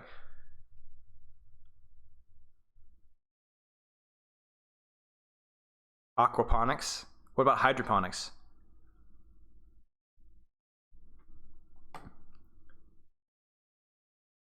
Yeah, all that being said, like back when I was a teenager, when I was good at football and like doing like music stuff, that was good. People like that. Girl from Kentucky asked you out because I was good at Fortnite. Yeah, good old Fortnite. Yeah, highly recommend establishing competency, because that's the thing, is like that's why it's like a lot of the guys that get the girls are the ones that aren't always pursuing the girls, because they're too busy on their grind set. Like, unironically, like you guys always talk about like the Sigma males not even caring about the females. and the females are just like throwing themselves at them. That's why. That's not necessarily that's the best way to do it, but being on your grind set, pursuing your passions, doing the things that you love, while also not being a sweaty, stinky, ugly, awkward human being, that's attractive. That's attractive. Just think about it from this standpoint. Maybe it's just me. What's attractive in a female? I know what was attractive for me. I know what attracted me to my wife, right? She was obviously really good looking. Like, we're not going to sit here and tell you that she was really hot, okay? I'm not an idiot, okay? However, she was intelligent, very skilled, right? And she took good care of herself. She showered and did her hair nice and wore clothes that matched. That's attractive. You take care of yourself and you're a skilled person, it's attractive. She already was working out. She was well-spoken. And that's kind of hot. Nothing kills physical attractiveness faster than a bad smell. You know what I'm saying? Or disheveled appearance. Now, for some people, that's kind of hot, but if you're trashing around and not taking care of yourself, go get yourself a decent haircut, take care of yourself physically, learn how to communicate, practice speaking, learn by practice. Even if you flub it up, doesn't matter. Keep trying and build yourself up. There is a difference, of course, yes. But generally, you take care of yourself, you're competent as a person, that's attractive, regardless of where you are. And being a good person and stuff is a good bonus too, right? Especially depending on the type of person that you're attracting to, because the problem is this is like, I remember high school, and I remember all the high school, like the equivalent of e-girls in high school, and I remember doing the push-ups and the bicep curls and getting the muscles and the talking a lot of trash and having a lot of cockiness and all the girls giggling over me like that. I was a bad man. But really though, the type of girl that's gonna attract you, you're not gonna want to stick with anyway. Like, be honest with yourself. It's fun, but it's like junk food. It sucks after, like, that's not. And what would always happen is I'd get their number and I would start talking with them, and without fail, I would be bored to tears. And I'm sure they were nice people, and I'm sure I was a really boring person too to them, but they just were so boring to talk to. They were just so boring to talk to. So the type of person that you're going to attract by acting like that is not exactly the type of person that you're going to want to enjoy talking to or spending time with. How am I going to talk about not having a disheveled appearance? That's my charm. I'm sexy because I don't care. There's always exceptions to the rule.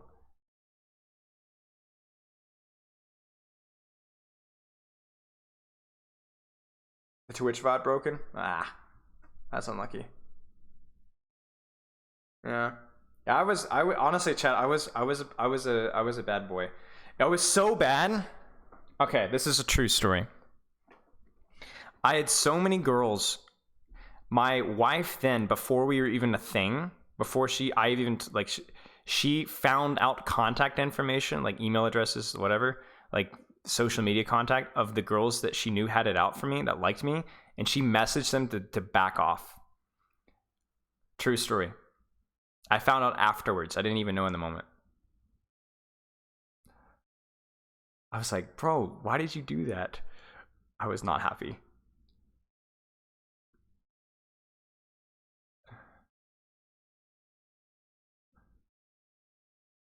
I keep hearing that focusing the enemy tank seems like a bad idea most of the time. Any general rules about this, or it all depends? It all depends. I guess the question most certainly pertains to enemy hogs versus. It depends on this. So, like, here's the thing.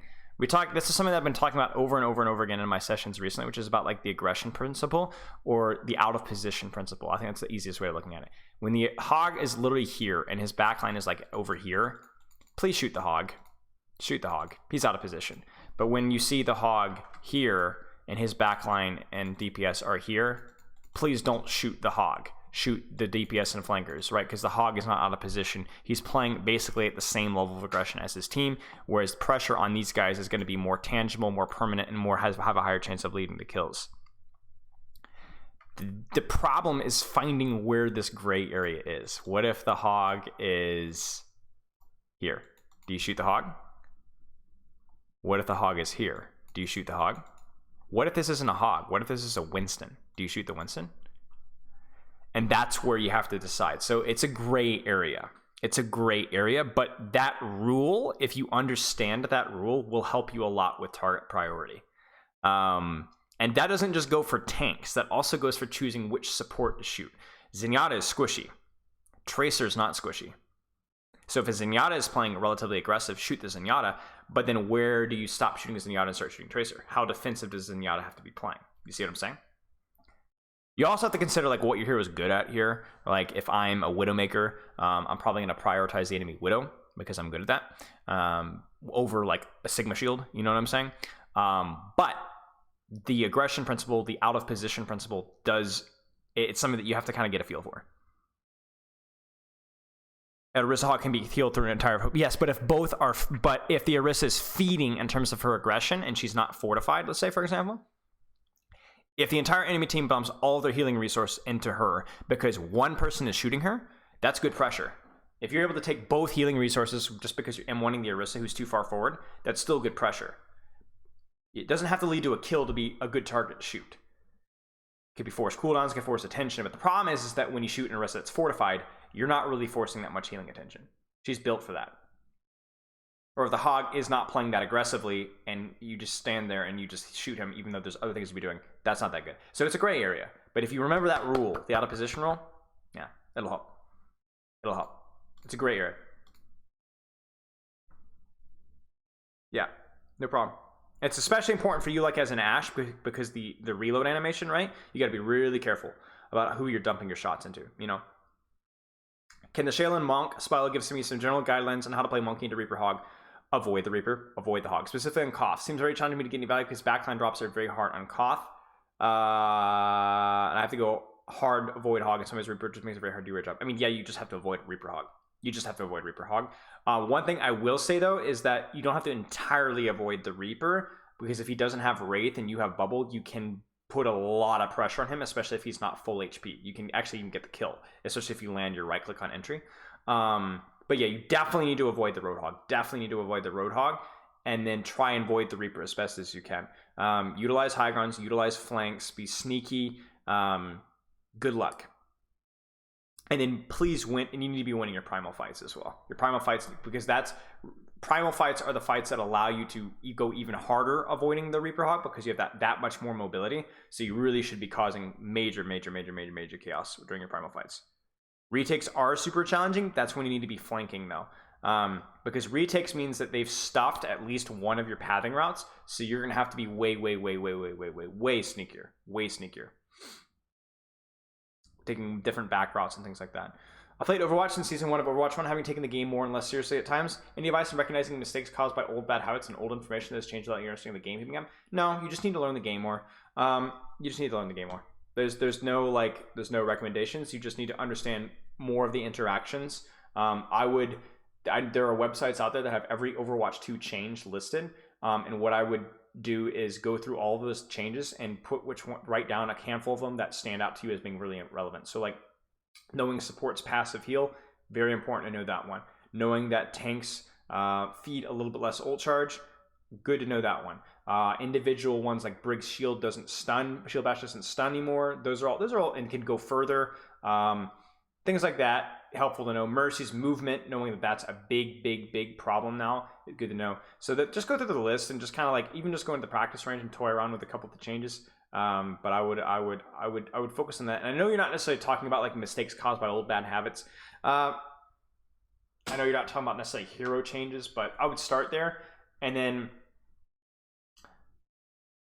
I don't know, some of the things that I would say fundamentally is like the attention put on the tank, how much more map space that there is, how much more time you have to spend dueling DPS, the importance of off angles are even more important. Those are all little things to think about.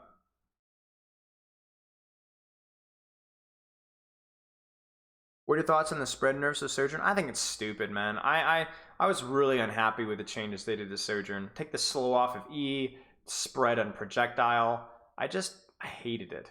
I just really hated it. There was what was the third change? Oh, the slide nerf. That one was probably more reasonable, but that's also like, why are you nerfing her M1? Why are you taking the one dynamic, interesting thing about E? Remove the damage, or nerf the slow, but don't remove the slow and don't spread her M1. What are you doing? That's the thing about her that's not broken. To me, Sojourn should be a dynamic, highly mobile, quasi-hit scan, where Railgun's just a flavor of her kit and not the kit in of itself. They need to nerf Railgun further. Further. The shift nerf is probably fair, but do not nerf the M1 spread. That is such a... that just feels horrible. That just feels horrible. I lost a lot of... I was very, very disappointed with that change. I've noticed that I play very much as a team Lucio, which obviously isn't bad per se, but some of his aggressive plays would allow me to get more value. You need to learning how to be more aggressive as Lucio. You just need to force yourself. You just need to force yourself to go for those plays. And I think the way to force yourself to go for those plays is to practice ascertaining or deciding when those plays are necessary. So like if you're able to go back and not to say, I need to play more aggressively. Well, give yourself a couple of things to look for. Like, okay, whenever they're playing Widowmaker, I'm going to look for opportunities to go for the Widowmaker. Or when I see that Ana use on sleep and nade and she's accessible, I'm going to go for her. Or don't just say, I need to play more aggressive. Well, I think that is good for stress testing and improving yourself as a player, but it will help you have more confidence in yourself when you have a better idea of what good aggression as Lucio actually looks like. And I think you can kind of think of some different you could think of some different like check marks. Like these, I look for this, this is when I can go aggressive. Reduce race when I have an enemy or just watching every move as a flank. I don't... IG2-3 flex? Here's a question for you. What do you do when you're driving on the road and you're staying in your lane and you're going the speed limit and you're paying attention and your car in the right tries to merge on top of you, so you slam on your brakes, but the car behind you accelerates instead of braking, and then a semi-truck literally drops from an airplane and lands on top of your car, and then a nuclear bomb explodes? What do you do?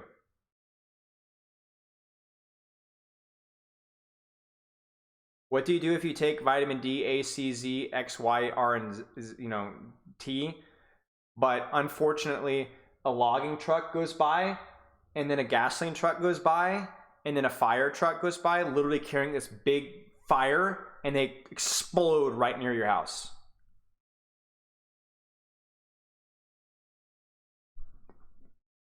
When you play well, and it doesn't work because your teammates are idiots, go next. Thoughts on Bastion and competitive and more so organized play? Ramatra, Bastion. I mean, Bastion does pretty well versus Ramatra, I'm not gonna lie. There's no CC, there's no like super high burst damage. The railgun nerf really helped Bastion a lot as well, because it's a lot harder to burst him down, even though Sojourn is still pretty good versus Bastion. Yeah, it could be. My thing with Bastion would just be, it would still be fragile versus certain DPS compositions. So like, okay, it's good versus Ramatra, but then what all they would have to really do to counter you would be something like go like Orisa, right, instead of a Ramatra, or they could swap to like an Ashe instead of Sojourn, or something like that, and it would feel a little bit worse. It would depend also on your second DPS. Like, yeah, I would be. I'm not sure. I think just simply like even just like a simple Orisa swap would make Bastion a lot harder. But Bastion with Ramatra makes sense, right? Do you think it's even worth for someone to grind to go pro in Overwatch? No. I mean, unless you really want to, then of course. But if your goal is to find a career in Overwatch because you enjoy Overwatch, but you also think there's a potential career there, no. It's not just that. I think esports in general is just not looking great right now. There was a big bubble with a big investment, but the problem with esports is that it just doesn't translate into cash very well. Like, I wear my London Spitfire gear because it was free, but I don't purposely go out and buy a London Spitfire shirt because I hope people will know that I'm a London Spitfire fan, and then I'm going to go to my London Spitfire LAN and wear my London Spitfire shirt. There's no LANs. There's not near enough LANs, rather. There's no merchandising opportunities. Esports is just not merchandised very well. And then, yeah, exactly. Blizzard has killed a lot of grassroots tournaments, so, like, there's not a lot of merchandising. The grassroots campaign in Overwatch is dead. Contenders is dead. Tier 3 is dead. Esports needs grassroots, yeah. Esports needs grassroots, and esports needs merchandising. Like the vast majority, I wouldn't say the vast majority, but a huge percentage of money made in sports is from food sales, like vending at these events, and merchandise at the events. And if you don't have those events, you know,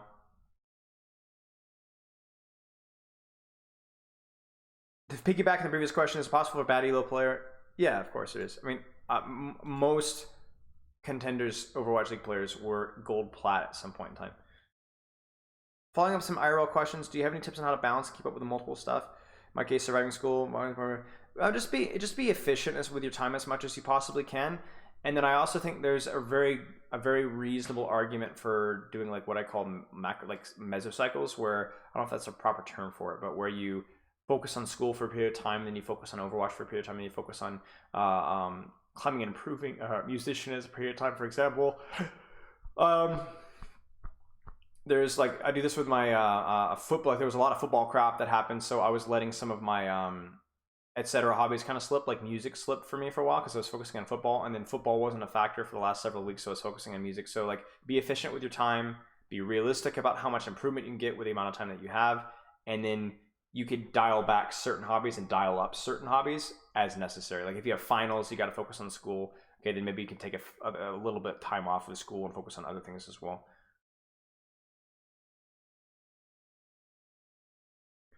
This is probably an obvious question that's been asked for, but does playing more than one role affect your peak? Yes, it does.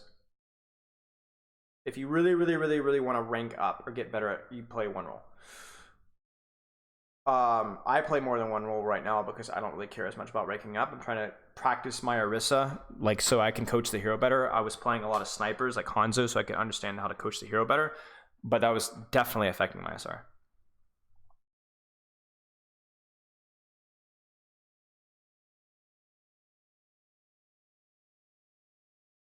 Yes, IG23 flex, yes. What would you do as a player who's been climbing on a 65% win rate but not having fun because they're only win on heroes they don't enjoy playing? Stop playing those heroes. Stop playing those heroes. Yes, it's just a skill issue. Hydron, I'm sorry. I just don't care like about what you have to say. I just don't care. Fear the mayhem.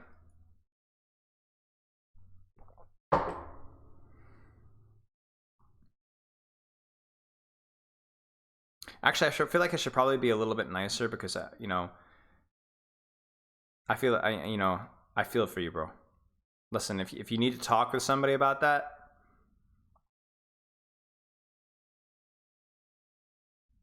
you know, you just let me know, okay? I know it must not be fun, like having your internal organs being gnawed at during VOD review.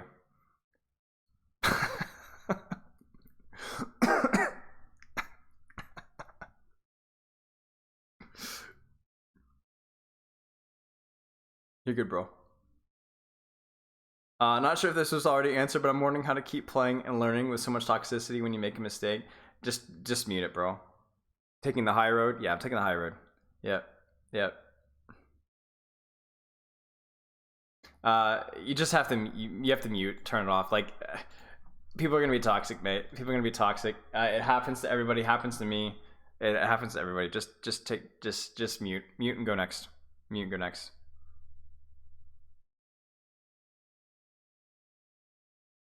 Is the Twitch VOD literally for real, like, dead? I'm gonna be so ticked off if there's no Twitch VOD for this stream. Maybe, oh, it might be because it might not be. Here's what it might be. It might be that there's DMCA audio and then Twitch panics and then tries to like prevent me from publishing it. So we might be good, chat. We might be good. Hold on tight to your butt. Yes, we're good. Yes. We're fine. We should be fine. I think we're fine. It's not letting me publish it. Yes. Okay, we should be okay. We're not fine now, but we will be fine momentarily. I will publish it in a second. Yes, I'll. It doesn't auto publish anymore. I missed half the highlight roast. Oh, that's fine. You didn't miss much. All right, chat. I'm gonna call stream. This was way longer than it should have been. Loves and kisses, some smooches too. I don't really have a whole lot to say. Check out the YouTube video if you guys haven't already checked out the one I posted today. Exclamation mark YouTube. Check that one out because there's a couple of interesting announcements about like Patreon, about content stuff, some free coaching stuff in Discord. Check that one out. We're going to be adjusting some stream times in the future as well. And we're currently finishing up a coaching website, which hopefully should be out by the end of this week. So yeah, loves and kisses. Have a wonderful rest of your day. Yeah, Spilo out.